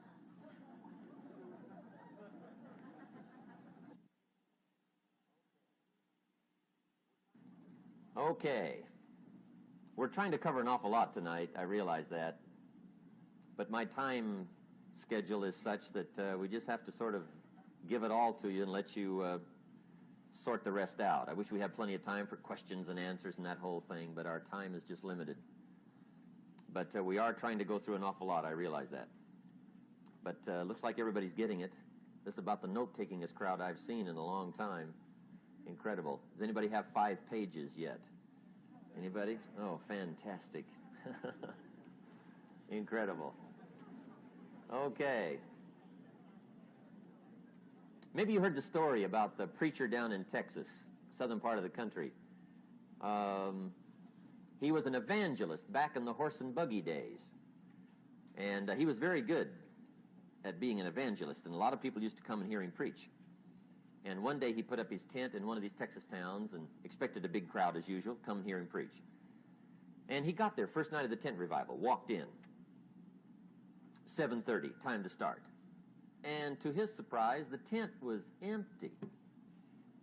He thought, well, something must be drastically wrong. So he waited till 7:45, nobody showed up. 8 o'clock, zip. Finally, 8:15, one lone cowboy wandered up on his horse, tied his horse up outside, came in, sat down on the front bench, right, waiting for something to happen. The preacher thought, well, at least I better go down and talk to the cowboy. So he walks down, talks to the cowboy, and he says, Cowboy, I'm the preacher. And he said, I don't know what to tell you. Something's gone wrong. He said, this tent was supposed to be full of people. He said, I'm embarrassed. He said, you're the only one that showed up. And he said, I really don't know what to do. And the cowboy said, well, I'm not a preacher, so I really can't tell you what to do. You know, he said, I'm just a cowboy. But he said, I know this, if I went out to feed my cattle and only one showed up, I'd at least feed it. The preacher thought, hey, the cowboy is right. If you've got a good idea to share, you should share it, if there's 1 or 1,000.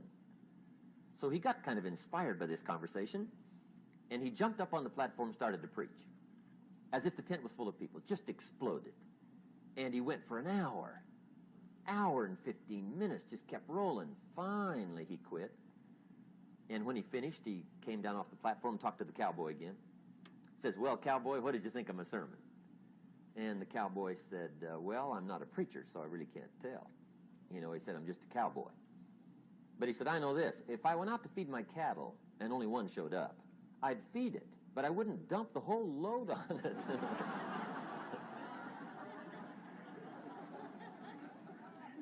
So anyway, if it seems like we're dumping the whole load tonight, I guess we are. But gosh, everybody's doing well. I'm having a good time. I appreciate the response here tonight. Okay, the next subject is setting goals. Let me show you what turned my life every way but loose. Mr. Schoaf dropped this idea on me, changed me completely. Setting goals. Here's what can easily happen if you don't set goals. It's easy to let life deteriorate into making a living instead of designing a life. And we all have a choice. Make a living or design a life.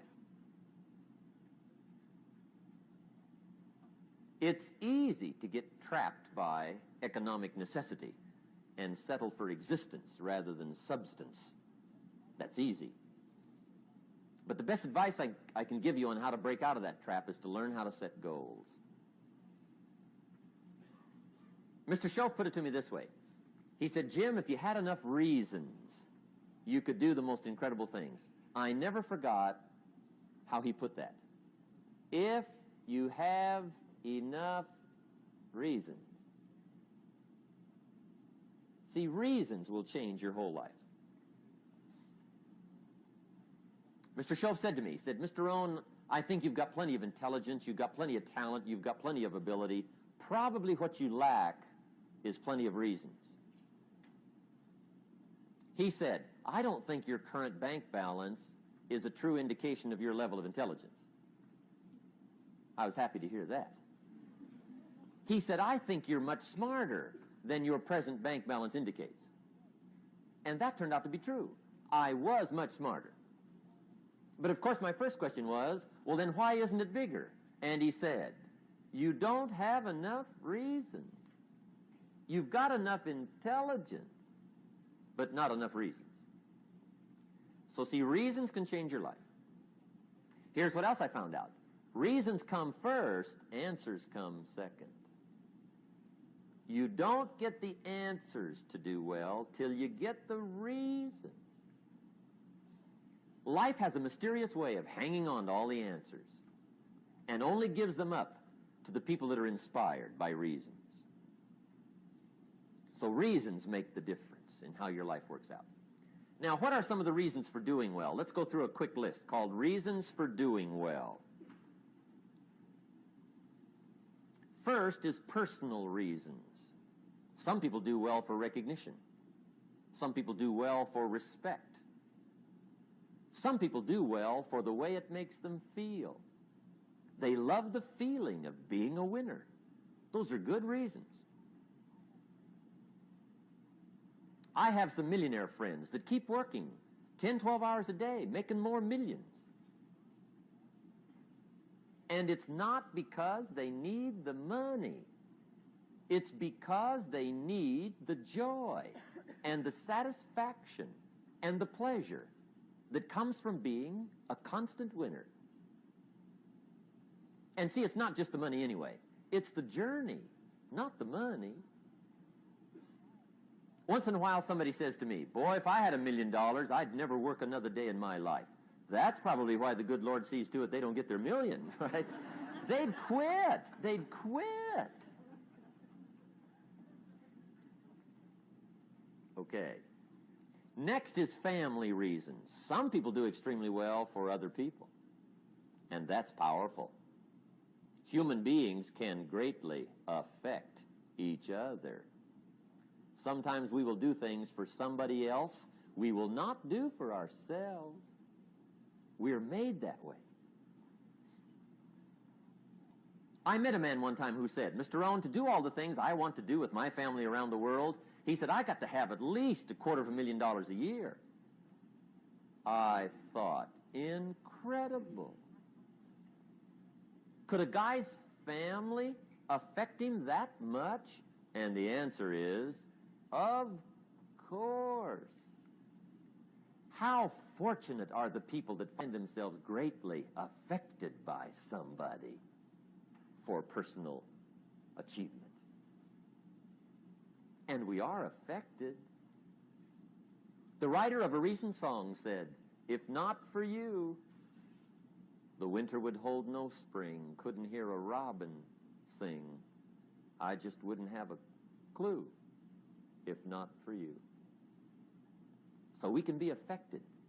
That might be one of the most stimulating reasons to do well, finding somebody. When Andrew Carnegie died, the wee little Scotsman that built the big steel industry, when he died, they opened up his desk, and in one of the desk drawers, they found a slip of paper. On that piece of paper, Mr. Carnegie had written his goal for his life, and he wrote it when he was in his 20s. And on that piece of paper, it said, "I'm going to spend the first half of my life accumulating money. I'm going to spend the last half of my life giving it all away." What a goal. He got so inspired by that goal that the first half of his life, he accumulated $450 million. And the last half of his life, he gave it all away. Good question tonight. What's got you turned on? What's got you bombed out of sight to get up early and stay up late and hit it all day? Next question. What's got you turned off? When I found the answers to those two questions, my life exploded into change. I finally found out what had me turned off, and I got that cured. And then I got me a long enough list of reasons to turn me on. And once the lights went on for me, age 25, they've never gone out. I've fallen out of the sky a few times, but I've never lost that drive to make something unique out of my life. See, reasons altered my whole life. Now, there's another list of reasons called nitty-gritty. Hard little reasons. Sometimes those little reasons are the most powerful reasons that can change your life. Sometimes it doesn't take much. I now carry several $100s in my money clip. It's only a few $100s, but it was one of those reasons turned my life around. Just before I met Mr. Schoaf, I heard a knock at the door. I go to the door, and there's a little girl standing there about this tall selling Girl Scout cookies. And she gave me one of the finest sales presentations I've ever heard. Special deal, several flavors, this whole package of stuff, $2. And with a big smile, she very politely asked me to buy. And I wanted to. Big problem. I'm broke. I don't have $2. And to this day, I can remember the pain and the embarrassment. I'm a father. I'm a husband. I've been to college. I'm working. I'm 25. I don't have $2. And I didn't want to tell her that for some reason. So I did what I thought was next best. I lied to her. I said, "Hey, look, I've already bought lots of Girl Scout cookies. I've still got plenty stacked in the house," which was not true. But it seemed to get me off the hook for the moment. She said, "Well, gosh, that's wonderful. Thank you very much." And she went away. When she left, I closed the door, and that was the day I said to myself, I don't want to live like this anymore. I've had it with lying, and I've had it with being broke. I'm never going to let this happen to me ever again. I promised that day I would work as hard as possible and would always carry plenty. It took me a little while, but now I do. It was one of those reasons. And I guess I carry plenty for two reasons. One is the way it makes me feel, but also in case I bump into another Girl Scout selling cookies. Right? I'm ready.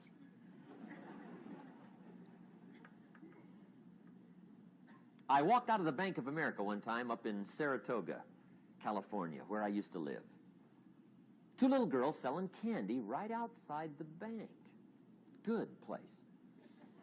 Some girls' organization they're working for, right? I come walking out of the bank. This first little girl walks up to me. She said, "Mister, would you like to buy some candy?" I said, "I probably would. What kind is it?" She said, "It's almond roca." I said, "My gosh, that's my favorite." She said, "Wonderful." I said, "How much is it?" She said, "It's just $2. I thought, incredible. I said, "How many boxes of that candy have you got?" She said, 5. And her little friend was standing there. She was selling candy too. I said, "How many boxes have you got?" She said, "I've got 4. I said, "That's 9. I'll take them all." They said, "Really?" I said, "Yeah, it's my favorite. I've got some friends. I'll pass them around."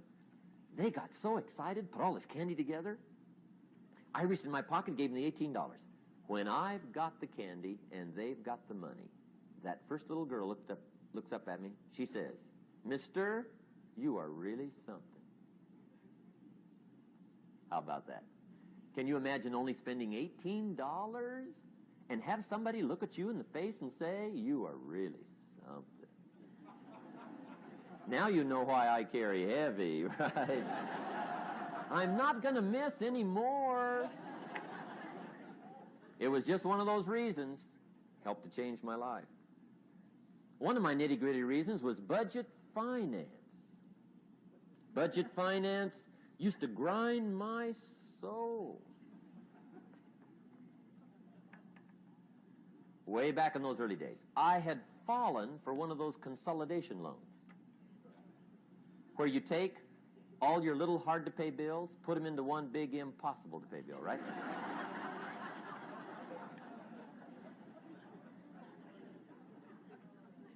I would get 4 or 5 payments behind. This one guy used to call me day and night. I don't think they're allowed to do that anymore. Harassed me. Threatened to run me in front of the judge. Threatened to ruin my credit. Threatened to embarrass my family. One day he said, "We're going to come get your car, drag it rear end up down the street in front of your neighbors." The guy even called me a flake. And back in those days, I'm broke, I'm pitiful, there's nothing I can do about it. But I never forgot how the guy treated me.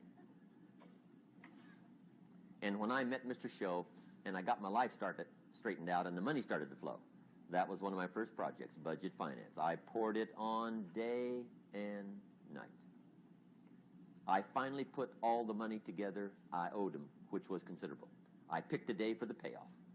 And when the payoff day came, I put the money in small bills in a big briefcase. And I walked into the budget finance office on Wilshire Boulevard in Los Angeles.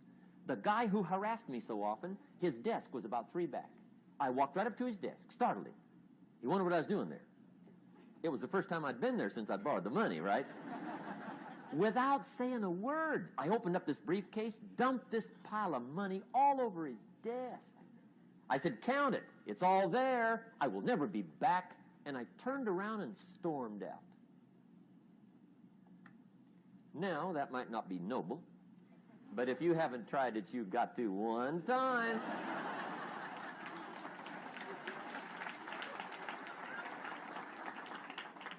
It can be the day that turns your life around. All you need is a reason that turns you on. One of my dear friends, Robert Depew, Bobby used to be a school teacher in Lindsay, olive capital of the world. Bobby taught school several years, got a little weary teaching school. One day decided he wanted to get into sales. So without telling anybody, he just up and quit his job teaching school and jumped into sales. When he did, his brother made fun of him, laughed at him, put him down, said Robert's lost his mind. Had a good job teaching school, now he thinks he's a salesman. He's going to go down the drain, lose everything. Just put him down something fierce. Bobby said, the way my brother acted when I got into sales, he said, that made me so mad. I decided to get rich. And my question for you tonight is it possible to get that mad? Of course. Wealth is not a matter of intelligence. It's a matter of inspiration. Today, Robert happens to be one of my millionaire friends. Bobby's rich.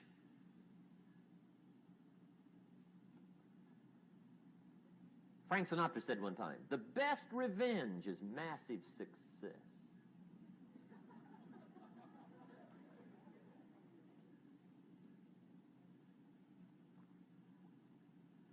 Hey, get you a long enough list of reasons so that after tonight you never lack for inspiration. You might not have all the answers right away, but you can get the answers if you can get the reasons. Now, let me give you a little simple formula for goal setting. Okay? We take 2.5 hours on the weekend for the whole 10-year plan. We don't have time for that tonight. But let me get you started with a little simple formula Mr. Schoaf gave me. And maybe this will be helpful. First of all, I've divided goals into 2 parts. First is long range. Long range goals. That's your dreams. Your dreams for the next 3, 5, 10, 20, 30, 40 years. Actually, the rest of your life. Your dreams. You've got to keep dreaming. Ronald Reagan, president, said to the joint session of Congress a few weeks ago, the republic is a dream. And if we don't keep dreaming, we will lose the republic. Your better future is a dream for yourself and for your family. Where do you want to go? What do you want to do? What do you want to be? What do you want to see? You've got to dream dreams. There's a Bible phrase that says, without dreams and visions, people perish. You've got to have something to go for that inspires the heart and the soul. Dreams. From the children of Sanchez, it says, take the crumbs from starving soldiers, they won't die. Take the bread from hungry children, they won't cry. But without dreams, we all will die. You've got to dream. Don't lose your dreams for yourself, for your future, for your family.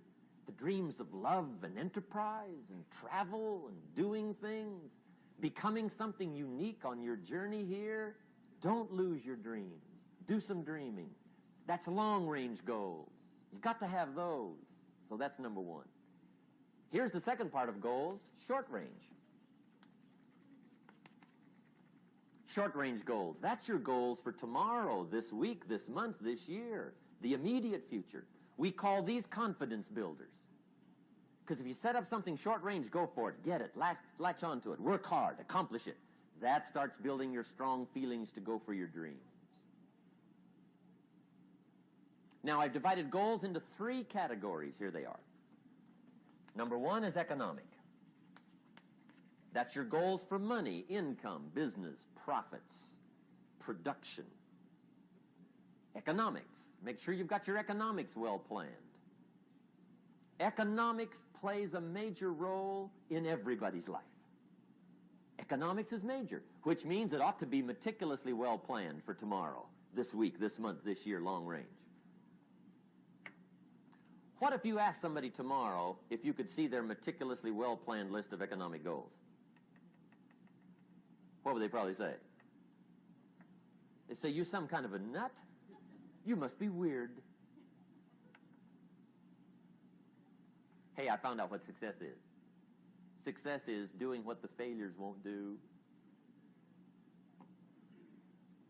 Make sure you've got your economics well planned. It'll put you in the top 5%.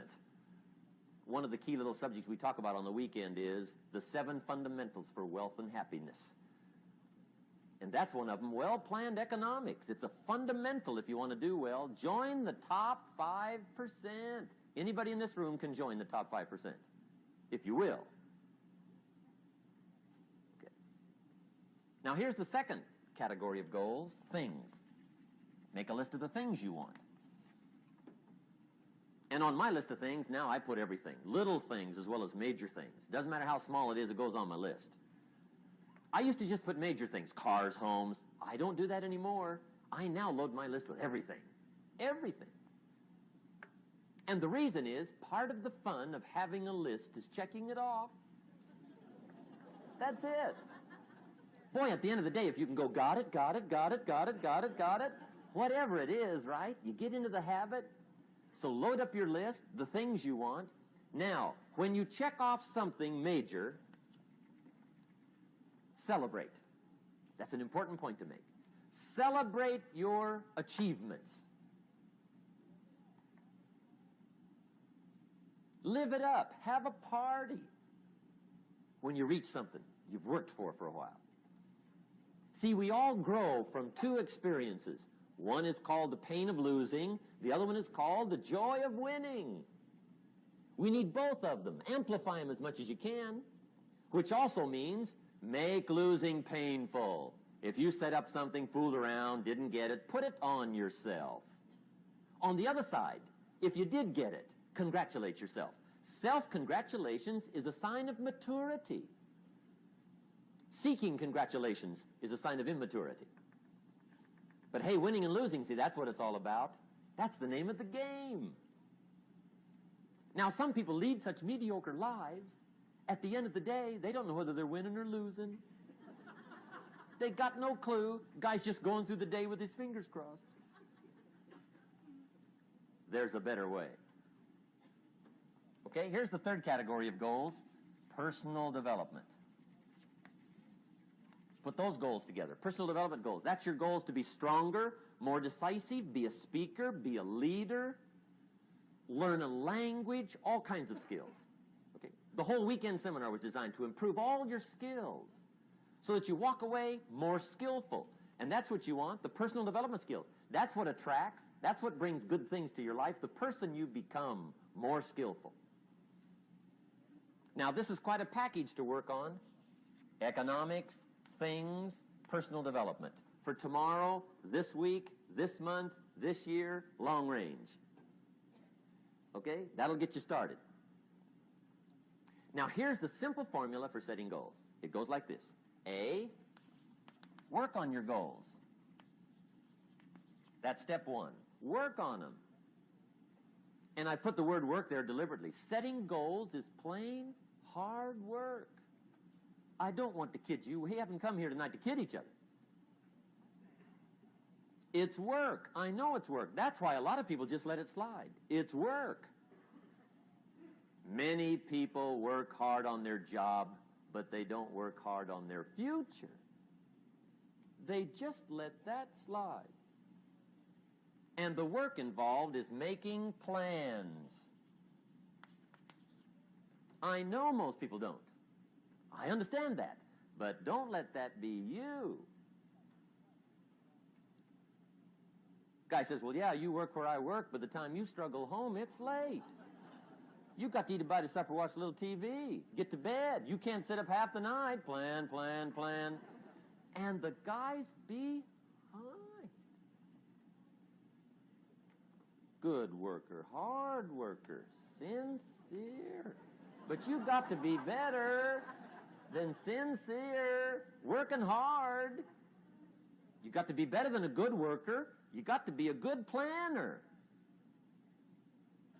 Somebody once wisely said, the people who fail to plan are planning to fail. Well said. So work on your goals. Here's step 2. Write your goals down. That's so important. I teach my staff around the world, put your goals in your journal. Because one of the major people you want to study is yourself. Say, here's the list of goals I put together 3 weeks ago. Here's the list of goals I put together 2 years ago. Here's some of the changes I made, rearrangement of my priorities. I scratched these off. I put these on. I've gotten these. Study your accomplishments. Study what your desires are. Put them on paper. Write them down. Here's another reason for writing your goals down. It shows you're serious about doing better. And to do better, you got to get serious. You don't have to be grim, but you must be serious. Everybody hopes things will get better. Everybody hopes. Poor people hope. That ought to tell you something. It means the future does not get better by hope. It gets better by plan. I used to have the affliction called passive hope. It's an affliction. It's bad. Probably what's even worse than that is happy hope. Now that is really bad. That's bad. Happy hope. The guy's 50 and he's broke and he's still smiling. See, that's not good. So get serious about your goals. Put them on paper. Write them down. There's all kinds. His goals, her goals, their goals. Business goals, financial independence goals, family goals. I mean, there's so many things to work on this that if you don't get busy and work on it, sure enough, the time will pass. And sure enough, 5 years from now, you'll wind up where you don't want to be, wearing what you don't want to wear, driving what you don't want to drive, being what you don't want to be. Now's the time to fix it. Now, here's the third step to your goals. Check the size of your goals and the kinds of goals. How big they are, what kind they are, affects you. And here's one of the important phrases of the evening. Your goals are affecting you, whatever they are. Your goals affect your handshake. Your goals affect your attitude, personality. Your goals affect the way you walk, the way you talk, the way you dress. All day long, we're being affected by our goals. Now, some people have goals, but they have such lousy goals. The effect is bad. I asked a guy one time, what are your goals for this month? The guy said, look, if I could just scrape up enough money to pay these lousy bills. That was his goal. I'm not saying it isn't a goal. It's a goal, but it's such a lousy goal, the effect is bad. You don't jump out of bed on Monday morning and say, oh boy, another chance to go out and scrape up the money to pay my lousy bills. See, you don't do that. Usually you say, oh, not another Monday.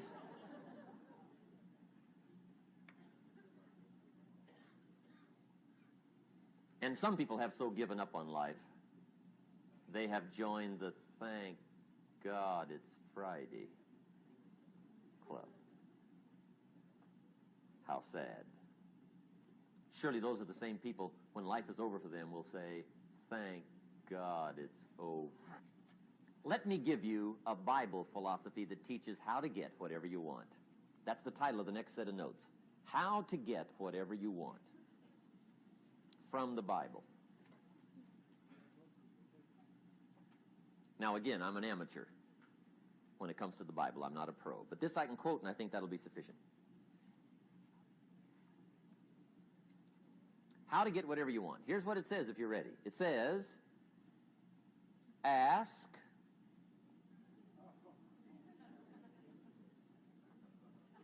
That's it. End of notes. Ask.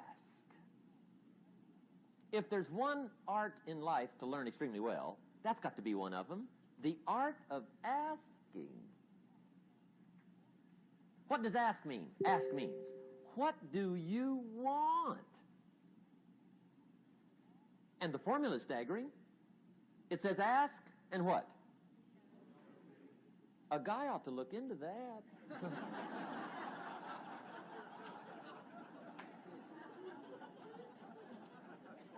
He says, yeah, but you work where I work. By the time you struggle home, it's late. You got to eat a bite of supper, watch a little TV, get to bed. You can't sit up half the night. Ask, ask, ask. And the guy's be? Huh? See, you've got to be better than a good worker. You've got to be a good asker. Now, let me give you 3 key points on asking and receiving. This can do it. Number 1, asking is the beginning of receiving. Asking starts a unique process, mental and emotional. I don't even know how it works. All I know is it works. It's like pushing a button and all this machinery starts working. I don't know how. It just works. There's a lot of things you don't need to know how. Just work them. Some people are always studying the roots. Others are picking the fruit. I mean, it depends on what end of it you want in on. Asking is the beginning of receiving, so start the process. Here's number 2. Receiving is not the problem. Receiving is automatic. Now, if that's true, receiving is not the problem, what's the problem? Failure to ask might be one of your major problems. I don't know. Check it out. The guy says, oh, now I see it. I got up last year and hit it every day, but there's not a scrap of paper with my goals on it. Good worker, poor asker. So you've got to change that. Here's number 3. Receiving is like the ocean. There's plenty, especially in California. It's like an ocean here.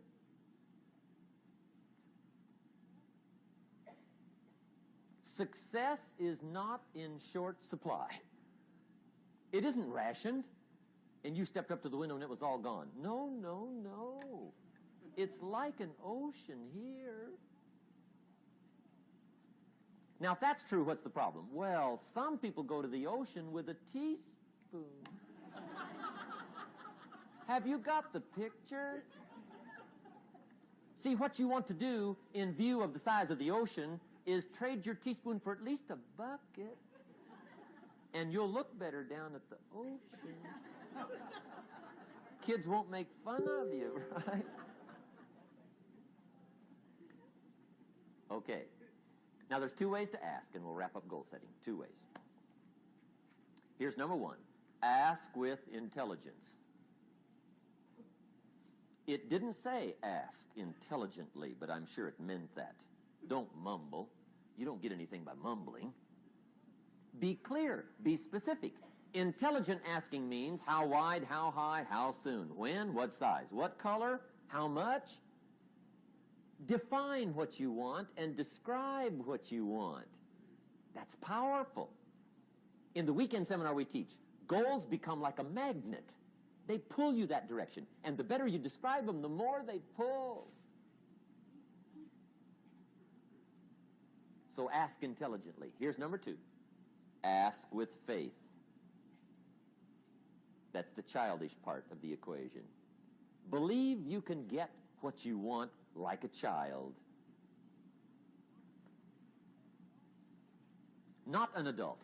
Adults are too skeptical. So the formula really reads, make plans like an adult and believe in them like a child. And the most incredible things will happen. Just try it for 90 days. Just try it. You can always go back to the old ways. Just try it. Just 90 days, 90 days. Now, here's the last qualifying phrase on goal setting, as we promised to qualify everything. And it simply goes like this. Remember, you won't get everything you want. And we've already studied the reason for that. Simply, sometimes it hails on your crop and rains on your parade. It's that kind of planet. So you won't get everything you want, but if you will work this goal-setting formula, you can get plenty for wealth and happiness. Okay, that's goal setting. We use it around the world. We recommend it. Now, maybe it won't work as well for you as it has for me. I don't know. Maybe not. But what if it did? You got to try. Okay, Here's the last subject, the day that turns your life around. Let me just quickly give you a list of 4 emotions that can change your life in one day. Emotions are powerful. Sometimes it doesn't take much to alter your whole life direction.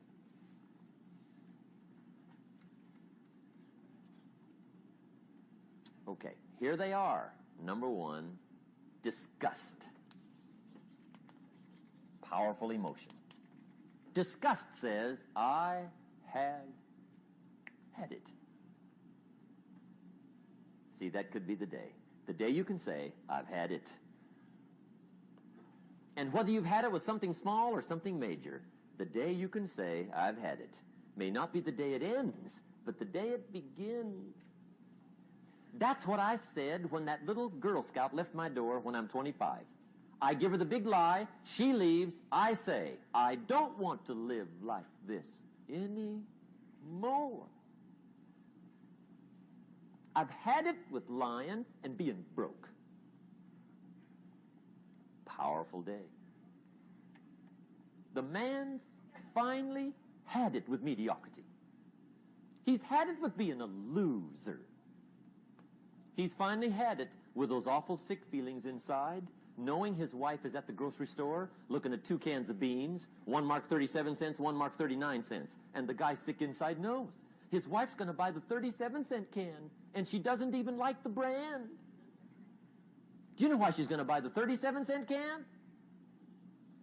To save 2 cents. The guy sick inside finally says, I've had it. Being on my knees in the dust looking for pennies, we're not living like this anymore.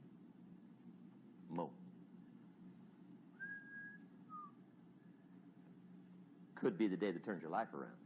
The day you can say, I've had it.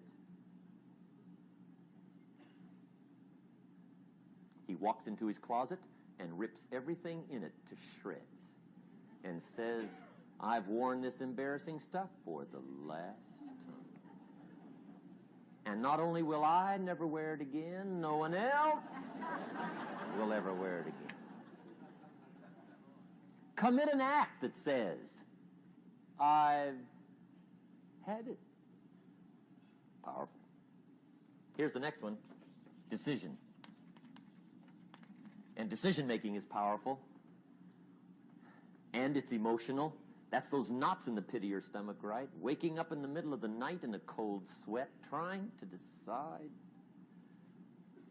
We sometimes call it inner civil war.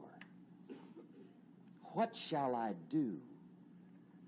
Well, for progress, you must decide.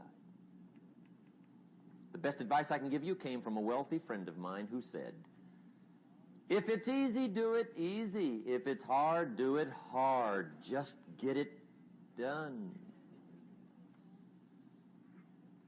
If you went home tonight and in the next few days cleaned up a whole list of decisions, that might furnish enough inspiration for the next 10 years. I found this out many times after you've decided. Getting on with it is easier than deciding. Sometimes decision is the toughest part. Here's the next emotion, desire, wanting to bad enough. And I don't know how to tell you to want to. That's something you've got to come up with. There's 2 things I know about desire. Number 1, it comes from inside, not outside. You don't send off for it. Number 2, I know desire can be triggered by something. Who knows what it might be? Sometimes desire waits and sleeps for something to happen. Maybe it's a book, maybe it's a song, maybe it's a sermon, maybe it's a lecture, a seminar, maybe it's the conversation of a friend, a happening, an event. Who knows? The best advice I can give you is what I give my staff. It goes like this: welcome every human experience.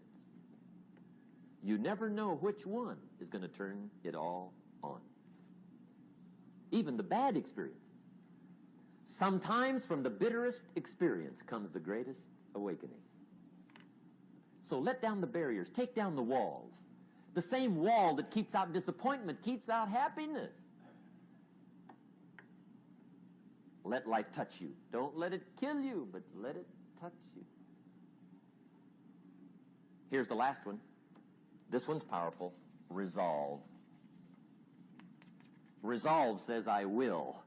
Two of the most powerful words in the language. I will. Benjamin Disraeli once said, nothing can resist a human will that will stake even its existence on the extent of its purpose. Shortly put, I'll do it or die. See, that's powerful. That could be the day that turns your life around. The world has a strange way of stepping aside when somebody says, I'll do it or die. The man says, I will climb the mountain. They've told me it's too high, it's too far, it's too rocky, it's too difficult, it's never been done before, but it's my mountain, I will climb it. Pretty soon you'll see me waving from the top. Or dead on the side, because I ain't coming back.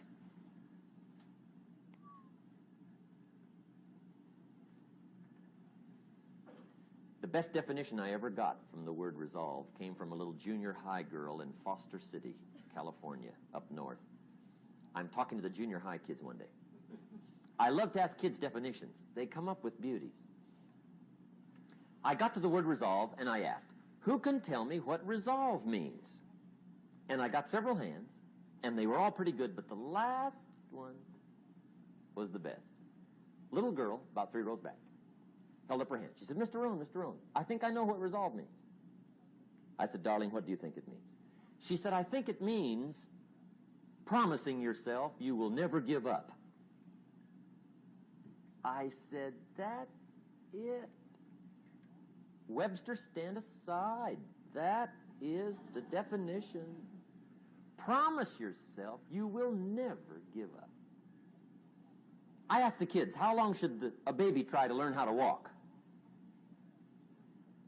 How long? How long would you give your average baby before you shut him off? How long? See, any mother in the world would say, you're crazy. My baby's going to keep trying until it learns how to walk. What a magic formula.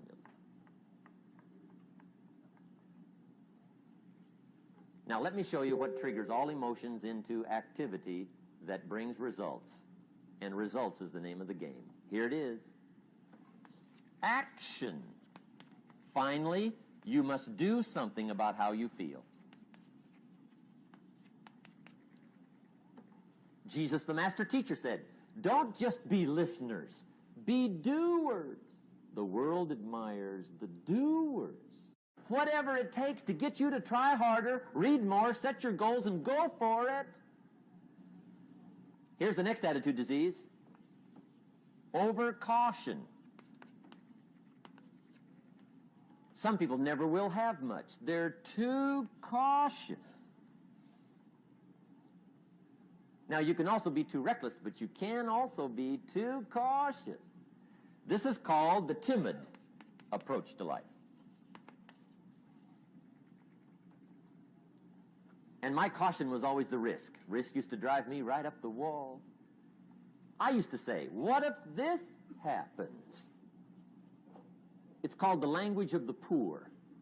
What if this happens? And on top of that, if this was to happen, look at the fix I'd be in. I better not try. I could always ace myself out. Then I'll tell you what changed my whole life when I finally discovered it's all risky. The minute you were born, it got risky. If you think trying is risky, wait till they hand you the bill for not trying. If you think investing is risky, wait till you get the tab for not investing. See, it's all risky. Getting married is risky. Having children is risky. Going into business is risky. Investing your money is risky. It's all risky. I'll tell you how risky life is. You're not going to get out alive. That's risky. The Englishman says, well, if that's the way it's going to work out, let's give it a go. Right, that's what it's for. Give it a go. Somebody says, yeah, but I'm looking for safety and security. Fine, then huddle in a corner. We'll cover you with a sheet, bring you 3 meals a day. And we'll protect you, feed you, look after you, care for you. We won't let anything happen to you, and you'll probably live to be 100. The guy said, well, yeah, I'd live to be 100. But what a way to live. Right. What a way to live, safe and secure. Don't ask for security. Ask for adventure. Better to live 30 years full of adventure than 100 years safe in the corner. And see, it's not important how long you live. What's important is how you live. Here's the next attitude disease. We're almost through with this motley list. In fact, we're almost through. Hang on. The next one is pessimism. Pessimism, the deadly disease of always looking on the bad side, the problem side, the difficult side, checking all the reasons why it can't be done. The poor pessimist leads an ugly life. He doesn't try to figure out what's right. He tries to figure out what's wrong. He doesn't look for virtue. He looks for faults. And when he finds them, he's delighted. How ugly. This is the poor guy who looks through the window, doesn't see the sunset. He sees the specks on the window.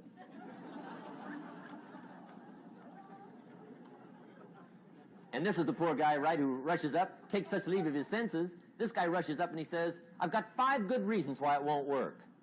He's so dumb he doesn't know all he needs 1. He's got 5.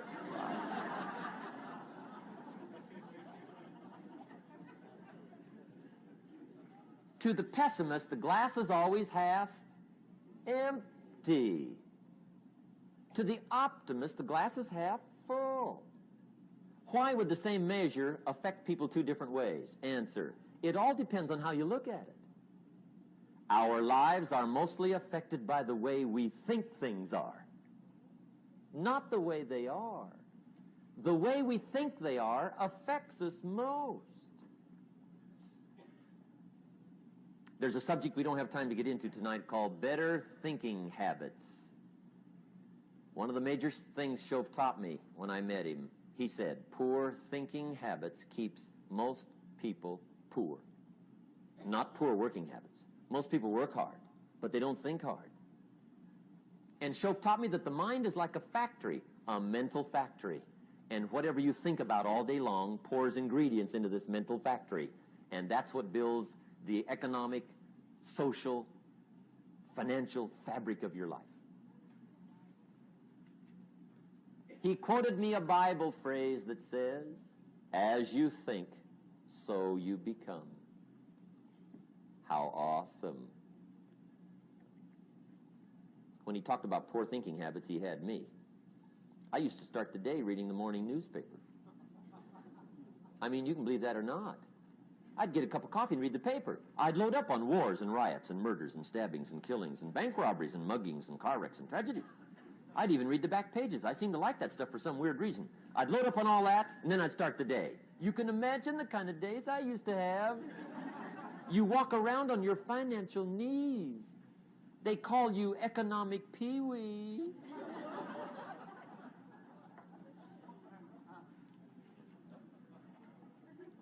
The guy says, I want to be a great leader.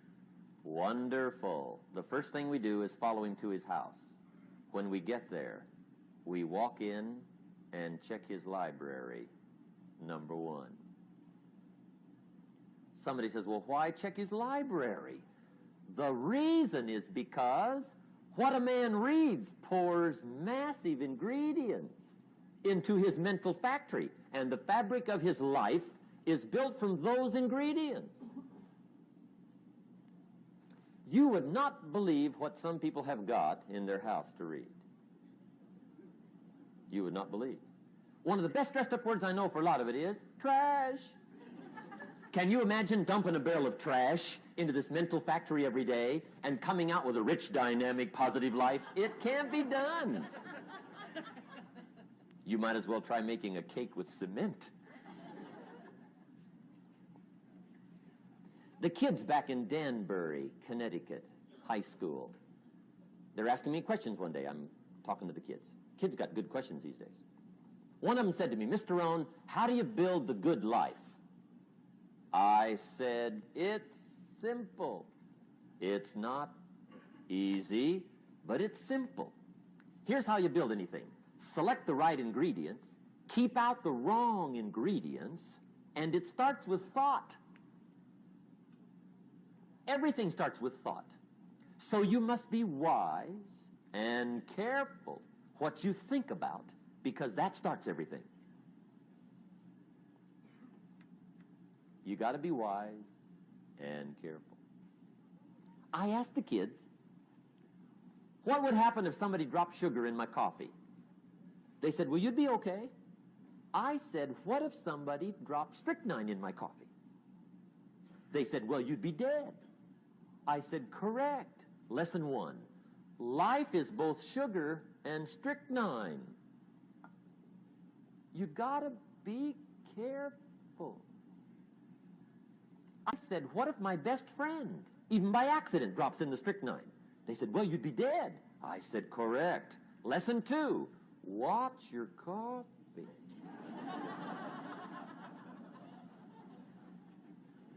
You got to be careful. See, it doesn't matter who hands you the bad stuff. It doesn't matter where you get the bad stuff. It'll still do its damage on your bank account, wherever you get it. Mr. Schoaf gave me one of the greatest phrases when I first met him when he said, Jim, every day stand guard at the door of your mind.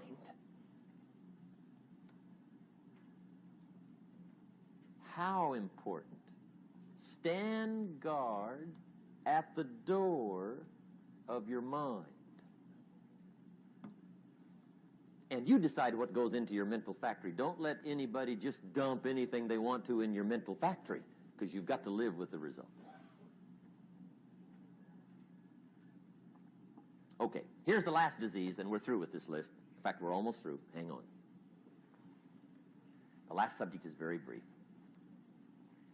The last disease, but this one is deadly. Engage in this one, indulge in it even slightly, and you might as well forget the future, because it's going to forget you. Complaining, crying, whining, griping, a Bible word called murmuring. See, that'll ace your future. Spend 5 minutes complaining, and you have wasted 5. And you may have begun what's known as economic cancer of the bone.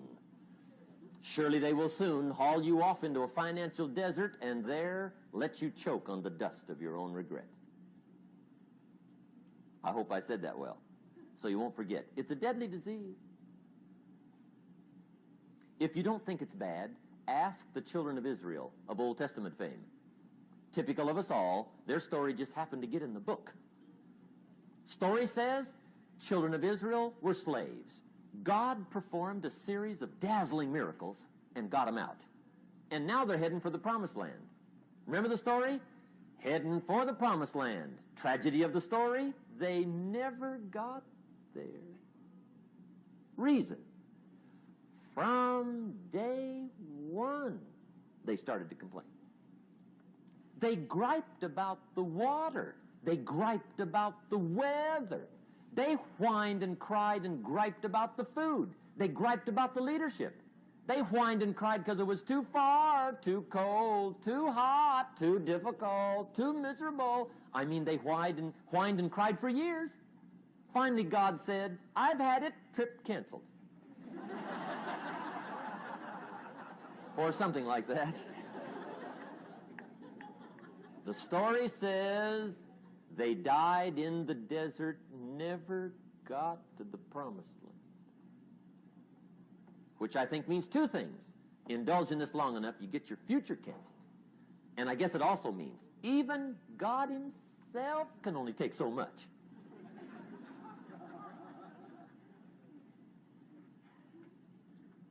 Okay. Just be on the lookout of the things that can destroy all the good you start. The war is on.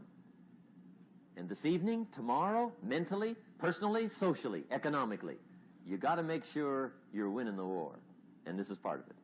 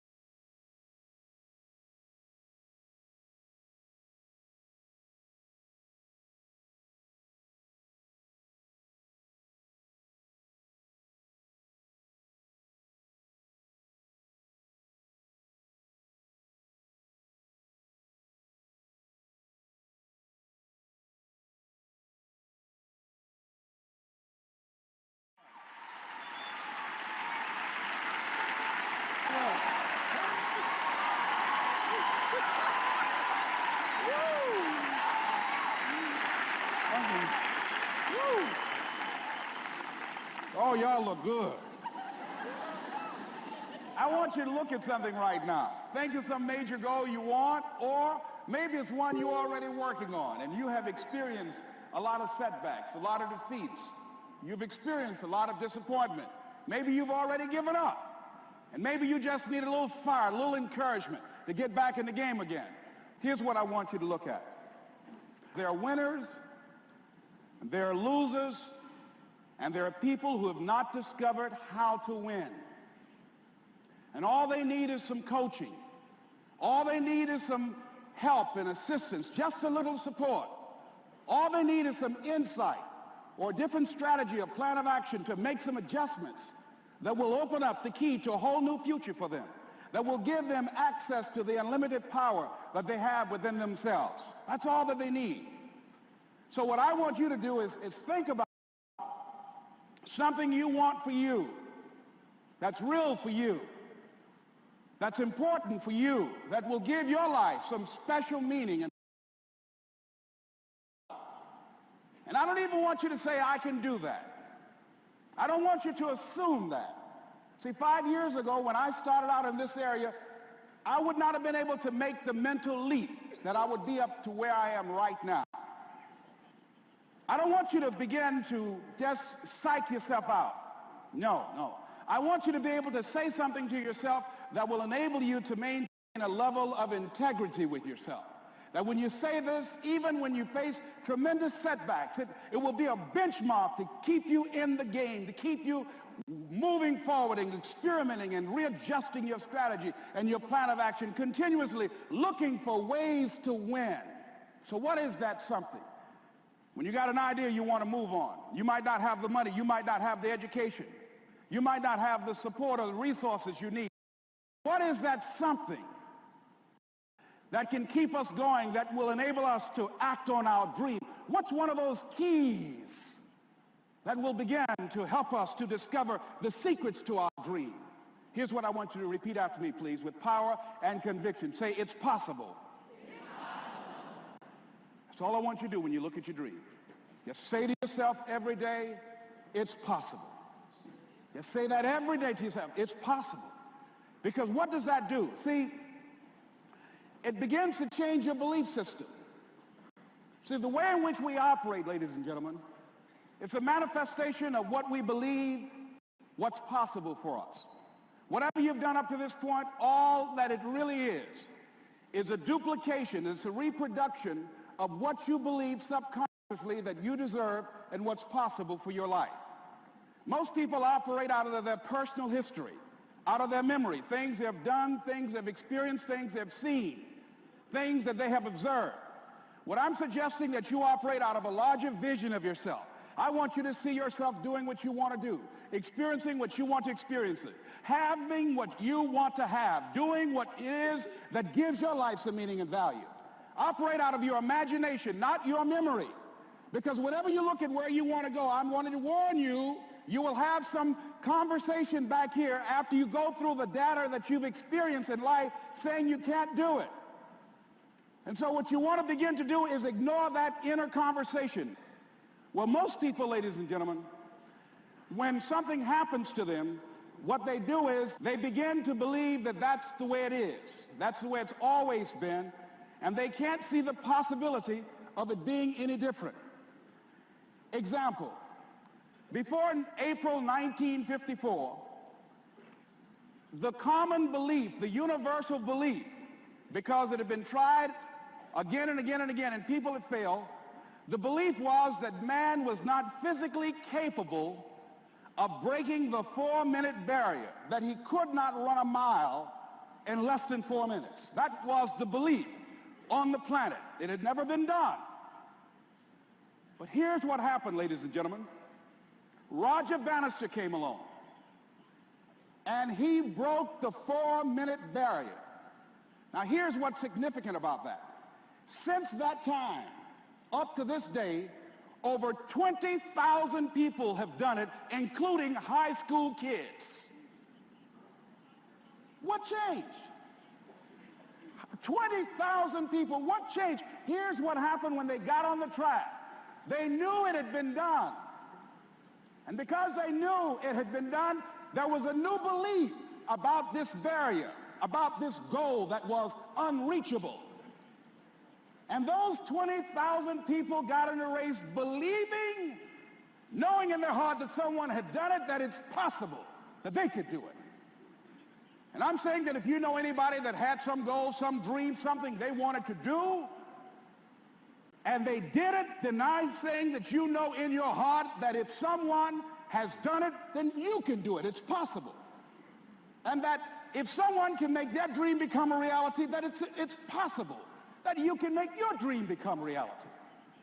And so as you begin to look at where you want to go, beginning to embrace that, it's possible. I'm blessed and highly favored. I've got a lot going for me. I got some good stuff in me. And it's possible that I can bring my greatness out here in the universe. That I can do what I want to do. It's possible I can write my own book. I can have my own business. I can take the trip and travel around the world. It's possible. I can bounce back from adversity and reinvent my life. It's possible. Regardless of where I am, the things can get better for me. It's possible. I'm thinking about two men right here in Chicago who were fairly successful, similar background, educated. They worked for a corporation for many years, and they were among many people that were laid off. Two guys who were very good friends. One went out looking for a job for several weeks along with the other one, and they faced disappointment and rejection again and again and again. They couldn't find any work, which is the story of many people across this country. One guy stopped. He became discouraged. He stopped going. He stayed home looking at television, became very argumentative and toxic with his wife, drinking beer, getting on the phone, talking to his other negative, unemployed friends. And he just gave up. The other guy kept looking for a job everywhere he could go. Every time he could get an opportunity, kept asking people, networking, checking the newspapers every day. Kept going everywhere he could, trying to find a job. You have too much education. You're overqualified. You won't be here long enough. He kept going. He kept going. He went to a place and said, look here, I tell you what, if you can't hire me, and I know you can use my talents, abilities, and skills, I don't want to sit home and do nothing. Just let me do some volunteer work. You don't have to give me anything, all right? I just want to work. I want to be busy. Guy said, okay, it's on you now, but don't expect me to give you anything. It's okay. This guy came in and worked. He was the first one there. The last one to leave was the best employee there. About 4 weeks later, one of the top managers quit. They were looking for a replacement. Guess who they selected? This other guy. This guy who was volunteering his time. He got the job. What was the difference between the two men? Eyesight and mindsight. Eyesight is judging on what you see. Judging according to appearances. But mindsight is how you interpret what you see. One guy said, it's not possible. It's over. I'm finished. I can't do it. I can't make it. He surrendered. I've faced rejection again and again. I'm not going anymore. There are no jobs out there. But this other guy, he felt that in spite of the no's and rejections, in spite of how bad the economy is, in spite of what the newspapers are saying, that it's possible that somebody somewhere will give me a job. He just kept going, thinking it was possible. And guess what, ladies and gentlemen? That's what we have to do with our dreams. Because things happen to you in life that you can never, ever anticipate. And many times when those things happen, you want to give up. I remember when I was in broadcasting, when I was a disc jockey, I became very controversial, not only being a disc jockey, but I felt that radio was something that you not only entertain people with, but you also empower them, you educate them. And I got fired. I didn't just leave, they fired me. That was a shock. I said, wait a minute. They took my microphone. I thought that was who I was. No, ladies and gentlemen, it wasn't. I had to do something else. And I didn't know what else I could do. See, here's what I'm looking at. What are the uses for your life right now that you haven't even reached for yet? See, I believe that when you don't have enough encouragement to act on your dreams or ideas, or you're not enlightened enough, that life will act on you. See, life had moved on me and said, Les Brown, you have outgrown this. It's time for you to do something else. Well, I wasn't enlightened enough. I organized some disc jockeys and got my job back. So they had to fire me again. I got fired twice. Here's what I did. I had to think of something else. And so a guy suggested to me, he said, Les, why don't you run for office? I said, man, I've never run for office. I've never known anything about how to operate in the political arena. I've heard encourage people to register to vote and get out to vote, but I don't know anything about politics. He said, neither do the people who run for office all the time.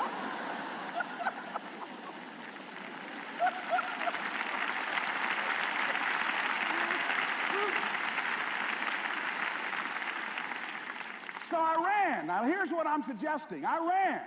You got to do what you can where you are with what you have. I didn't have any money. I didn't know anything about the political process. I didn't even have any support. But here's what the guy told me. It's possible you could win. That's all I had. I was running against an endorsed candidate. He was an incumbent. He had the newspaper support, all of the leadership in the community, and I was challenging this guy. So I had a saying when I was on radio, stand up for what you believe in because you can fall for anything. And I would go door to door. I have my kids on one side of the street. I would be on the other, and I'd knock on doors. Hello, my name is Les Brown. Tell everybody I'm still standing. They get on the phone. Child, Les Brown was to my house today. You know the boy on the radio with the big mouth? Yeah, they fired him, honey. Say he's still standing.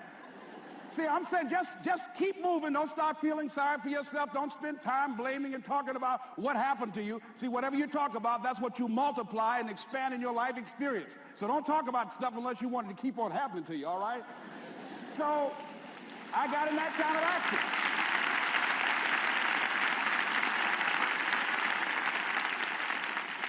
As I continue to do that, had my children with me, were going door to door, didn't have enough money. Eventually, we got close to the election and something happened that really surprised me. Guys who I thought were going to either support me or stay out of it, various powerful community leaders, they became involved in it and they endorsed my opponent. I felt devastated. Now that's going to happen to you when you're working on your dream. Things are going to happen that's going to catch you on the blind side. That was shocking to me. They didn't have to do that. All they had to do was just stay out of it. But here they go, come up in there messing with me.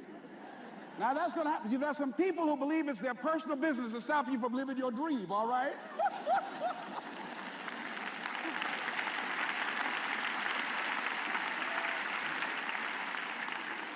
But I didn't deal with that. You want to make your dream come true, you got to stay focused. Some people rather get even than get ahead. Stay focused on where you want to go. I just kept on doing what I was supposed to do. And so I was driving to the radio station. My opponent had over $20,000. I had less than $800. As I was in the radio station, the guy said, "You're going to make a commercial?" I said, "Yes." He said, "It better be a good one because that money can't go pretty far here." And I sat there in the middle control room and I was thinking. And here's what happens when you get still.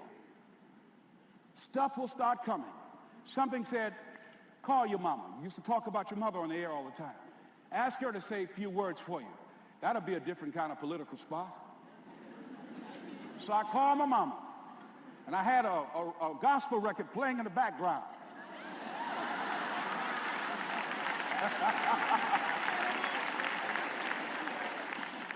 And then I had my mother say, "Hello, this is Mrs. Mamie Brown.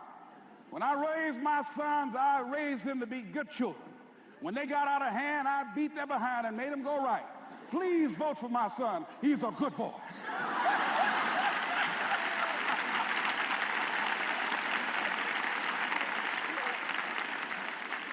Usually in the state representative race, maybe 3,000 or 4,000 people will come out to vote in a primary.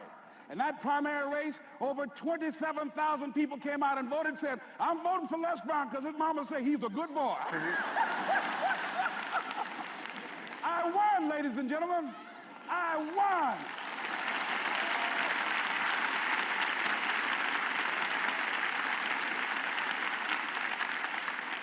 So you've got to be willing to stay focused, to be creative, to be relentless, because things are going to happen to you when you're working on your dream, when you get on track. I remember when I first got involved in speaking, one of the main things that speakers like to do is speak to a certain association that they have over 10,000 of their sales reps that come to this convention.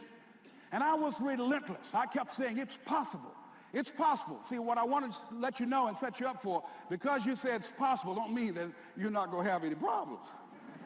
That Murphy's Law ain't going to come and slap you side the head. Oh, Murphy going to come visit you.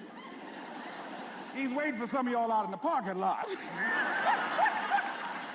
Oh, you say it's possible. Okay, it's possible. You better get up. Well, I was working. I kept saying it's possible. They got other speakers on this program. I can be on that program too.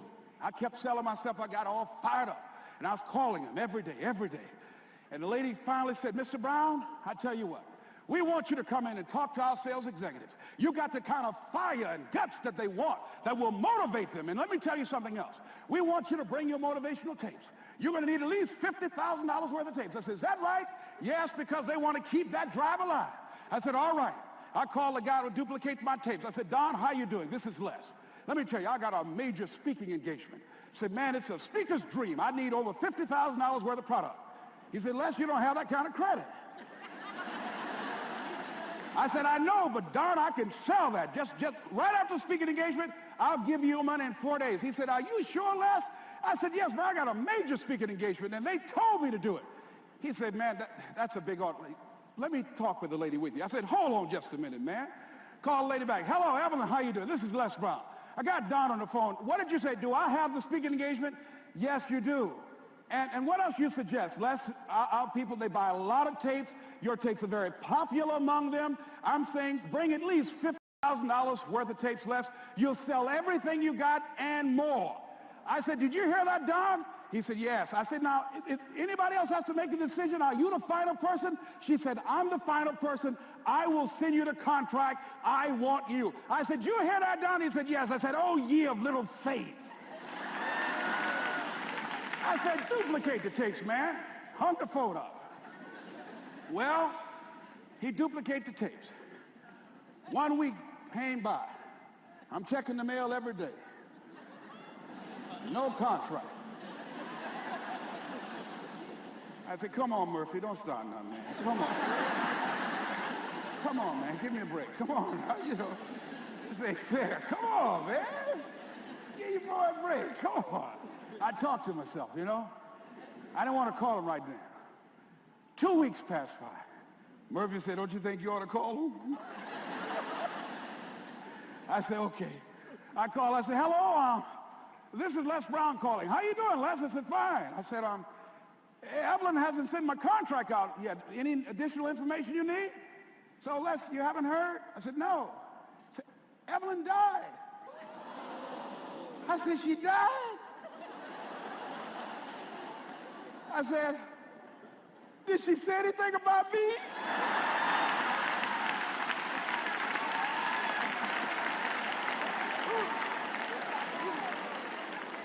When I got home, I was so wiped out. And Murphy was in the house waiting on me. Murphy said, is it possible you want to listen to some of your tapes?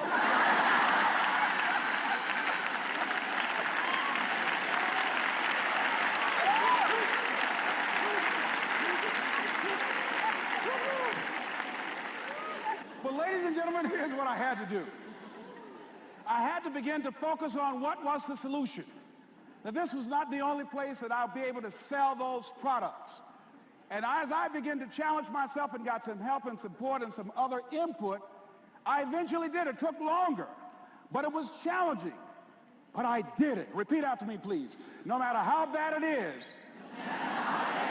or how bad it gets, I'm going to make it. I'm going to make it. Shake somebody's hand on your right and left and say, you got that right.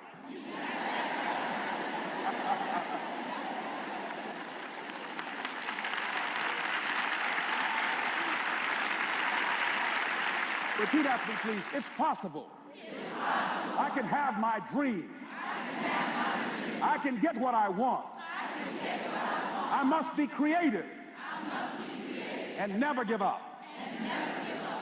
Now, let me share something else with you, ladies and gentlemen. When you know within yourself that there's something you want to do, and I believe that all of us were born with a purpose, that all of us have something that we are supposed to do, that all of us have some goodness within us, and that goodness gives us a responsibility to manifest our greatness.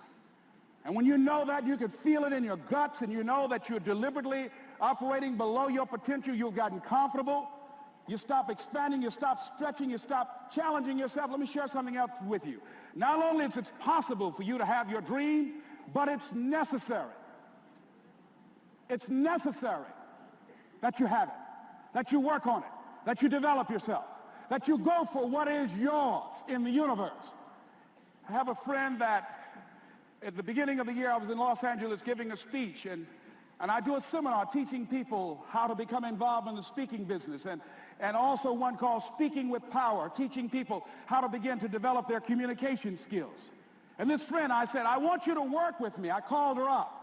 She said, Les, are you sure I can do it? Sure you can.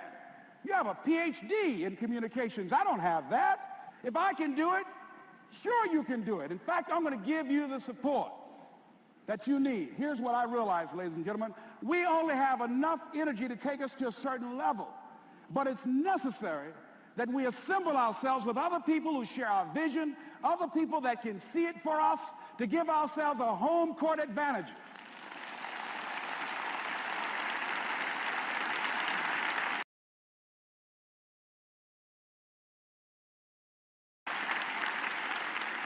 So it's necessary that you seek out other people who think like you, who are growing, who have decided that they are not satisfied with where they are. See, I don't believe that necessity is the mother of invention. No, necessity, in my opinion, is not the mother of invention.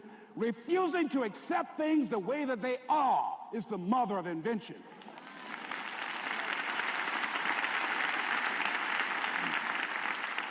When you decide, I'm not going to settle for this, this is not going to be it for my life, I deserve more than this.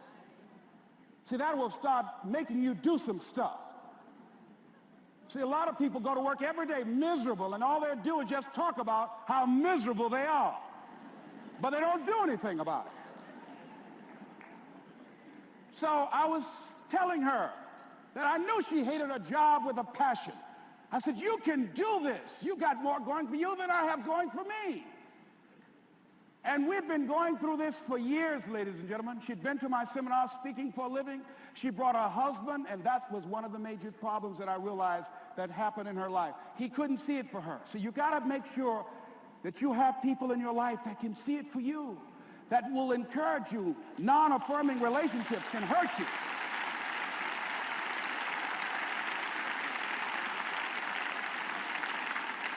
And I talked to him. I said, I don't have anything to do with your marriage. I said, you and I are good friends, and she and I are good friends. And I'm not taking sides. I said, but if you can't see it for her, don't tell her that. Just give her some support. What if you're wrong?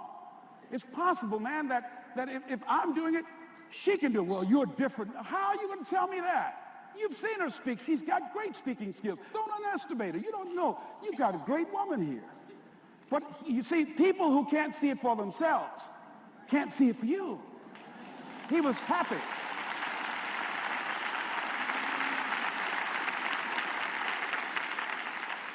So I said, will you do it with me? I said, I'm going to give you the support you need. You can't do it by yourself. I will stand with you.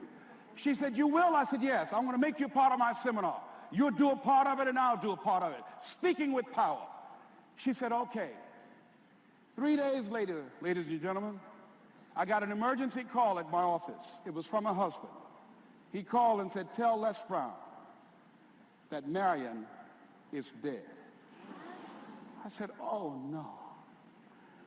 When I was flying there to go to the funeral, and I remember the last time that I saw her, and I had some of her papers that I had gotten inadvertently confused with mine, and I took them home. And I was searching through these papers to do one of her works. She was a prolific writer. And what got me, what was so sad that made me begin to cry, was that there were poems that she had started that were profound poems, great thoughts that she didn't complete. Plays that she had started that she didn't complete. See, that poem was given to her. I can't finish that for her, nor can you. That play, whatever the outcome that she had envisioned, that she had imagined, was given to her. Only her. And she's the channel that was going to come through. You are here, and you are the vessel, you are the outlet for the universe. That you've been selected. There's something for you to do. I believe all of us have some purpose for being here. And as I was going to the funeral, and I was reading a newspaper that said that millions of people are dying because of what they're eating, talking about their diet. And I'm sure that it was Marion talking to me, whispering, saying, Les, the next time you speak, say that even more are dying because of what's eating them.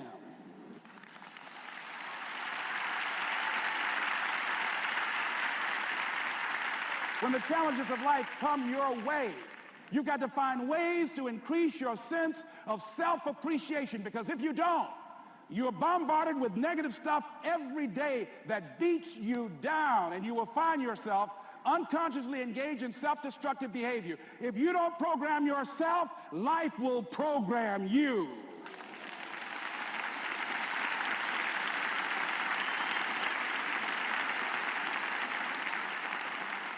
So you want to have an agenda for your life. It's necessary that you have some direction for your life. A friend at the National Speakers Convention gave us a presentation, and it really struck me. He was talking about when he was traveling across Europe, Warren Gresham, and he said at different points, soldiers would wake them up on their journey and ask him the question. And I pose this to you. The question was, where have you been? Why are you here? And where are you going? And that's what I ask you. Where have you been? Where have you been up to this point? You look at your life. You look at what you produce. Is it giving you what you want? Are you living on purpose? Are you living your dream? Are you acting on your ideas? Are you doing all you can do? Have you gotten comfortable? Are you procrastinating? Are you evading your own greatness? Are you surrounding yourself with people that can nourish you? Are you challenging yourself? Are you experimenting? Are you learning something different? Is your life an adventure, or is it boring? Where have you been? Why are you here? What brought you here? Investing the time, the money. What brought you here? And where are you going? What is it that you can get out of this session, out of this lecture? That when you leave here, rather than this just being a spectator event, that you got some idea, some dream, that you might have to go back and brush it off and look at it again and say, I've got to do this. This is my stuff. This is what I'm supposed to do. This is why I showed up. Where are you going with your life? What decisions are you making right now as you look into the future? Are you experimenting to find out what other talents and abilities that you have? See, we're in a time right now. The day is gone where you could just go to college and get out and get a job and work 30 or 40 years with job security and retire with a gold watch. The gold watch days are gone. Brand new day. Party's over. So now you have got to be multi-talented and multi-skilled. You've got to use all your stuff. You don't know what else you can do. I didn't know I can do what I'm doing right now. It's necessary that you stretch and challenge yourself and say, let me see. I start out as a trainer. I'm a trainer. That's what I am. That's what my expertise was in. And then I decided, let me see, can I speak? And then I discovered, hey, I can do that. What if I hadn't tried to do that and just been satisfied with just being a trainer, with a limited vision of myself? And then after training, and then I said, well, maybe I can go into business for myself. And I started speaking, going into business for myself. Well, maybe I could train other speakers and teach them how to go into business for themselves.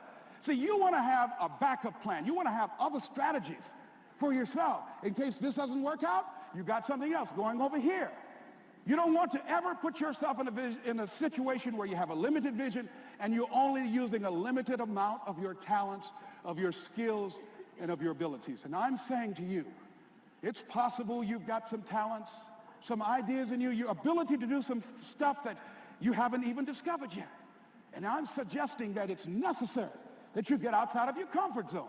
It's necessary that you develop some new relationships where you can learn from people. It's necessary that you do reading, that you do research. It's necessary, if you're already involved in some business, that you don't be satisfied with where you are. If you want to make it today, it's necessary for you to constantly look at ways of getting better. Not only is it possible for you to have your dream, and it's necessary for you to challenge yourself to go after it and get better and leverage relationships that can help you get to where you want to go, but it's you. The major key to your reaching your dream, your living up to your greatness, your making your contribution is you. If the economy is good, fantastic. If the banks are loaning money, that's great. If people are positive, that's great. You don't have any opposition, that's great. But the major key to your making things happen in your life is you. When I wanted to get on public television, you know, they told me, you can't do that. So wait a minute, I've seen these other people on. It's possible I can get on. Leo Biscaya, John Bradshaw. It's possible. Wait a minute, excuse me, hold on, time out. Let's be realistic. Come on, be logical. I said, well, wait a minute, why can't I do it? Let's look here. Think about guys who have credentials, all kind of credentials. You don't have any college training. They're not going to put you on television. Give me a break. I said, thank you for that. God love you, and I'm trying. And went on about my business, you hear me? Let me tell you something. What people think about you and the possibilities for your dream is none of your business. That's their business.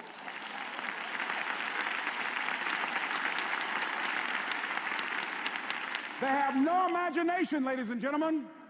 They're living out of the past, out of their memory. Their attitude is it can't be done because they haven't seen it. They're judging according to appearances. The people that are going to make it in the future, the people that are making it today, let me share something with you. History is being read, but it's also being written by people with imagination.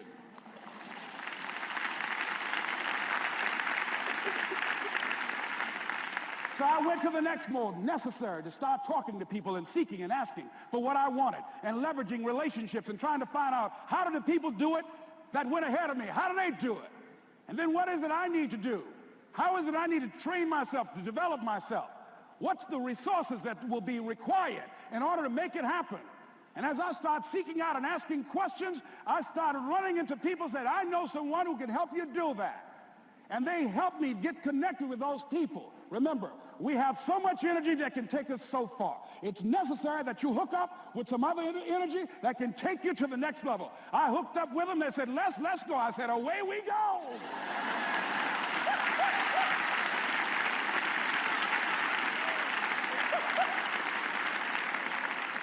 And guess what? Here we are.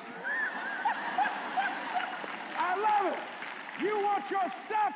It's necessary you take responsibility for it, that you make it happen, that you don't give up, that you don't take any objection or disappointment or defeats personally, that you keep on keeping on, that you don't decide that I can't make it because you can't see the light at the end of the tunnel, that you realize that's a part of the program. And here's something you've got to resolve. Say this to yourself every day. See, as long as you're breathing, you got a shot at your dream. That's the way I resolve. Say this, please. It's not over until I win. You got that right.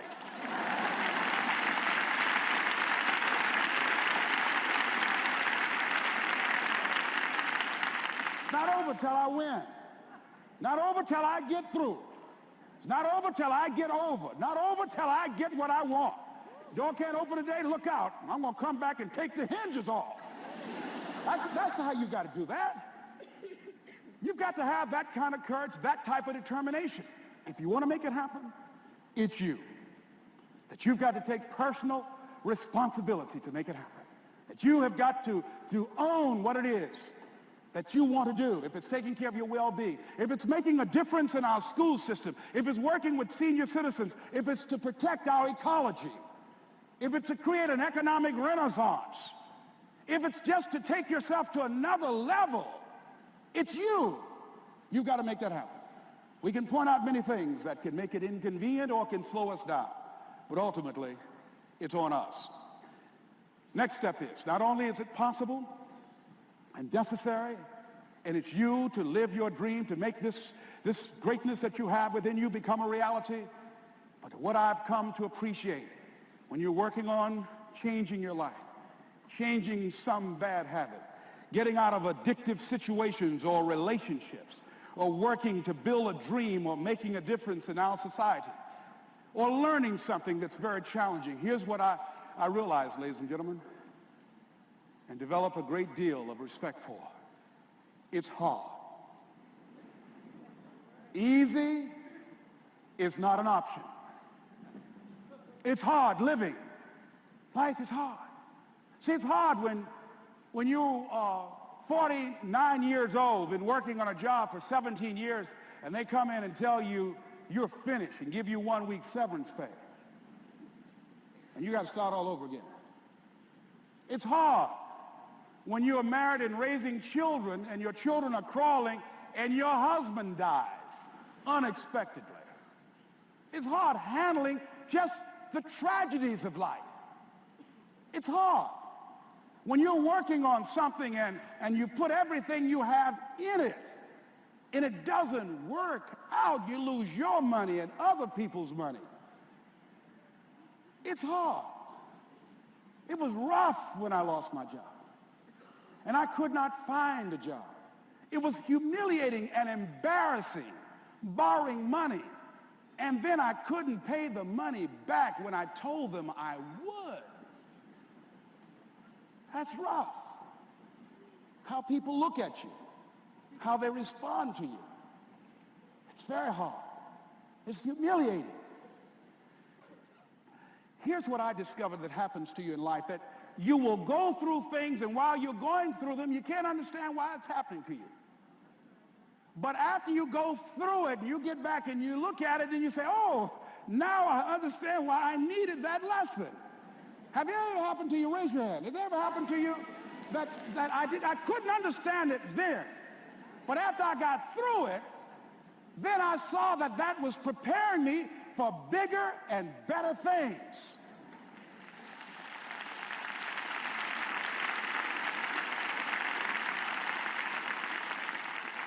That as you go through the challenges of life and you look at it and embrace whatever comes to you, don't run from it. Step toward it. Don't try and duck it like most people do. See, most people want it easy. See, easy come, easy what? Easy go. See, but when you go at what you're going to deal with and you deal with the difficulties of it, when you handle those hard things close at hand, making those hard decisions right now that you don't want to make, learning those things that you don't like to do, but you know that in order for you to get where you want to go, this is one of the hoops that you have to flip through. And I'm saying to you, whatever you got to do it, because if you don't, life is going to whoop you until you surrender and say, okay, all right, I cooperate, okay, I learned, okay. It had to wear me out a long time. So if it's hard, then do it hard. Now, how do you hang in there during the hard, difficult times? Les, you must have faith. You've got to believe in yourself. You've got to believe in your abilities. You've got to believe in your service, your company, your ideas, unquestionably. You've got to have faith, and that faith gives you patience. That it's not going to happen as quickly as you want it to happen. A lot of things are going to happen that will catch you off guard. And so therefore you've got to deal with and handle it as it comes. And not only that, but that faith and patience drives you into action. You've got to keep moving and keep plugging away. I can see people coming out talking to a guy out there watering and fertilizing the ground that's not showing anything. Hey, what you doing?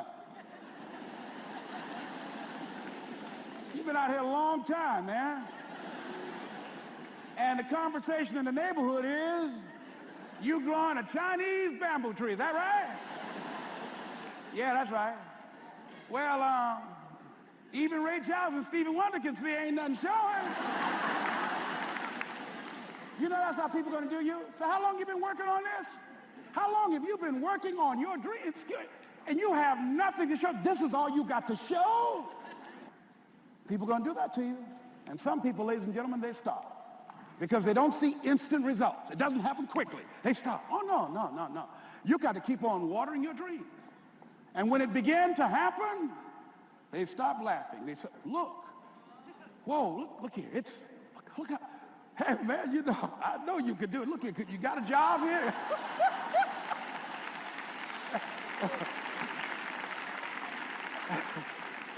See, during those hard times, we didn't know how you're going to make payroll. During those times when you failed and things didn't work out, they were nowhere to be found.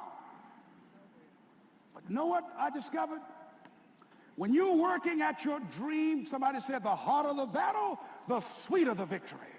Oh, it's sweet to you. It's good to you. Why? See, when it's hard and there's a struggle, see, what you become in the process is more important than the dream. That's far more important. The kind of person you become, the character that you build, the courage that you develop, the faith that you're manifesting. Oh, it's something that you get up in the morning, you look yourself in the mirror, you're a different kind of person. You walk with a different kind of spirit. And people know that you know what life is, that you have embraced life.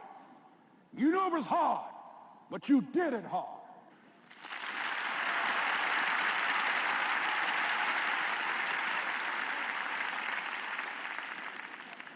Now that takes us to the next level. If it's hard, why do people do it? You ask people who do things. Why do they go it? People who climb mountains just for the sake of it. Nobody paying them to do it. Just do it. Somebody said, I'm going to run around the world. He said, why would somebody want to do that? I'm going to swim the Atlantic Channel. Why? Why do people do that?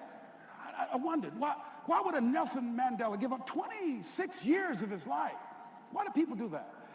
Here's what I discovered in high school. High school, I decided I wanted to go out for football. Never forget this. And I discovered why people do things. You know why, ladies and gentlemen? Even though it's hard, it's worth it. It's worth it.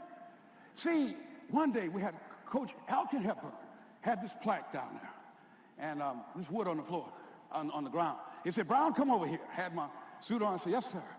He said, I'm going to have old Larry Littles down there, old big Larry. Yes, sir. Big, fat, sorry Larry. Yes, sir. Brown, I want you to get down bull neck. Yes, sir. He said, I want you running Larry. I want you to put your helmet right in his pit, right up in his chest, and knock him off that board. You hear me, Brown? You can do that. Yes, sir. Can you do that? Yes, sir. I said, hubba, hubba. I said, hubba, hubba. He said, Brown, I want you to knock him off. You're going to make the team. I know you can get him, all right? Look at him. How sorry he is. Knees knocking and everything. I said, yes, sir. Then he went down to Larry. Larry Littles, who played 12 years for the Miami Dolphins, all pro for 12 years. This is a bad, big dude. 250 pounds, strength, agile, and all muscle. He said, Larry, he said, man, you know Brown down there. He's down there talking about your mom and everything. He talked about how fat and sorry you are and how he's going to knock you off this board. Larry now spitting fire and growling and foaming at the mouth. And I'm looking at Larry saying, oh, hubba, hubba. He said, look at that fool down there growling. He told me he's going to scare you that you're going to leave. Are you going to leave? No, coach, I ain't going to leave. Go down there and knock him out the park. Boy, coach got back. He winked at me. Go get him, Brown. I went hard. I ran into Larry with my helmet. Larry said, boom. I don't know where I landed. When they woke me up, I said, can y'all take this helmet off me for a minute? I said, y'all got any more positions out here? They said, like where? I said, don't y'all need an announcer? I said, Brian, where you going? I was crying. They said, man, some girls over there. I said, I don't care, man, I'm hurt. I said, that fool almost killed me, man. He said, Brian, you quit, man. I said, yeah. I said, what? I said, it ain't worth it, man. No, it ain't worth it. Y'all go ahead. Y'all crazy. I'll be your announcer, man. I was calling the game. I was up there in the booth. Call good games, too, because the pain wasn't worth it to me. And I'm saying to you, you know why people do what they do? The people who go after their stuff, what makes it worth it? It's got to be your passion. You got to love it, ladies and gentlemen. You got to love it. It's got to be what you are supposed to do. You want to sing, and even though they want to invite you to Carnegie Hall, you're going to sing to anybody that listen to you, including singing to yourself. I used to talk to my plants when nobody else would listen to me. You got to write, even if no one published your book, write, because that was given to you to do. You do what it is you're supposed to. You're supposed to build something. You're supposed to create something. I don't know how to do it. Learn. Do whatever is required. Just go out there. It's possible you can get what you want. It's necessary. If you want it, you got to go into action. You got to be willing to experiment. You got to be willing to fail and to succeed. You got to be willing to form and to develop new relationships. It's you. It's on you. You got to make that happen. Nobody's going to bring it to you on a silver platter and say, here's your dream manifested. No, it's hard. Yes, it's hard. It's difficult. Yes, right. And it's worth it.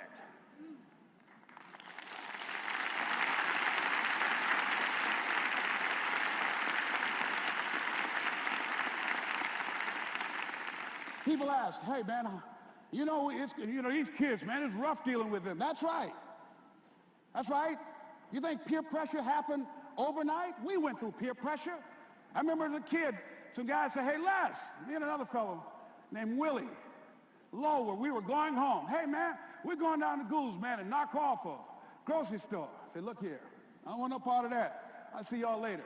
Say, y'all chicken. I said, that's all right, you say whatever you want. Low stop.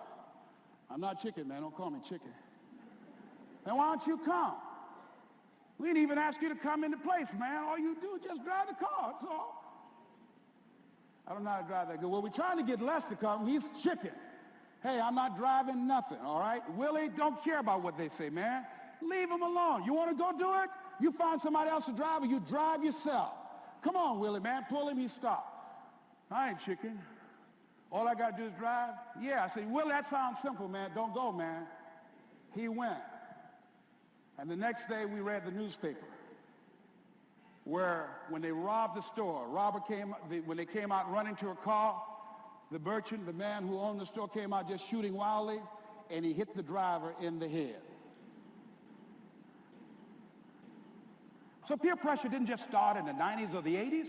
It's difficult and it's challenging for kids right now.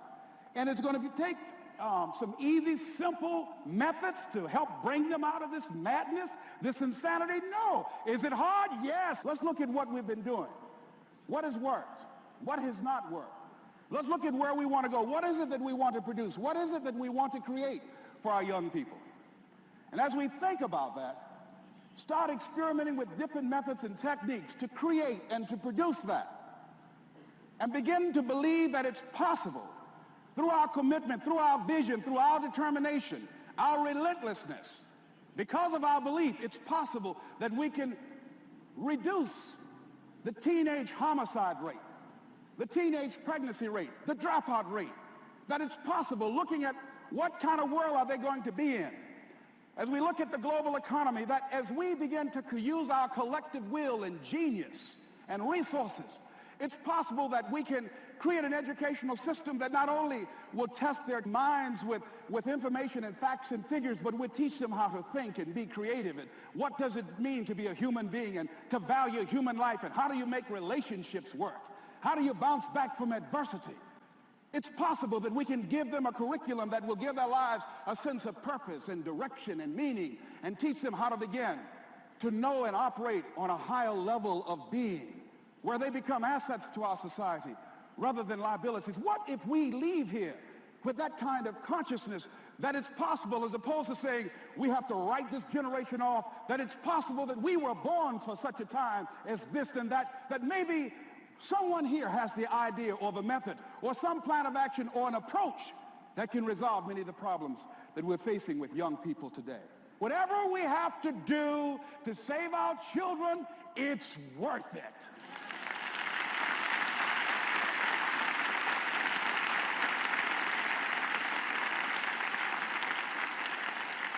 And so that brings me to the final step, that it's necessary for us to begin to look at the future and know that it's possible that we can have our dream. Yes, it is.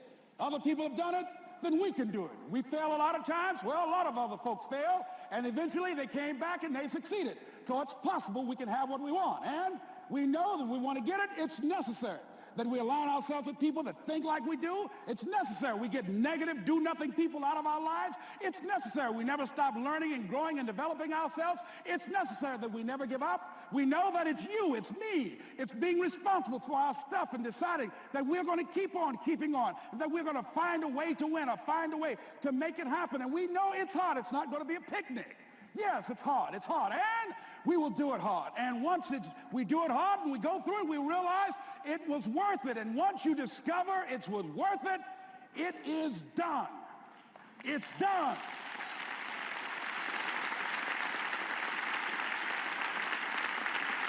It's done, ladies and gentlemen, before it happens. Well, here's what I'm suggesting to you.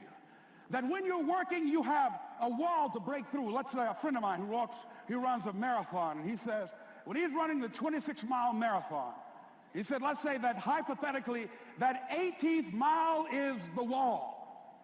He said, Les, when you get there and you're running, he says, everything in you is telling you to stop, to give up. Every muscle is aching, and you're saying to yourself, I can't do it. I can't do it. And you just keep on, and you keep on, and you keep on. It seems like you're moving at slow motion. And then eventually when you break through that 18-mile wall, then you know it's like done and you're on automatic and you glide on in. And you know it's there. You know you're going to get to the finish line. And we've all had experiences where we were working on something and we knew it was possible. And we did those things that were necessary to bring it into reality. We took the responsibility to make it happen. Other people couldn't see it. A lot of people didn't believe it. You were attacked. You were criticized. People were opposing you, but you kept on doing it. It was hard. It was rough. It was difficult. But to you, it was worth it. And eventually you got to a level you know, can nothing stop me now. I'm on the move. I'm on the move.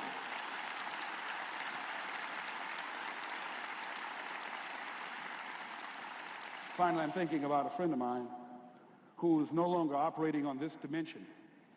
His name is Jack Boland. He had this vision of a church that would serve various types of needs for people, their supportive needs, and helping them in recovery from drugs and alcohol and whatever addictions that they might be involved in. And he was known for bringing in different kinds of speakers. And over a year ago, he was diagnosed as having cancer, and he announced to his congregation that he's going to be taking chemotherapy, and that it was a possibility that the cancer would go in remission, and he was optimistic about that. And sure enough, it did for a year. And one of the things Jack always talked about is that he wanted to have his funeral while he lived. And so he invited a few friends, Wayne Dyer and myself and a few other speakers. He didn't tell us why we were there, but once we gathered there, the church, they told us in the room that Jack is going to announce to the congregation, he's bringing his doctor up. The doctor is going to say that we felt we could keep it in remission. It's out of remission, and he doesn't have much time left. And whatever words you want to say to Jack that you would say if he had made his transition, speak those words now. Well, we were shocked and we were somewhat stunned until Jack got there. They brought him in a wheelchair, and boy, was he courageous, and he had a strong smile, and they helped him up the steps, and he sat behind the podium. And each of us got up and we said a few things about Jack and the impact that he made on our lives. And he said, the doctor, after announcing that Jack didn't have long, he says, doctor, he said, I accept what you say, but it's possible that does not have to be the case. But if it is, I will enjoy life to the very last breath I take, even the chemotherapy. I will enjoy that. And Jack did, ladies and gentlemen. And when they said that all of his vital organs were failing, they called his family and his close church staff to the hospital and said, he's dying. And so they came and they all gathered in the room. And Jack at that time was unconscious. And he gained consciousness, and he looked at them and he said, with what strength he had, he said, I want to thank you all for being here. You've been a great staff to me. He looked at his sons, his daughter. He said, you've been a great family. He said, don't feel sorry for me. He said, I'm ready to go. I'm looking forward to the next adventure. And he sat there for a little while, laid there, and he closed his eyes, and he lost consciousness. About an hour and a half later, he opened his eyes, and he looked at them. He said, this is embarrassing. I'm not dead yet. They were laughing through their tears. They said, Jack, you are a character. He said, hey, I hate giving up this kind of control. So they predicted that Jack would die at the end of February. And then on the 2nd, they said, he won't see the light of day. He will be dead by morning. Ladies and gentlemen, Jack died on March 4th. And we believe that even in his dying, Jack sent his congregation a message that I want to give to you with his permission. March 4th is the day he died, and we believe Jack was saying, March 4th.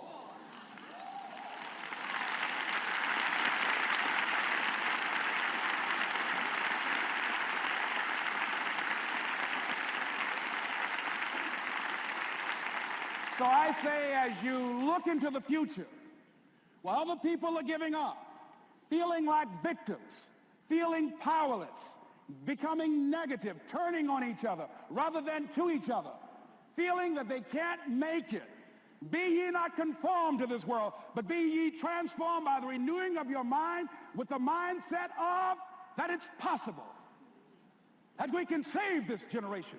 It's possible that we can create new industries, a new economy. It's possible that I can find a new profession, a new job. It's possible I can create a new life. And it's necessary that I become actively involved in becoming a positive force in my life and on the planet. And it's me, yes, it's you, it's all of us, pulling together, working together to create this brand new future. And it's going to be hard. Easy is not an option. But if it's hard, we will do it hard. Whatever is required to snatch victory from the jaws of defeat. And it's worth it, yes. It's worth whatever we have to do. And once we know that, it is done. It is done. It is done. It is done.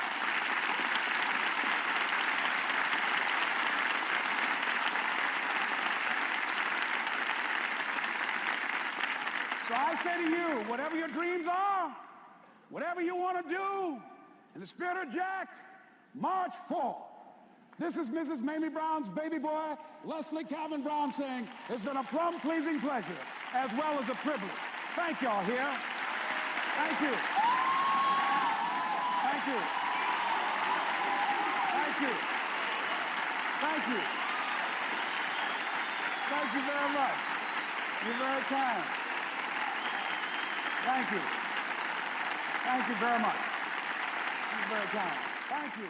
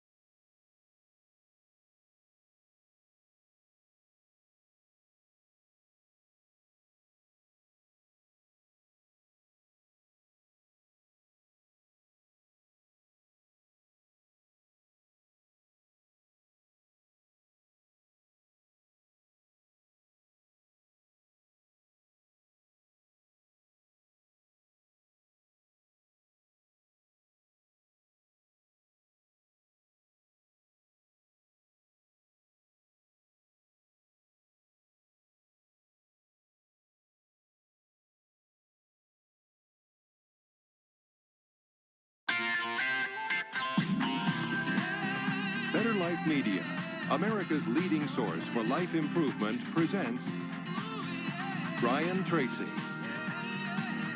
Secrets of Self-Made Millionaires.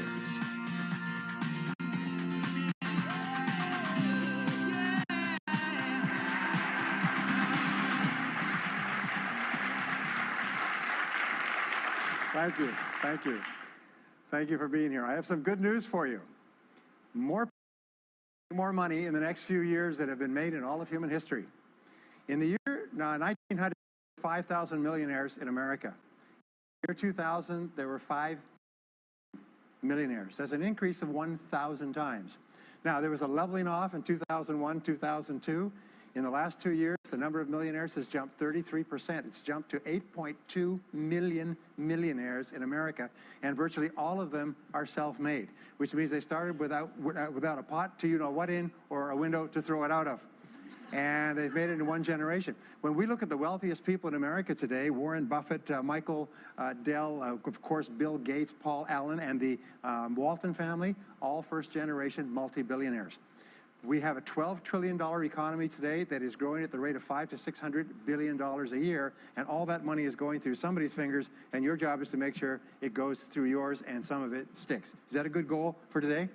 And my job is to show you how to do it. The good news is that all the answers have been found.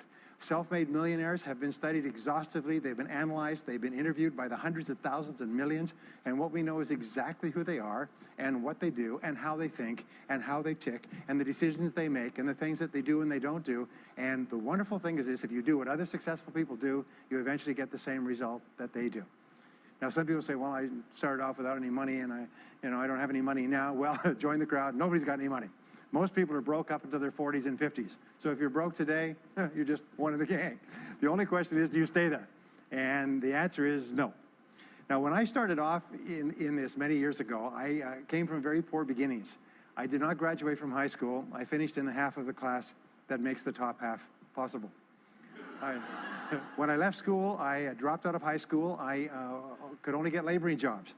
I was told, by the way, if you don't get a good education, you won't do well in life. Don't get good grades, you won't get a good job. Don't go to college, you won't do well, and so on. And I believed that for a long time until I found there's hundreds of thousands, millions of people who dropped out of high school who went on to become millionaires and billionaires as well. The reason I say that to you, by the way, is don't let it hold you back. Don't let any experience that you've ever had in your life act as a brake on your potential, because there's hundreds of thousands of people who've had it worse than you could ever dream of, who've gone on to accomplish wonderful things. So, I worked at laboring jobs for several years. I worked in construction. I worked on farms and ranches. I worked in factories putting nuts on bolts hour after hour. And one day, in a state of frustration, I began asking this question: why is it that some people are more successful than others? Now, in the Bible, there's the line that says, "Seek and ye shall find, for all who seek findeth. Ask and the door will be open." So I began asking other successful people, what are you doing differently from me? And they told me, and I did it, and I got better results.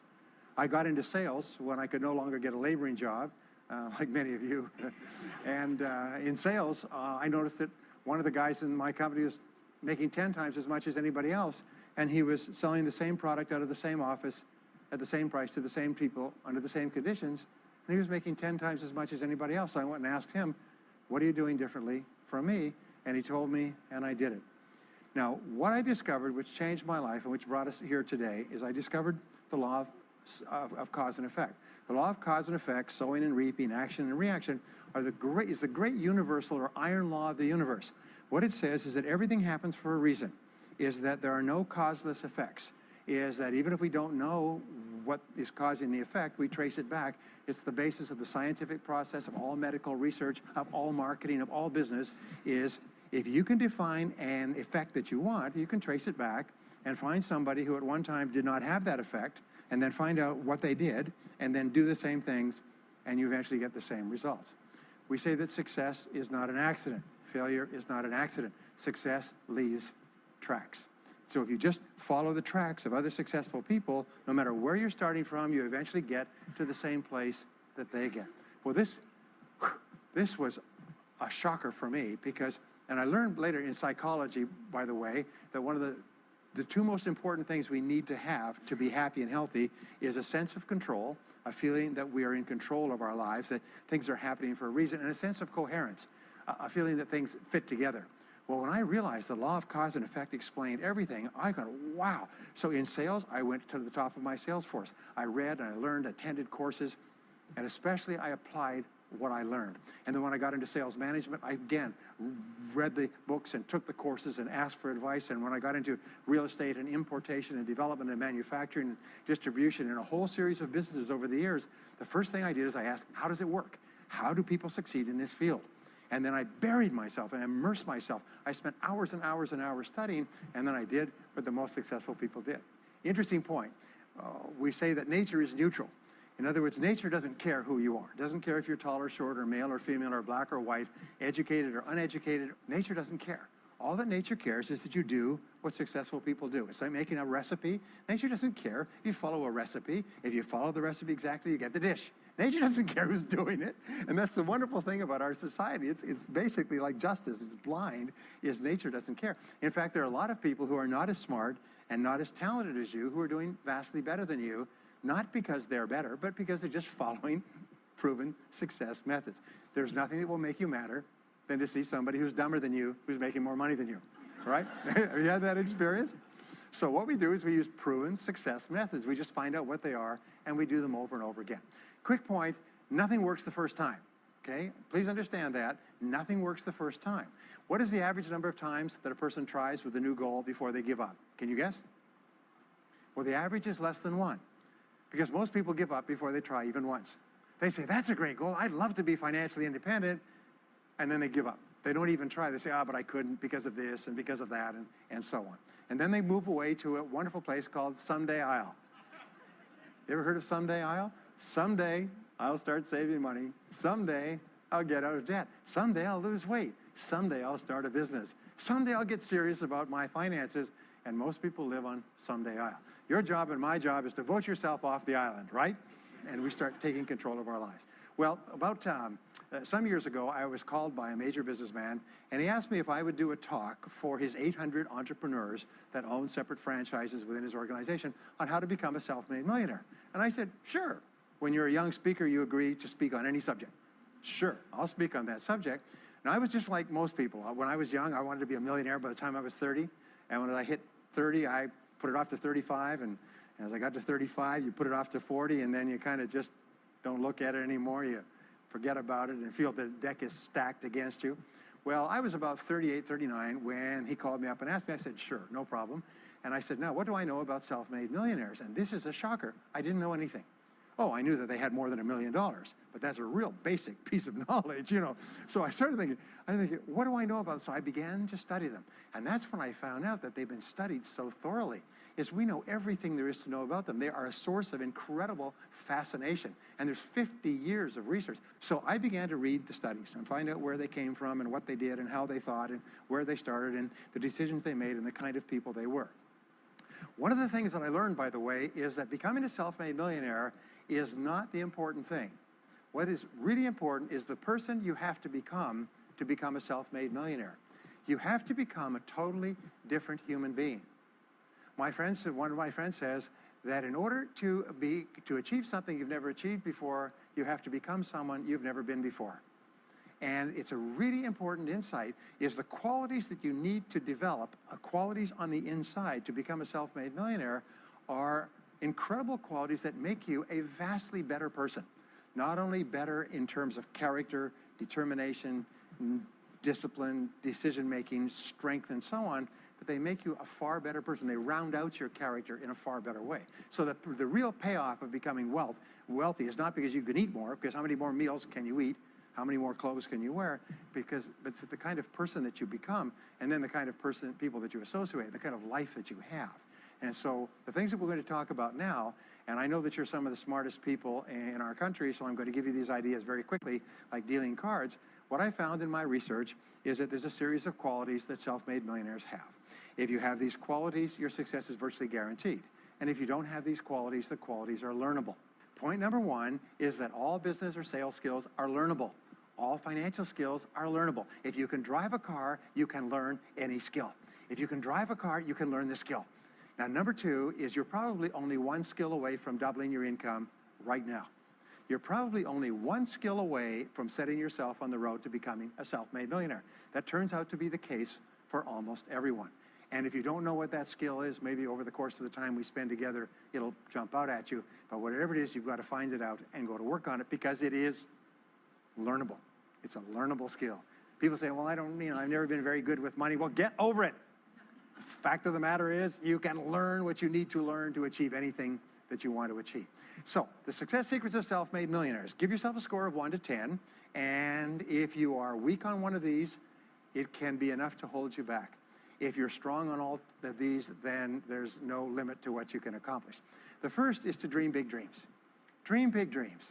Practice what is called back from the future thinking and project forward. Develop a vision of yourself as happy, healthy, wealthy, thin. Practice what top people practice, which is what is called idealization. You project forward several years and that you imagine that your life is perfect in every way. Imagine that you have no limitations. Imagine that you have all the time and all the money and all the friends and all the contacts and all the education and all the experience, and that you could be or have or do anything you want in life. If you could, what would it be? If your life were perfect in 5 years, what would it look like? How much would you be earning? How much would you be worth? What kind of a family life would you have? What kind of health would you have? What kind of car would you be driving?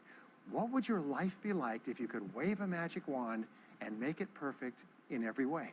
Now, what we have found is this is the starting point of great riches, and it's the starting point of great success in life, is for you to have a dream or a vision of a wonderful future. Here's an exercise that we give people in our audiences, is take a sheet of paper and make up what is called a dream list. Now imagine this is kind of like a kid's Christmas list, and that it just allows you to just run wild and just write down everything that you could think of that you could possibly want. I had a friend who I taught this to, and he got so excited about it, he bought a spiral notebook, and he began writing. And he'd go through the newspaper, and every single thing he saw in the newspaper that was nice, he wrote it down as a goal. He ended up, first time through, with 330 goals. With the end of the month, he had 500 things that he wanted. The interesting thing was that his life exploded. He activated the law of attraction, and he began to attract into his life people, circumstances, ideas, resources, insights that began to move him toward the accomplishment of the goals and began to move the goals toward him. Number 2 is to do what you love to do. Whenever you find people who are really successful in life, they're people who do what they love to do. They love their work. The great rule for success in life is to find something that you love to do and then find a way to make a living doing it. Now, when you find what you love to do, it'll be something that gives you energy, it motivates you, it enthuses you. It's probably something that you were meant to do from the time you were born. And when you ask self-made millionaires, what sort of work do you do? They'll often say, I've never worked a day in my life. I just do what I like to do. I had a graduate in my course once who came up to me and said, you know, that's interesting. He said, when I was a little boy, I loved to study airplanes. He said, I got airplane books, and I had airplane models, and I had toy planes, and then I got into competitions with remote-controlled planes. He said, when I grew up and went to school, I studied aeronautical engineering. He said, today, he said, I'm 35. He said, I own 3 companies. One builds a small aircraft. Another one repairs and services small aircraft. Another one is in leasing and chartering small aircraft. He said, I've never worked a day in my life. He said, I've just played with planes since the time I was a kid. So one of the things that you can do is go back to the time when you were young, as a child between the ages of 7 and 14, before you discovered boys or girls, and what is it that you really love to do? And you'll often find that within that is something you're supposed to do as an adult. Number 3 is commit to excellence. Now, this is really, really important, and I had a hard time with this as a young man because I was never good at anything. I was never picked for any team, and if I was picked, I was the first person cut. I got lousy grades in every class. I got fired from multiple jobs. I even got fired from a job pumping gas once. Can you imagine that? Being fired for pumping gas because you're no good. They came out and said, you're no good at pumping gas. How can you be no good? Little old ladies can pump gas, and here I was no good at pumping gas. Anyway, so I got fired. I went from job to job, and then I discovered that all people who are successful are excellent at what they do. You know the old question they asked Willie Sutton, the bank robber, why do you rob banks? He said, well, that's where the money is. Well, being in the top 10% is where the money is. So what you have to do is you have to pay any price and make any sacrifice to get into the top 10% in your field. Now, here's the good news. If you're doing what you love to do, you will want to be in the top 10% in your field. If you don't want to be excellent at what you're doing, it means you're in the wrong field. It just means that you're marking time, you're treading water. And there's a lot of people who are in their field and they do their job and, you know, they go home at night, they don't think about their work and so on. And this kind of an attitude means that you have no future. You have a very shaky present. That crackling sound you hear is the ice breaking under your feet, okay? And you have no future, because if you're not doing what you love to do and throwing your whole heart into it, you're just marking time. But everybody is designed so that there is something that you love to do that you can do well. And the fact that you love it means that you probably have the ability to excel at it. So make this decision to get into the top 10%. And let me tell you what changed my life. Here I was struggling in my late 20s, and I learned this. It was a breakthrough thought, is that everybody's in the top 10% started in the bottom 10%. Everybody who's doing well was once doing poorly. Everybody who is at the top of your field today was once not even in your field at all and didn't even know it existed. What that means is that if you're willing to pay the price and work hard and make the sacrifices, you can get into the top 10%. Now, how long does it take? It doesn't take a week or a month. Most people are really impatient. And to achieve mastery in your field takes 5 to 7 years. People say, 5 to 7 years? Geez, I'll be 5 to 7 years older before I start enjoying the big rewards. Well, how much older will you be in 5 to 7 years anyway? Now, here's an important point. Are you ready? The time is going to pass anyway. The time is going to pass. 5 to 7 years from now, 5 to 7 years will have passed. The only question is, are you going to be at the top of your field, or are you still going to be down there with the mediocre 80%? And the wonderful thing is this is nobody's better than you, and nobody's smarter than you. If anybody else is at the top of their field, it means that you can be at the top of your field. Just go to them and find out how they got there, because they started at the bottom. Now, it may take longer for some people and less for others, but everybody who puts one foot in front of the other and keeps moving eventually gets there. And that's where all the rewards are. And not only that, that's where all the joy in life is. When you're really good at what you do, you feel wonderful about yourself. You're respected and esteemed by everybody around you. You can write your own tickets. You can open any door when you're good at what you do, because you get up in the morning and you know you're good. And that is more important than the rewards that go with it. The next key is to develop your unique talents and abilities. Every single person is designed from infancy with special talents and abilities that, if you develop them to their height, can enable you to accomplish anything you want in life. Everyone is genetically structured to be able to do something superbly, to do something they enjoy, to do it well, and to get great satisfaction from it. Peter Drucker often asks the question, what are you good at? What are you good at today? What should you be good at? What could you be good at? What will you be good at? And so one of the questions that we ask is, looking back in your life, what has been most responsible for your success up to now? What has been most responsible in the past? What is it that you have done that has gotten you the best results?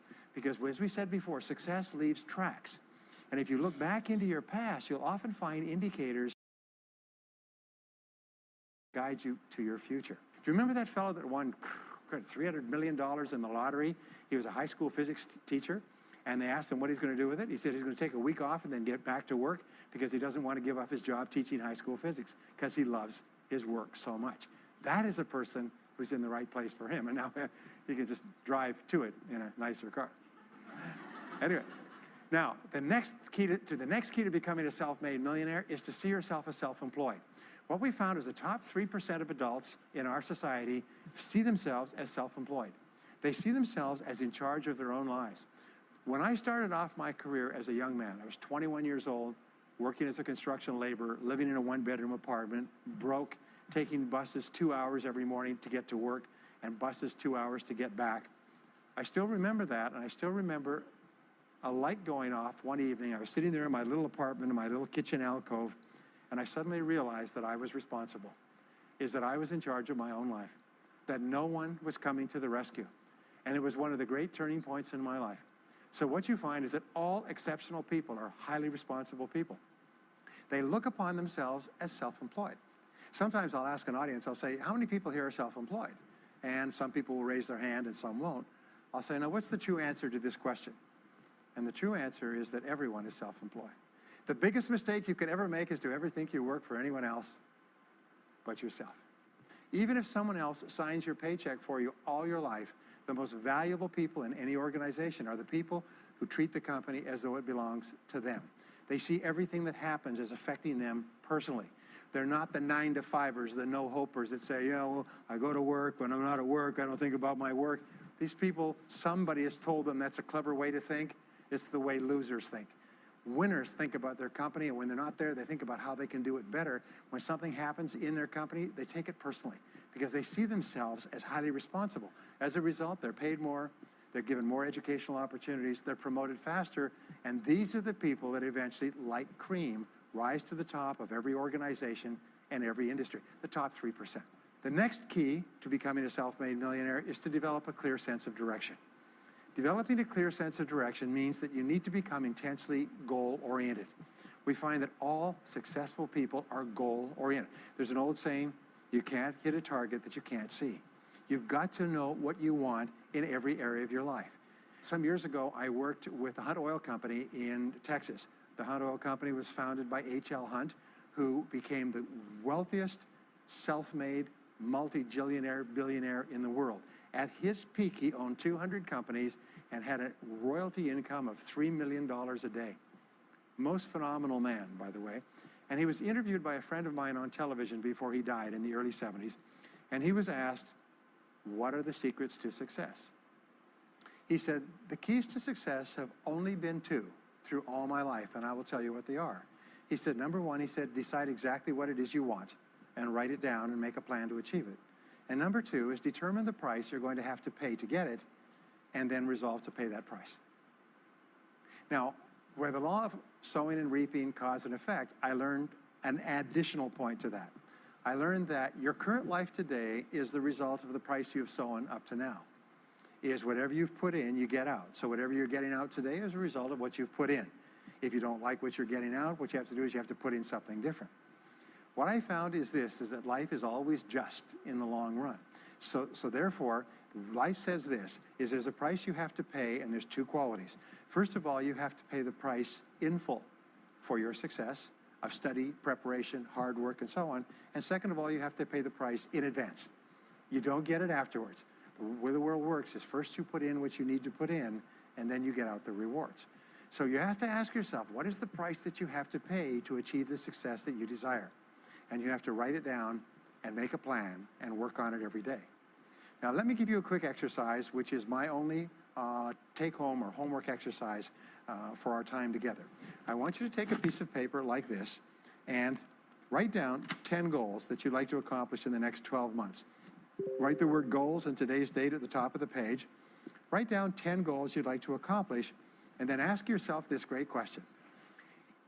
If you could only accomplish one goal on this list, but you could accomplish it within 24 hours, which one goal would have the greatest positive impact on your life? Now, this is a great question because it'll usually jump out at you. You say, that's the one. If I had this, that would have more of an impact on my life than anything else. Sometimes it's a financial goal, sometimes it's a health goal, sometimes it's a relationship goal. But whatever it is, put a circle around that goal and then turn the page over and write it at the top of the page, set a deadline on the goal, make a list of everything that you could think of to do to achieve the goal, and then begin working on your list. And here's the kicker, do something every day. Do something every day that moves you one step forward towards your major goal. My promise to you that this exercise, selecting your most important goal, making a plan, and working on it every day, will change your life in ways that you cannot imagine.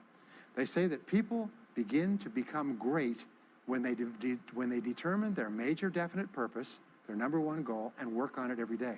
It is the secret to becoming a self-made millionaire. It's the secret to great success in life. My promise to you is a week, a month, a year from now, you'll look back and you'll be absolutely staggered at the difference it makes.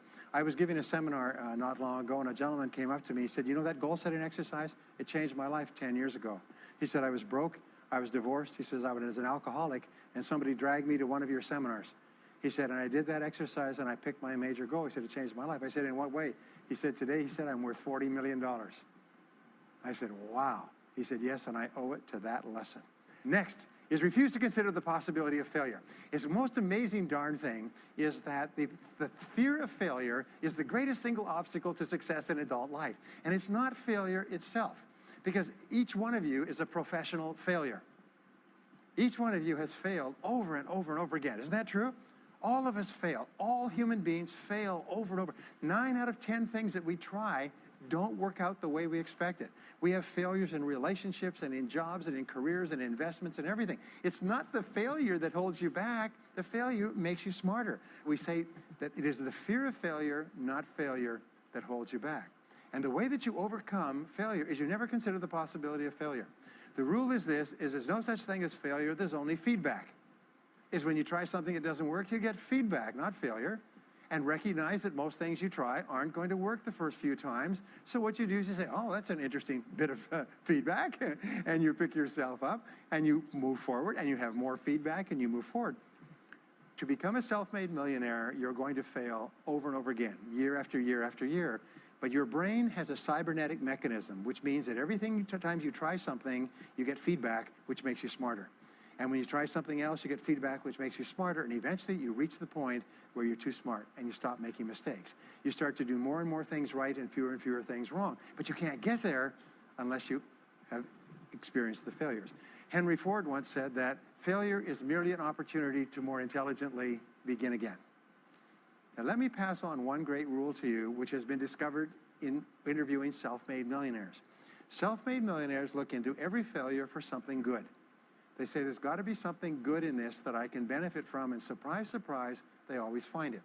Second is, self-made millionaires always seek the valuable lesson in every setback or obstacle or temporary failure, and they always find the lesson. Now, what do failures do? Failures whine and cry and think about what they've lost and blame their problems on someone else. Successful people say, what can I learn from this that will make me smarter next time?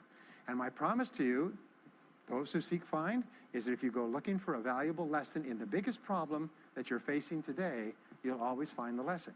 Here's another possibility. Your biggest problem today could be the biggest gift that you have ever received, because it may contain within it the lesson that will make you successful. If you stop thinking about what happened and who's to blame, and you start looking for the gift within your problem, sometimes it can transform your life. The next key is to dedicate yourself to lifelong learning. Now, what takes you from rags to riches is personal development, personal and professional development. In the 21st century, as Peter Drucker says, knowledge and skill are the keys to the 21st century. And the only thing that will be relevant, the only skill that will be relevant in the 21st century is the ability to learn new skills, because virtually everything you know is becoming obsolete at a rapid rate. Stephen Covey says that your current knowledge base has a half-life of 2 years, which means that half of everything you know will be irrelevant within 2 years. And 2 years from now, half more. So if you're not continually learning and upgrading your knowledge and skills, you're not staying in the same place. As Pat Riley says, the basketball coach says, if you're not getting better, you're getting worse. If you're not constantly learning, you're actually falling behind. So here are the 3 keys to continuous learning. Number 1 is read in your field 30 to 60 minutes each day. In other words, turn off the television, turn off the radio, put aside the newspaper, and just read in your field. The very best places to read, by the way, are books. Read books, the best-selling books written by the most successful people in your field, because books contain a wealth of riches that can enable you to function at a far higher level, to get much better results than you could before. So read 30 to 60 minutes a day. I've had people tell me, countless people over the years, that reading an hour a day has doubled and tripled their income within a year. The second thing you do is take every course that you possibly can. The courses and seminars that are available to you in your field that are given by professionals that are courses that have been developed over years and years and years. They have been tested and tested and tested. The person who is talking to you for several hours has spent thousands of hours learning their subject. They have dry tested this or done test runs with thousands of other people. When you take a course, you can learn enough information in 1 or 2 days, more than you could learn in 2 or 3 years or maybe even a lifetime, all distilled and put together. People say, I can't afford a course. You cannot afford not to buy books. You can't afford not to go to courses. Some years ago, I had a dentist, and he was a very successful dentist. I was recommended to me by a friend. And this dentist retired at the age of 53. And just before he retired, he sold his practice for about $2 million. Just before he retired, he told me why. He said about 8 years before, he had attended a dental congress in Hong Kong. This is from California. He'd flown all the way to Hong Kong to attend this international dental congress because there were specialists giving private lectures, sort of plenary sessions on the side. And he attended this session, and it was on a particular technique of cosmetic surgery that this dentist had developed that no one else knew, where you could basically straighten out a person's entire front jaw so they look beautiful at a very low cost, at a very high level of effectiveness. He came back and he began implementing this in his practice. People began flying from 500 to 1,000 miles away. Every dentist sent their families, members, and themselves to this dentist. He was able to charge whatever he wanted to charge. He said 8 years later, he retired as a self-made millionaire at the age of 53 to enjoy his money for the rest of his life from what he learned from one session at one convention at one course. Now, that is a true story, and maybe it's an exception, but you can never tell where the information is going to come from. The third way that you can upgrade your skills is listen to audio programs in your car. The average driver drives 500 to 1,000 hours a year, 25 to 50,000 miles. If you listen to audio programs in your car, according to the University of Southern California, you will get the equivalent of almost full-time university attendance just listening to learning material as you drive around. It can totally and profoundly change your life. Very, very important. Here's an interesting point. The more you commit yourself to becoming the best person you can be, the more you like yourself and respect yourself, the more energy you have, the bigger goals you set for yourself, the more you persist.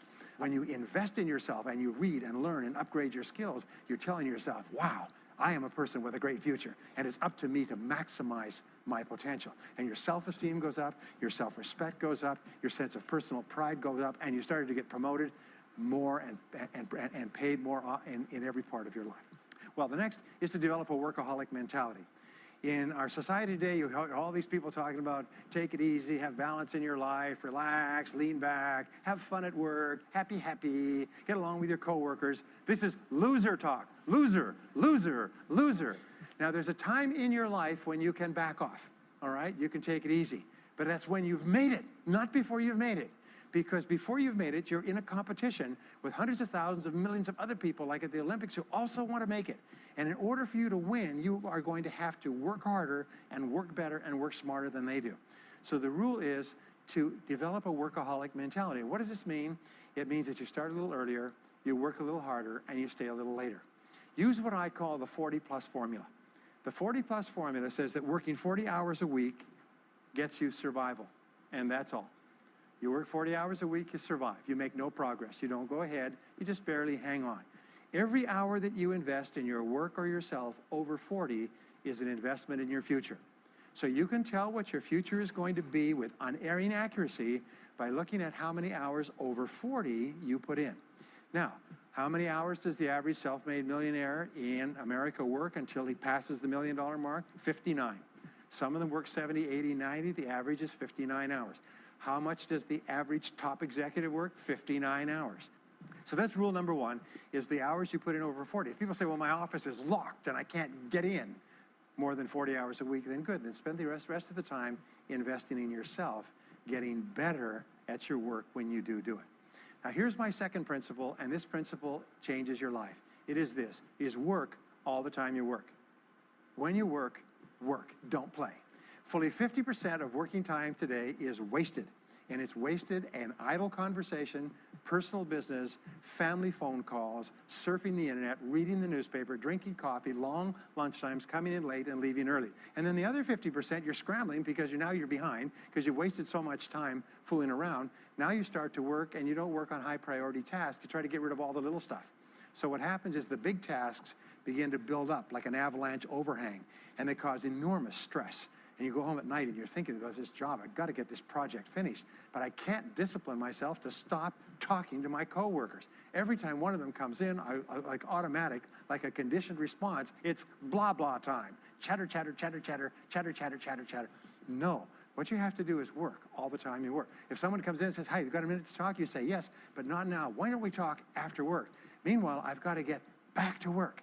I'll tell you what, why don't you go down the hall and ruin his career? But don't stand here and ruin mine. It's really important. There's a great story of a little girl goes to her mother and says, Mommy, why is it Daddy always brings his briefcase home and he works in the evenings and he works on the weekends and he doesn't spend any time with the family? And she says, well, honey, you have to understand, Daddy can't get all his work done at work, so he has to bring it home. She said, why don't they put him in a slower class? Next key is to get around the right people. This is a key for becoming a self-made millionaire, is get around the right people. Dr. David McClellan at Harvard did studies for 25 years looking into why it is that some people succeeded greatly in life. What he found was as much as 99% of your success in life is going to be determined by what he called your reference group. Your reference group are the people with whom you habitually associate. They're the people that you associate with at work, the people you associate with home, your church, your political party, your social circle. What he found in working with people is that changing a person's reference group totally transformed the way they think. Why? It's because we are like chameleons, and we absorb through the skin the attitudes, the opinions, the behaviors, the style of dress, the style of speech of the people with whom we associate most of the time. If you start to associate with winners most of the time, you find that they have a totally different worldview. They're positive, they're upbeat, they're focused, they're learning, they're growing, they're positive at what they're doing, and you start to become like that. We know that our relationships determine 85% of our happiness or unhappiness in life. In other words, if you have bad relationships, personal relationships, they will drag you down worse than a sea anchor. If you work for a bad boss, it'll destroy all your joy in work. If you have one negative coworker, they found that one negative person in an office can cast a blackness over the whole office because of his or her negativity. And so the most important thing you do is you choose your relationships with care and only associate with people that you like and respect and enjoy being around. Next is be prepared to climb from peak to peak. One of the keys to becoming a self-made millionaire is to realize that life is never one continuous train. It's always up and down. So it goes up. Like if you climb a mountain peak, you have to go down into the valley before you climb the next peak. So all of life is cycles and trends. All of life is cycles and trends. And there's up cycles and there's down cycles, and there's up trends and there's down trends. The question is, what is the general direction of your trends? We say this, is that life is 2 steps forward and 1 step back. Successful people focus on the 2 steps forward, and then they protect themselves on the downside. They build up cash reserves. They put in stop-loss orders on their stock market. They very carefully watch what they're doing, so they try to maintain that 2 steps up, and then they make sure that the 1 step back is not so far. And then they want to make sure that this curve is generally upward, so that each time there's a step back, they're still further ahead than they were before. The next one, which is to develop resilience and bounce back. Developing resilience and bouncing back is one of the key qualities of self-made millionaires, because as I said right at the beginning, most things won't work. This is a very interesting point, is that you're going to be knocked down over and over again. And what we know, as my friend Charlie Jones says, is you have to bounce, don't break. And when things go wrong, bounce. And so what I learned many years ago was this interesting technique of what is called mental rehearsal. And mental rehearsal says that you mentally prepare for the inevitable downturns before they occur. So you say, all right, in the course of life, things are going to go wrong, but when they do, I'm not going to become upset. I'm not going to get mad or angry or anything else. I am just going to take it and learn from it and pick myself up and keep going. Sometimes I ask this question, does anybody here have any problems? Everybody says yes, everybody's got problems. Well, here's the rule, is all of life is a continuous series of problems. They never end. The problems just keep on coming, like the waves of the ocean. The only break in this unbroken series of problems will be the occasional crisis. So life will be problem, problem, problem, problem, problem, problem, crisis. Problem, problem, problem, problem, problem, crisis. It's like the waves of the ocean. 6 problems and a crisis. 6 problems and a crisis. Which means that everybody here is either in a crisis right now, has just gotten out of a crisis, or is just about to have a crisis.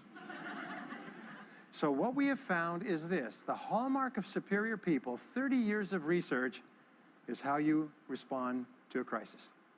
How you deal with problems and how you respond to a crisis.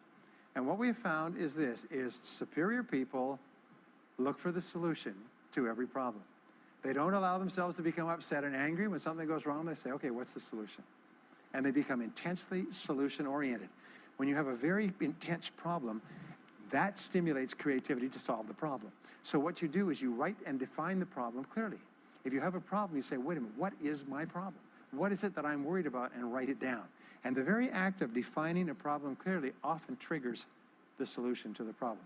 One last technique that I want to give you with regard to your major definite purpose. And if you only do these two things as a result of our time together, they will transform your life. You've already identified the one goal that can have the greatest positive impact on your life. Now what you do is you take that goal and you write it at the top of a page in the form of a question. And you say, let us say your goal is to double your income. That could have a major impact on your life. You say, what are all the things that I could do to double my income in the next 12 months? Write it as a clear question. Even better, if you're earning $50,000 a year today, write, what could I do to earn $100,000 over the next 12 months? The more specific the question, the better.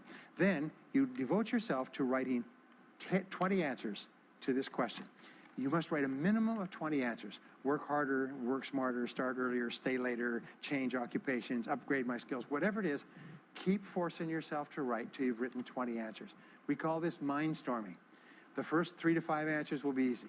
The next 3 to 5 answers will be difficult. The last 10 answers will be incredibly difficult. But I have given this exercise to people who've gone on to become millionaires so many times I've lost track, because they often find that the 20th answer changes their whole life.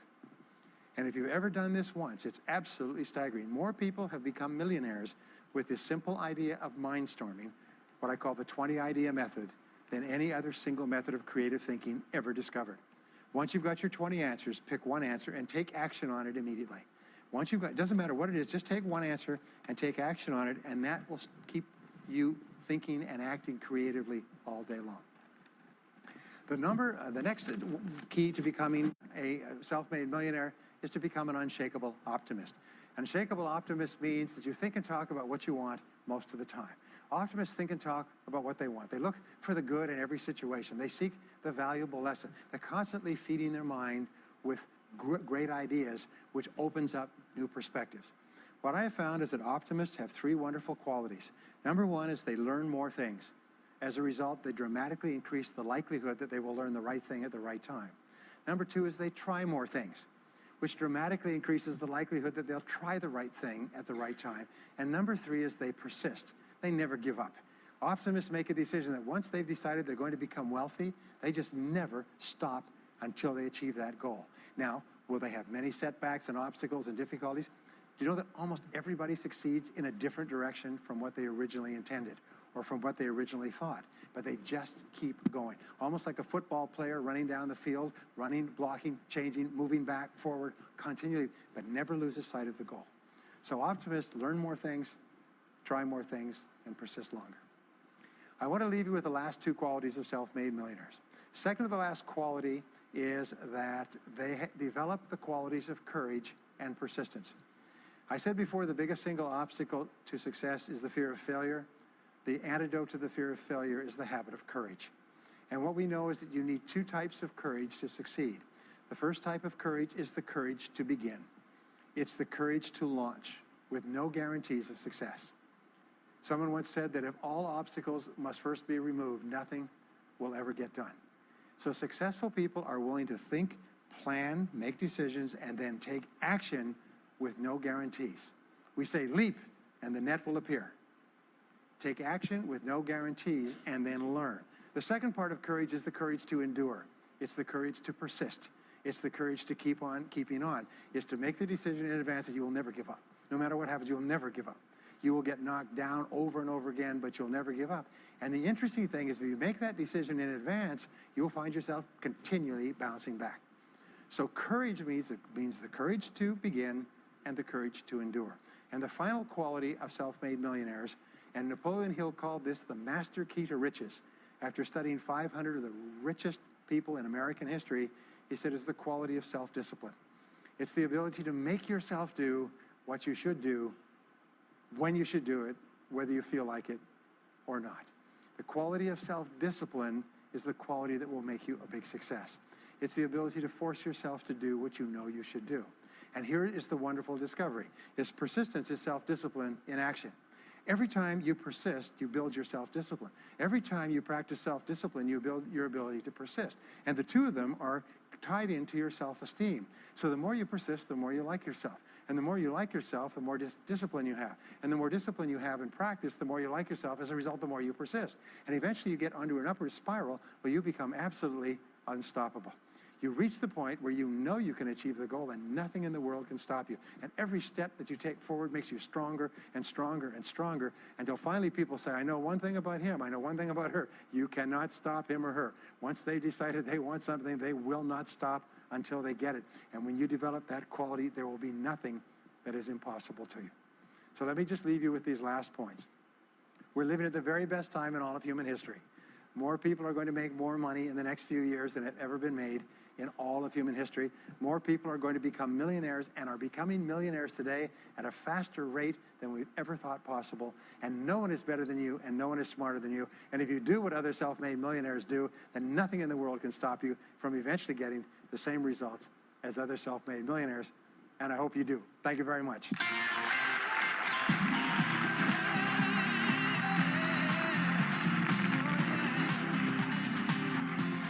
We hope you've enjoyed this special presentation of Brian Tracy's Secrets of Self-Made Millionaires.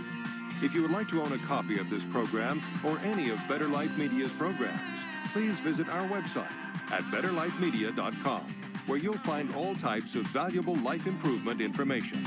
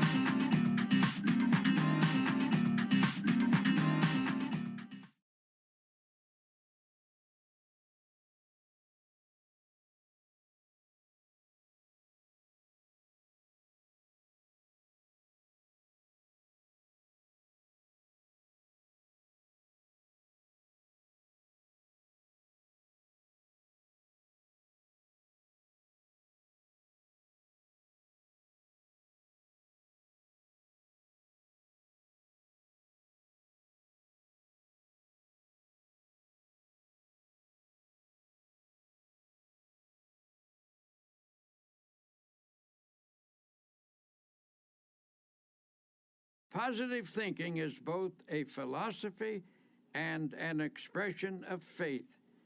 It teaches the cultivation of peace of mind, not as an escape from problems, but as a practical approach to creating a life that is personally and socially worthwhile. The way of life to which this book is a witness is very wonderful. Although the road can be a difficult one, it is also full of hope and victory and even joy. It is my sincere hope that you will take these principles to heart and discover for yourself how the power of positive thinking can truly change your life.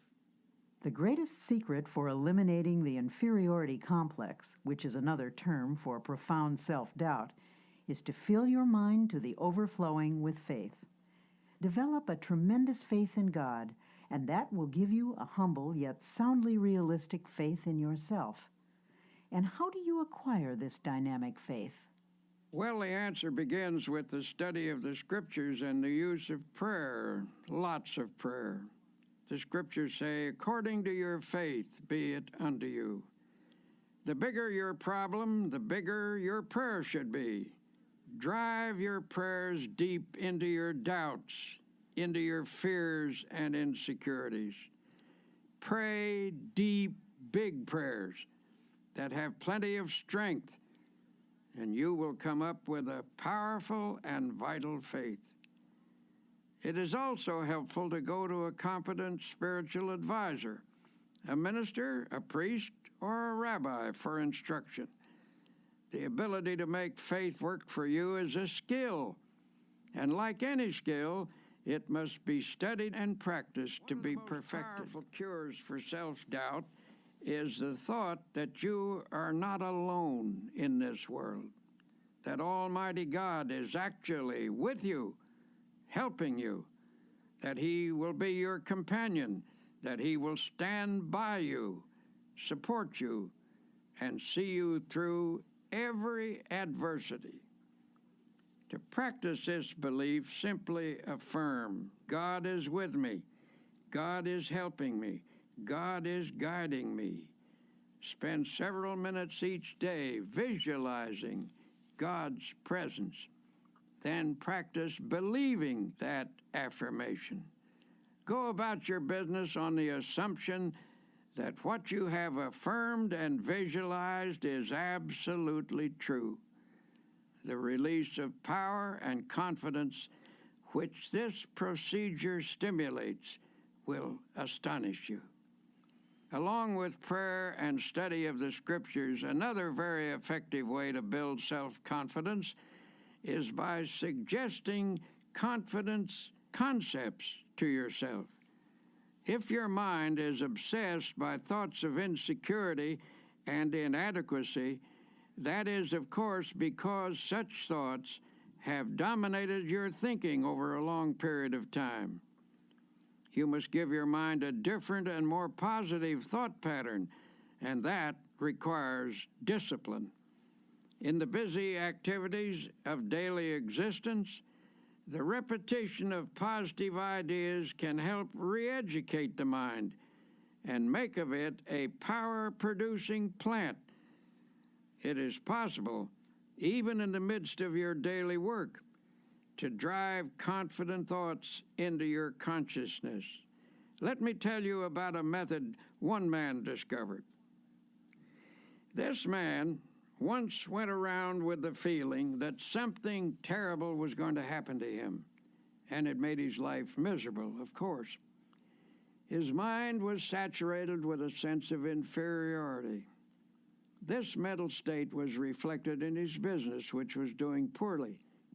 But then he hit upon a plan which knocked all those thoughts out of his mind, a plan which allowed him to live with a sense of confidence in himself and in life. I'm a traveling salesman, he explained, and I drive around all day calling on my customers. I've discovered that while a person drives, he or she thinks all kinds of thoughts. If the pattern of thought is negative, one will think many negative thoughts during the day, and that's the way I used to be, he said. I used to drive around all day between calls with my mind full of fear and defeat. And that is one of the reasons my work was going so poorly. Then he showed me his plan.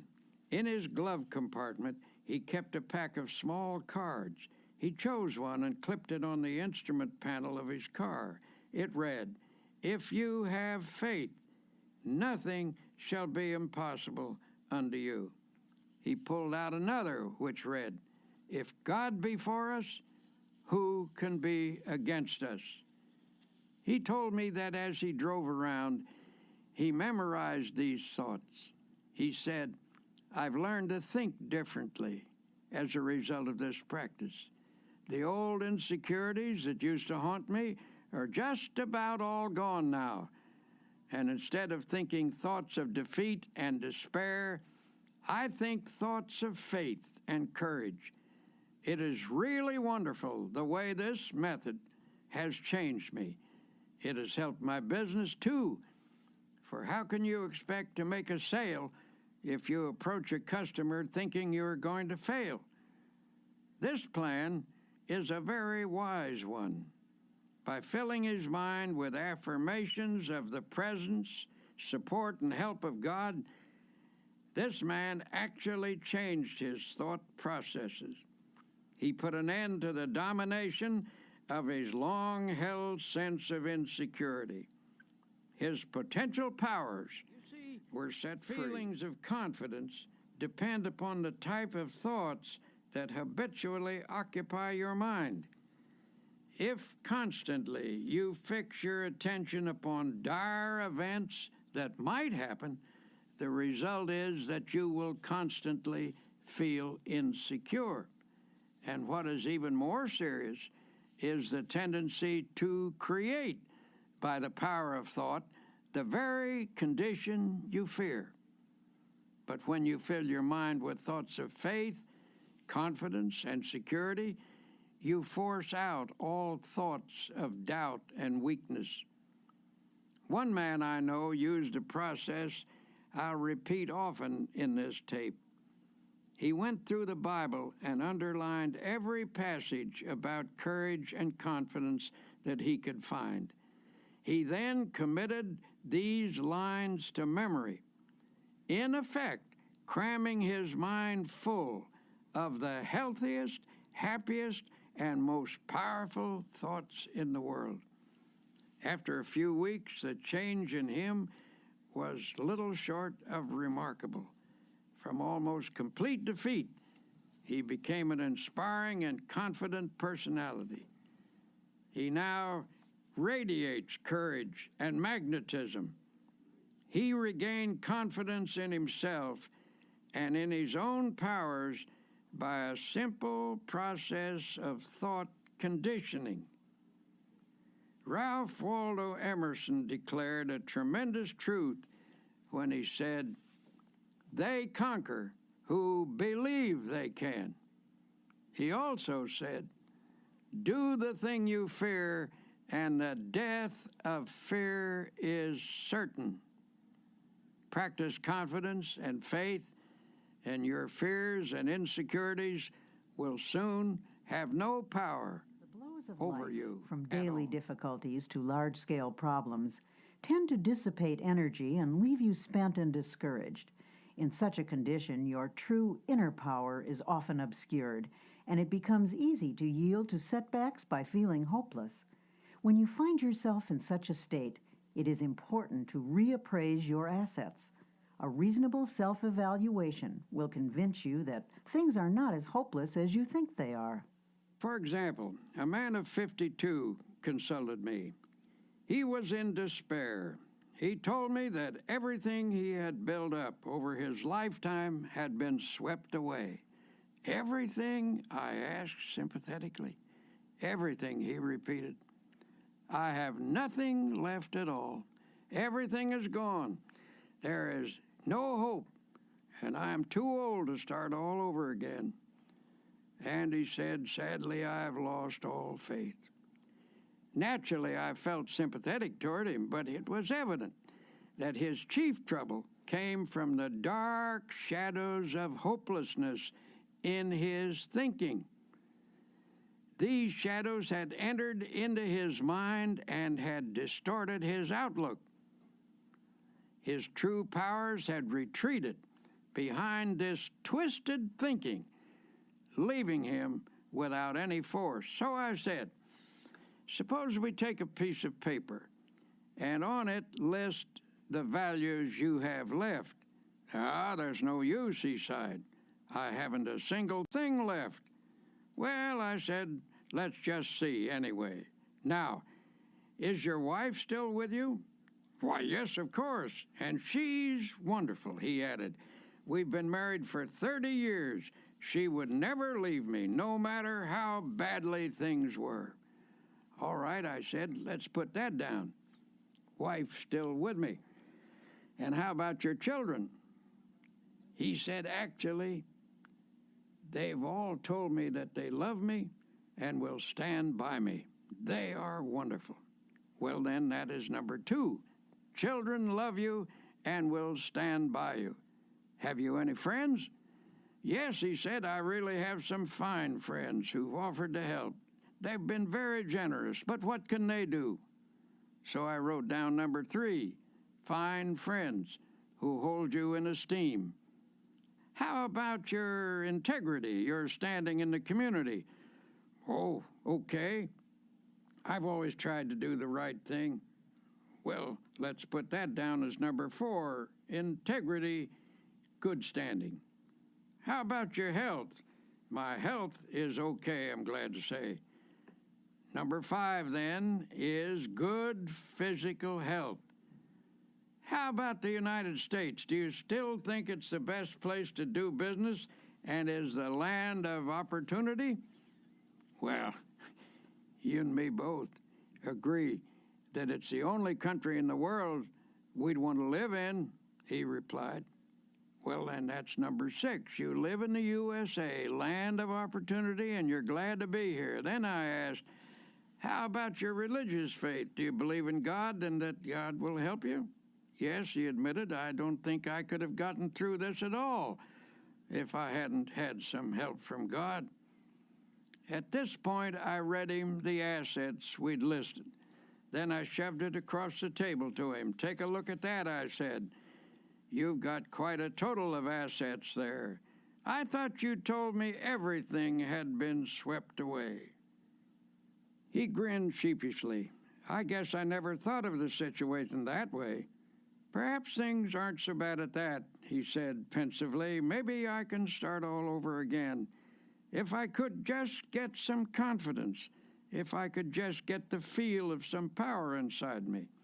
Well, in time, he did get that feeling, and he did start all over again. But he did so only when he changed his viewpoint, his mental attitude. It was faith that swept away his doubts and gave him more than enough power to overcome all of his difficulties. And I must admit, he had plenty illustrates a at profound the time. truth, that attitudes are more important than facts. Anything facing us, however difficult, is not as important as our attitude towards it. The secret to rising above most difficulties is simply to gain a more balanced view, with a slant that is weighted a bit on the positive side. So if you feel you are defeated and have lost confidence in your ability to win, tell you what you do. Take a piece of paper and make a list, not of the factors that are against you, but of those that are for you. If anyone thinks constantly of opposing forces, those forces will get built up until they assume a formidable strength, which they actually don't possess. But if you mentally visualize and affirm and reaffirm your assets, you will rise out of even the most awesome difficulty. Your inner powers will reassert themselves, and with the help of God, lift you from defeat to victory. To help you start building up your self-confidence, here are 7 suggestions. 1. Create a mental picture of yourself as a success. Hold on to this picture tenaciously. Never permit it to fade. Since your mind tries to complete what it pictures, always picture success, no matter how badly things seem to be going at the moment. Whenever a negative thought about your personal power comes to mind, deliberately voice a positive thought to cancel it out. 2. Don't build up obstacles in your imagination. Minimize them instead. Problems should be seen for what they are and never inflated by fearful thoughts. 3. Don't be awestruck by other people or try to copy them. Remember that most people, despite a confident appearance, are often as scared and as doubtful of themselves as you are. 4.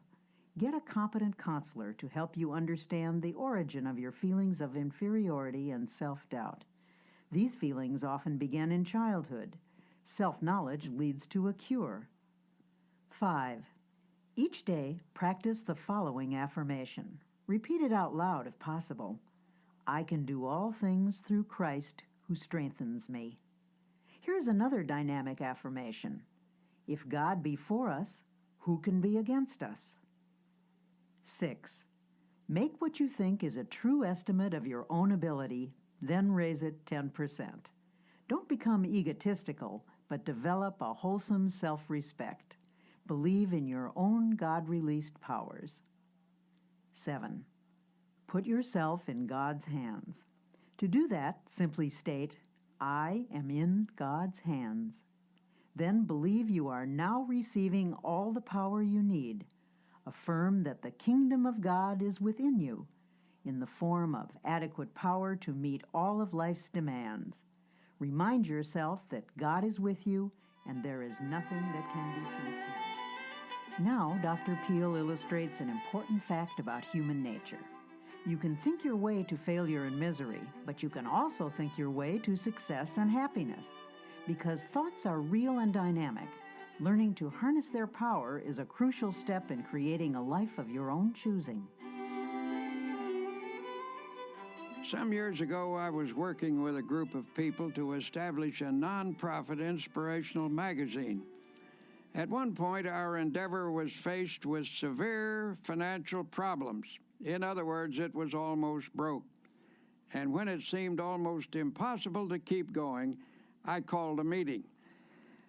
I invited a woman who had once contributed a nice sum to this magazine, hoping that lightning might strike twice in the same place. But this time, she said she would give us something of greater value than money. This rather surprised us, for under the circumstances, we couldn't think of anything more valuable than money.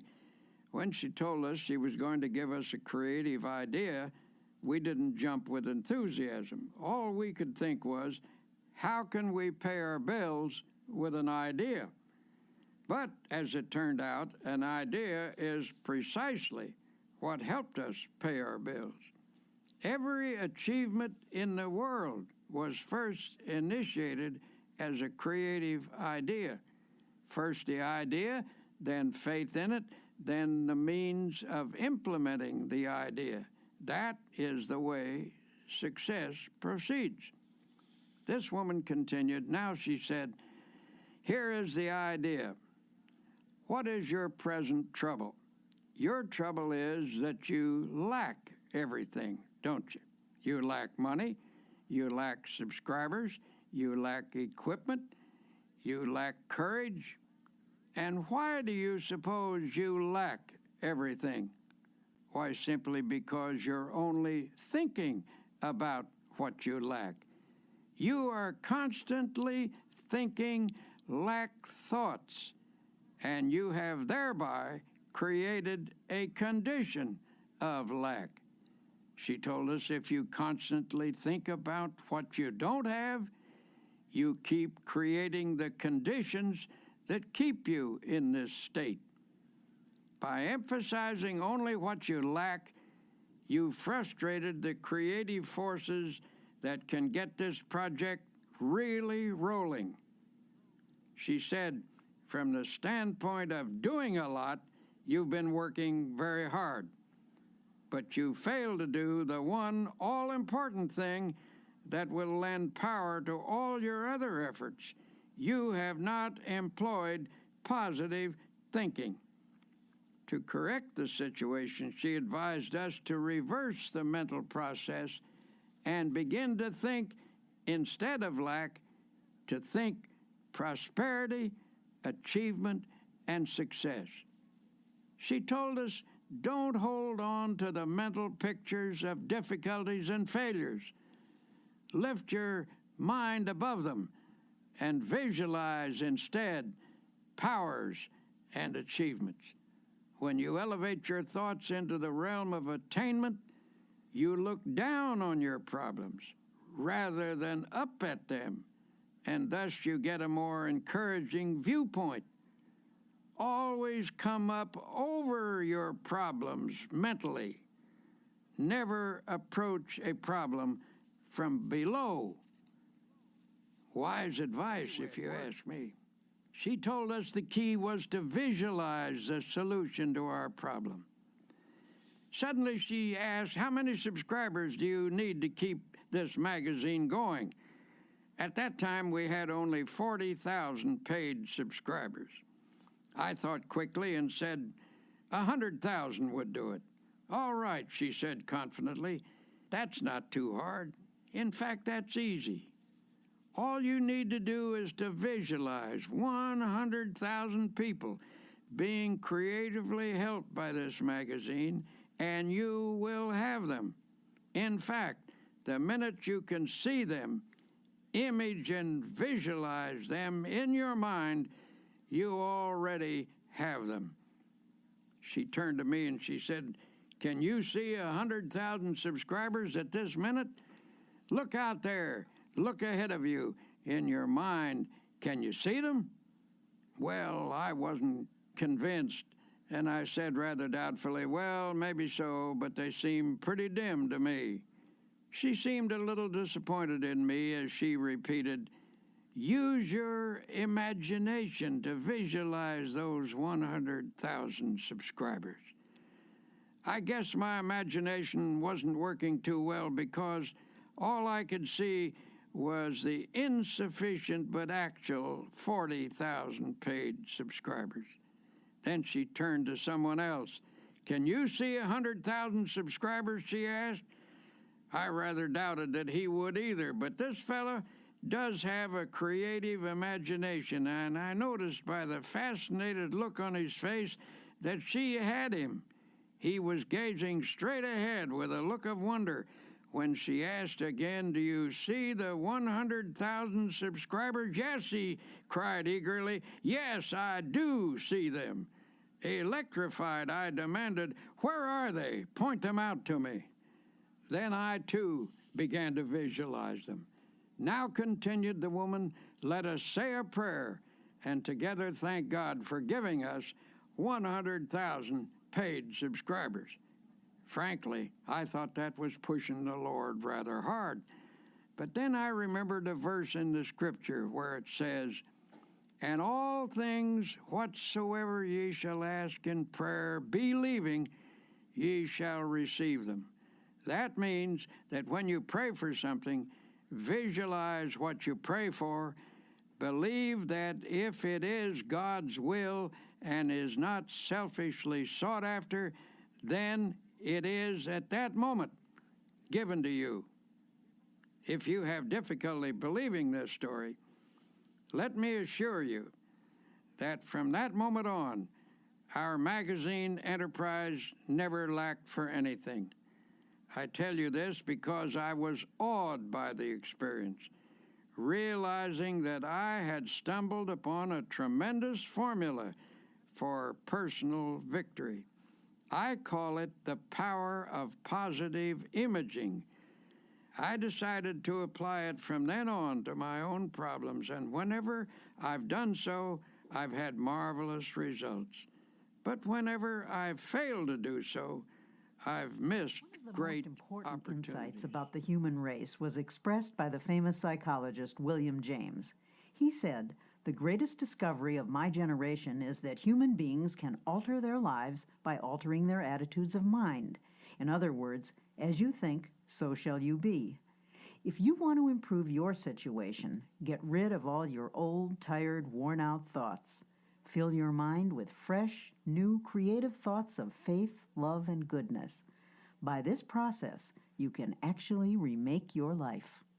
One business executive I know is the type of person who is never defeated. No problem, no setback, no obstacle ever gets him down. He simply attacks each difficulty with an optimistic attitude and a ready confidence that it will work out all right. And in some strange way, it always does.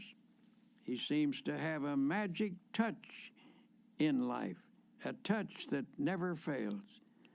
One day he told me his secret.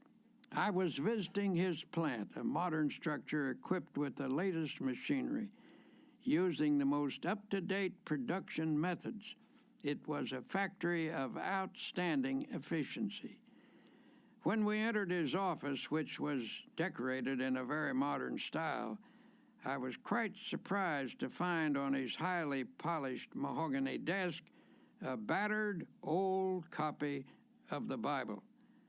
"That book," he replied, pointing to the Bible, "is actually the most up-to-date thing in this plant. Equipment wears out and furnishing styles change. But that book is so far ahead of us that it never gets out of date." When I went to college, my good Christian mother gave me that Bible, saying if I would read and practice its teachings, I would learn how to get through life successfully, just to humor her.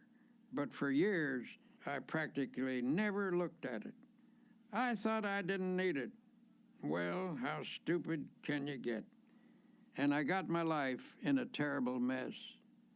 He continued his story saying everything went wrong, primarily because I was wrong. I was thinking wrong and acting wrong. I succeeded at practically nothing, failed at almost everything. Now I realize that my principal trouble was wrong thinking. I was negative, resentful, cocky, opinionated. Nobody could tell me anything. I was filled with gripes at everybody. Little wonder I had no friends. Well, he said, one night I was going through some papers and I came across the long-forgotten Bible. It brought up old memories, and I started to read it aimlessly. It's strange how things happen, how in just a moment of time, everything can become different. As I read, a sentence leaped up at me, a sentence that changed my life. And when I say changed, I mean changed. Here is the sentence this man quoted. "The Lord is the strength of my life. In this will I be confident." I don't know why that one line affected me so, he went on, but it did. I now know that I was weak and a failure because I had no faith, no confidence. But when I read that line, something clicked in my mind. I guess I had what they call a spiritual experience. I decided to put my faith in God thereafter and sincerely try to do my best, following the principles laid down in the Bible. As I did so, I began to get hold of a new set of positive thoughts. In time, my old ways of thinking faded away, and these new thoughts took over and remade me. This incident illustrates an important fact about human nature, which is you can think your way to failure and misery, but you can also think your way to success and happiness. The world in which you live is not primarily determined by outward conditions and circumstances, but by the thoughts that habitually occupy your mind. As Emerson declared, a man is what he thinks about all day long. It has been said that thoughts are things, that they actually possess dynamic power. You can actually think yourself into or out of situations. You can make yourself ill with your thoughts, and by the same token, you can make yourself well by the use of a healing type of thought. Think positively, and you create an atmosphere that nurtures the development of positive outcomes. Potential positive ideas are working in your mind. By releasing and developing these ideas, you can solve your financial problem or your business situation or anything. The practical use of your creative, positive thought pattern can remake your life, and you along with it. There was a time when I acquiesced in the silly idea that there is no relationship between faith and prosperity, that when one talked about religion, it should never be related to achievement, that it dealt only with ethics and morals or social values. But I came to realize that such a viewpoint limits the power of God and the development of the individual.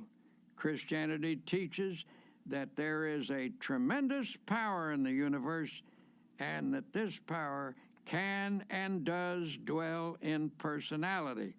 It is a power that can blast out all defeat and lift a person above every difficult situation. We have seen the demonstration of atomic energy. We know that astonishing and enormous energy exists in the universe. This same force of energy resides in the human mind. Nothing on earth is greater than the human mind in potential power. The average individual is capable of much greater achievement than he or she has ever realized. When you actually learn to release your potential power, you will discover that your mind contains ideas of such innovative and creative value that you need not lack for anything anymore. by the full and proper use of your power, stimulated by God's power, you can make just about anything of your life, anything you will pray for and work for. So, tell you what, look deeply into your mind. Amazing wonders are there. Here is a method that will help creative thoughts to flow freely from your mind. First, quiet your mind so that inspirations may rise from its depths. Believe that God is now, this minute, helping you. Form a picture in your mind of your life as it should be. Believe in it. Pray about it. Work at it. Never give up on it. Organize your life on a spiritual basis so that God's mighty principles really go to work within you. You will find that here is one of the greatest laws in the universe, and it's stated in 3 words: believe and succeed. In the final analysis, the basic reason a person fails to live a creative and successful life is because of error within himself. His thinking is wrong. When the 23rd Psalm says, "He leadeth me in the paths of righteousness," it not only means that a person is to depart from evil and do good, but that he is to change his thinking from wrong to right, from error to truth. The great secret of successful living is to reduce the amount of error in oneself and increase the amount of truth. It's just that simple. A constant stream of positive, God-guided thoughts creatively affects the circumstances of life. For inner truth always guides you toward the right path and therefore leads to the right results.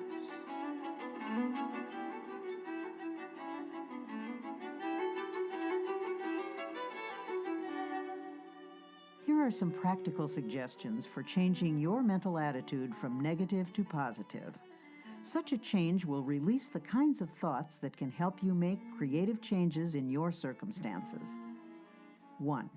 For the next 24 hours, deliberately speak hopefully about everything: your job, your health, your future. Go out of your way to put optimism in everything you say. 2. After speaking hopefully for 24 hours, continue the practice for 1 week. Then you can permit yourself to be realistic for a day or 2. You'll discover that what you meant by realistic a week ago was actually pessimistic, and what you now mean by realistic is something entirely different.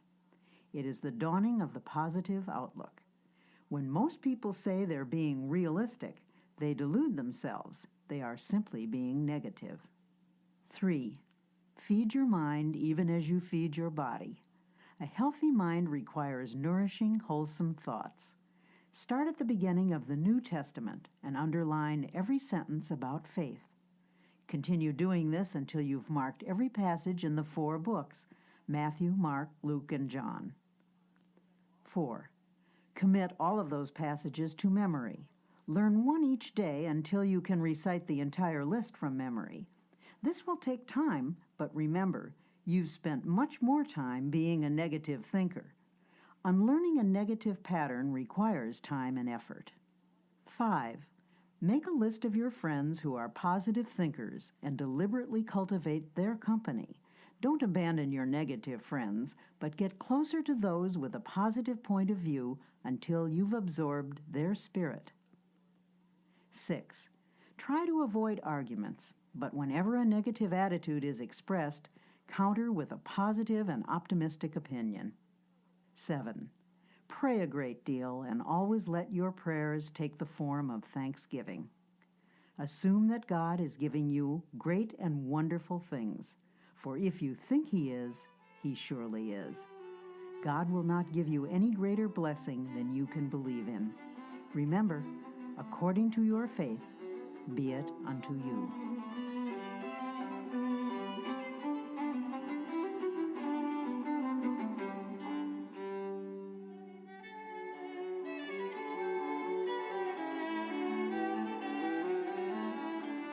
We've all had problems from time to time, and for some of us they've been so large we're tempted to think that no power on earth can save us.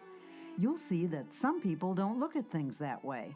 They've found there is an answer to every problem. There is a power that can help. Prayer.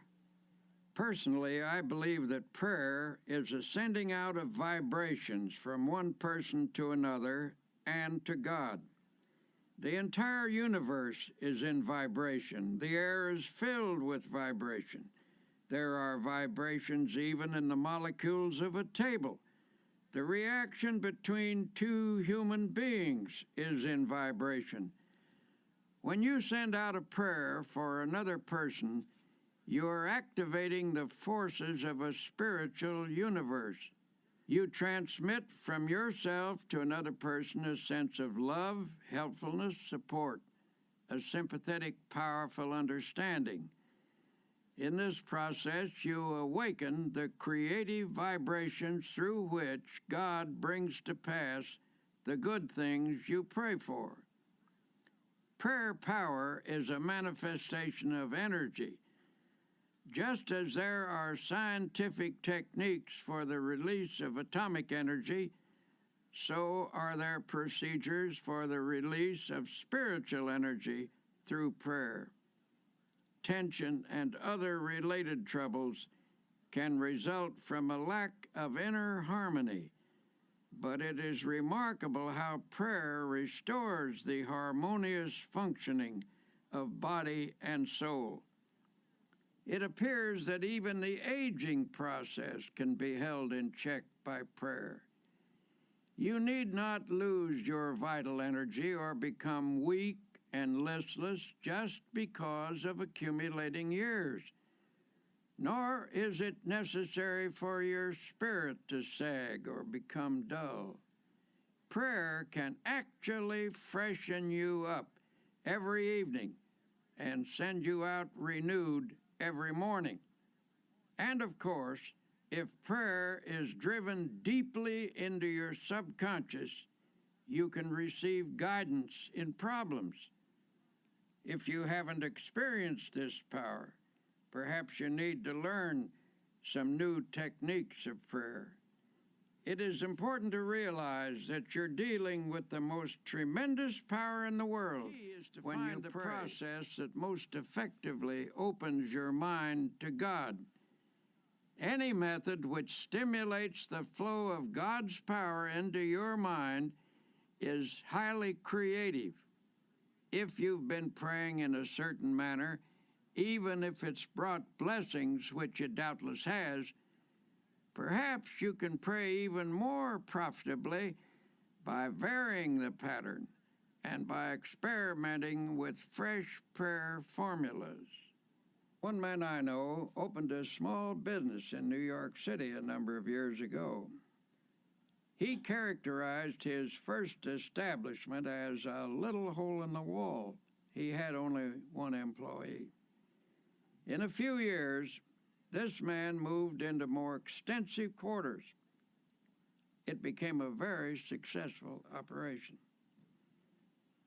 As he described it, his method of business was to fill the little hole in the wall with optimistic prayers and positive thoughts. He declared that hard work, positive thinking, fair dealing, right treatment of people, and the proper kind of praying always gets results. This man, who certainly has a creative and innovative mind, worked out his own formula for solving his problems. It's a curious formula, but I have practiced it myself, and I know that it works. 1, prayerize. 2, picturize. 3, actualize. By prayerize, he meant a daily system of creative prayer. When a problem arose, he talked it over with God very simply and directly. He didn't talk to God as to some vast and far-off shadowy being, but conceived of God as being with him there in his office, in his home, on the street, in his car, always nearby as a partner and close associate. He took seriously the biblical injunction to pray without ceasing. He interpreted this to mean that he should go about the business of each day, discussing with God in a natural manner the questions and decisions that had to be resolved. He filled his daily life full of prayer. That is to say, he lived by prayer. For example, he would say, "What will I do about this, Lord?"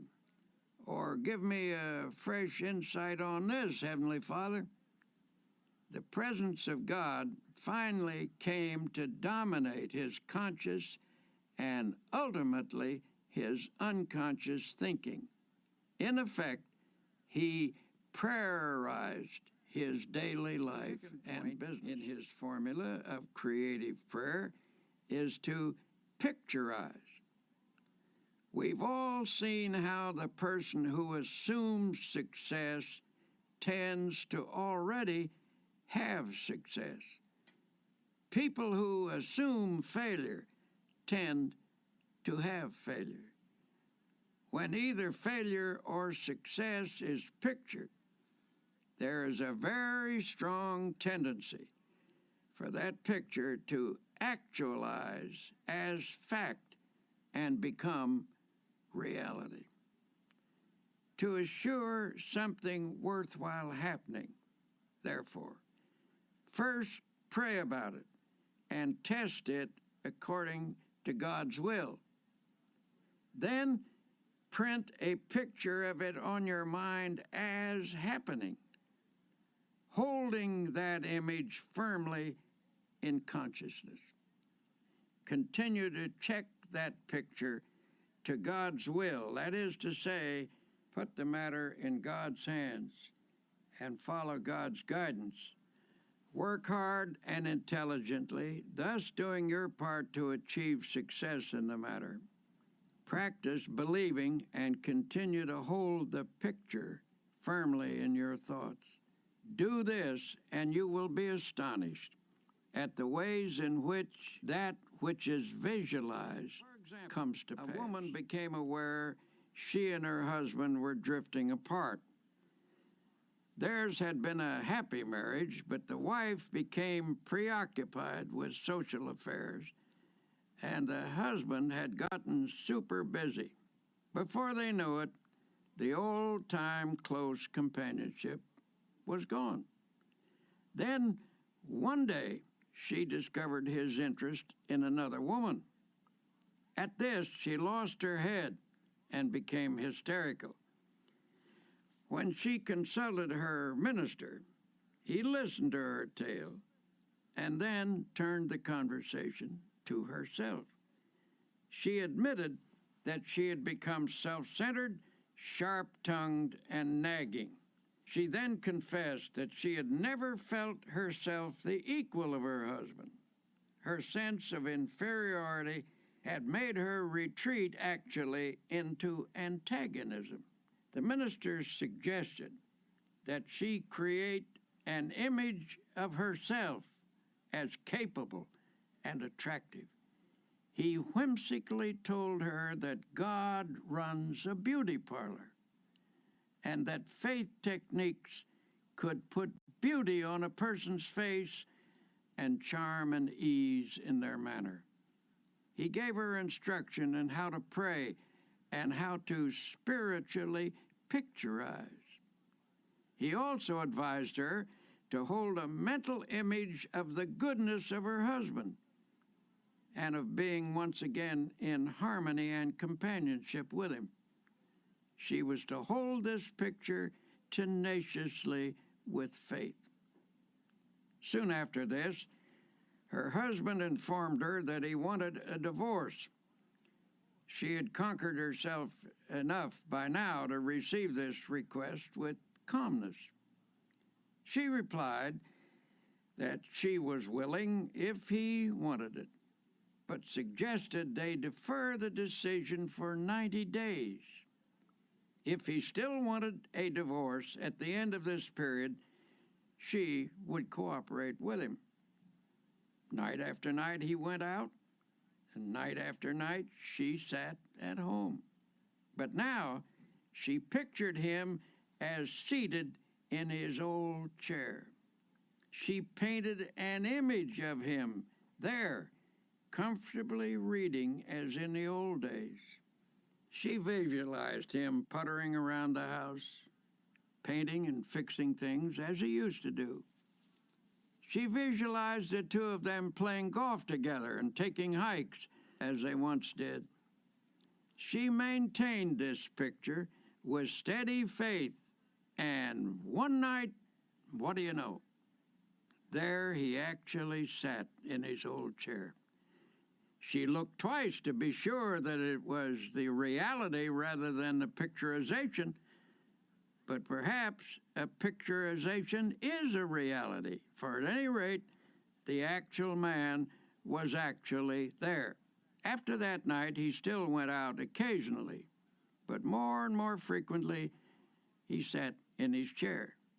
Then he began to read to her, as in the old days. Finally, one sunny Saturday afternoon, he asked, "What do you say to a game of golf?" The days went by pleasantly until she realized that the 90th day had arrived. That evening she said quietly, "Bill, this is the 90th day." "What do you mean?" he asked, puzzled. "The 90th day. Why, don't you remember? We agreed to wait 90 days to settle that divorce matter, and this is the day." He looked at her for a moment, and then, hidden behind his paper, he casually turned a page and said, "Don't be silly. I couldn't possibly get along without you. Where did you get the idea I would ever leave you?" The New Testament says the kingdom of God is within you. It is informing us that God has provided us with all the potential abilities we need. It is up to us to tap and develop those powers. A man I know is the chief of 4 executives in a successful company. At regular intervals, these men have idea sessions. The purpose of these meetings is to tap all the creative ideas lurking in the minds of any of the 4.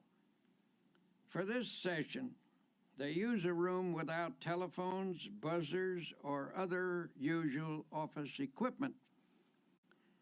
Before starting the session, the group spends 10 minutes in silent prayer and meditation.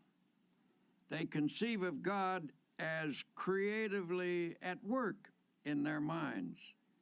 Each prays and meditates silently in his own way. Following the quiet period, all start talking, pouring out ideas that have come to their minds. Memos of the ideas are written on cards and thrown on the table. No one is permitted to criticize any idea at this point, for they believe that argument can stop the flow of creative thought.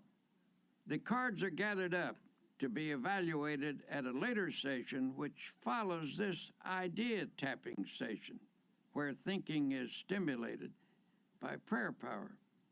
As one of the executives explained, we've come up with insights that not only show on our bottom line, but which have given us a new feeling of confidence. Beyond that, a deeper feeling of fellowship among the 4 of us has grown, and this has spread to others as well. Alert people everywhere are finding that by trying prayer power, they feel better, work better, sleep better, are better. A young woman came to me a while ago and admitted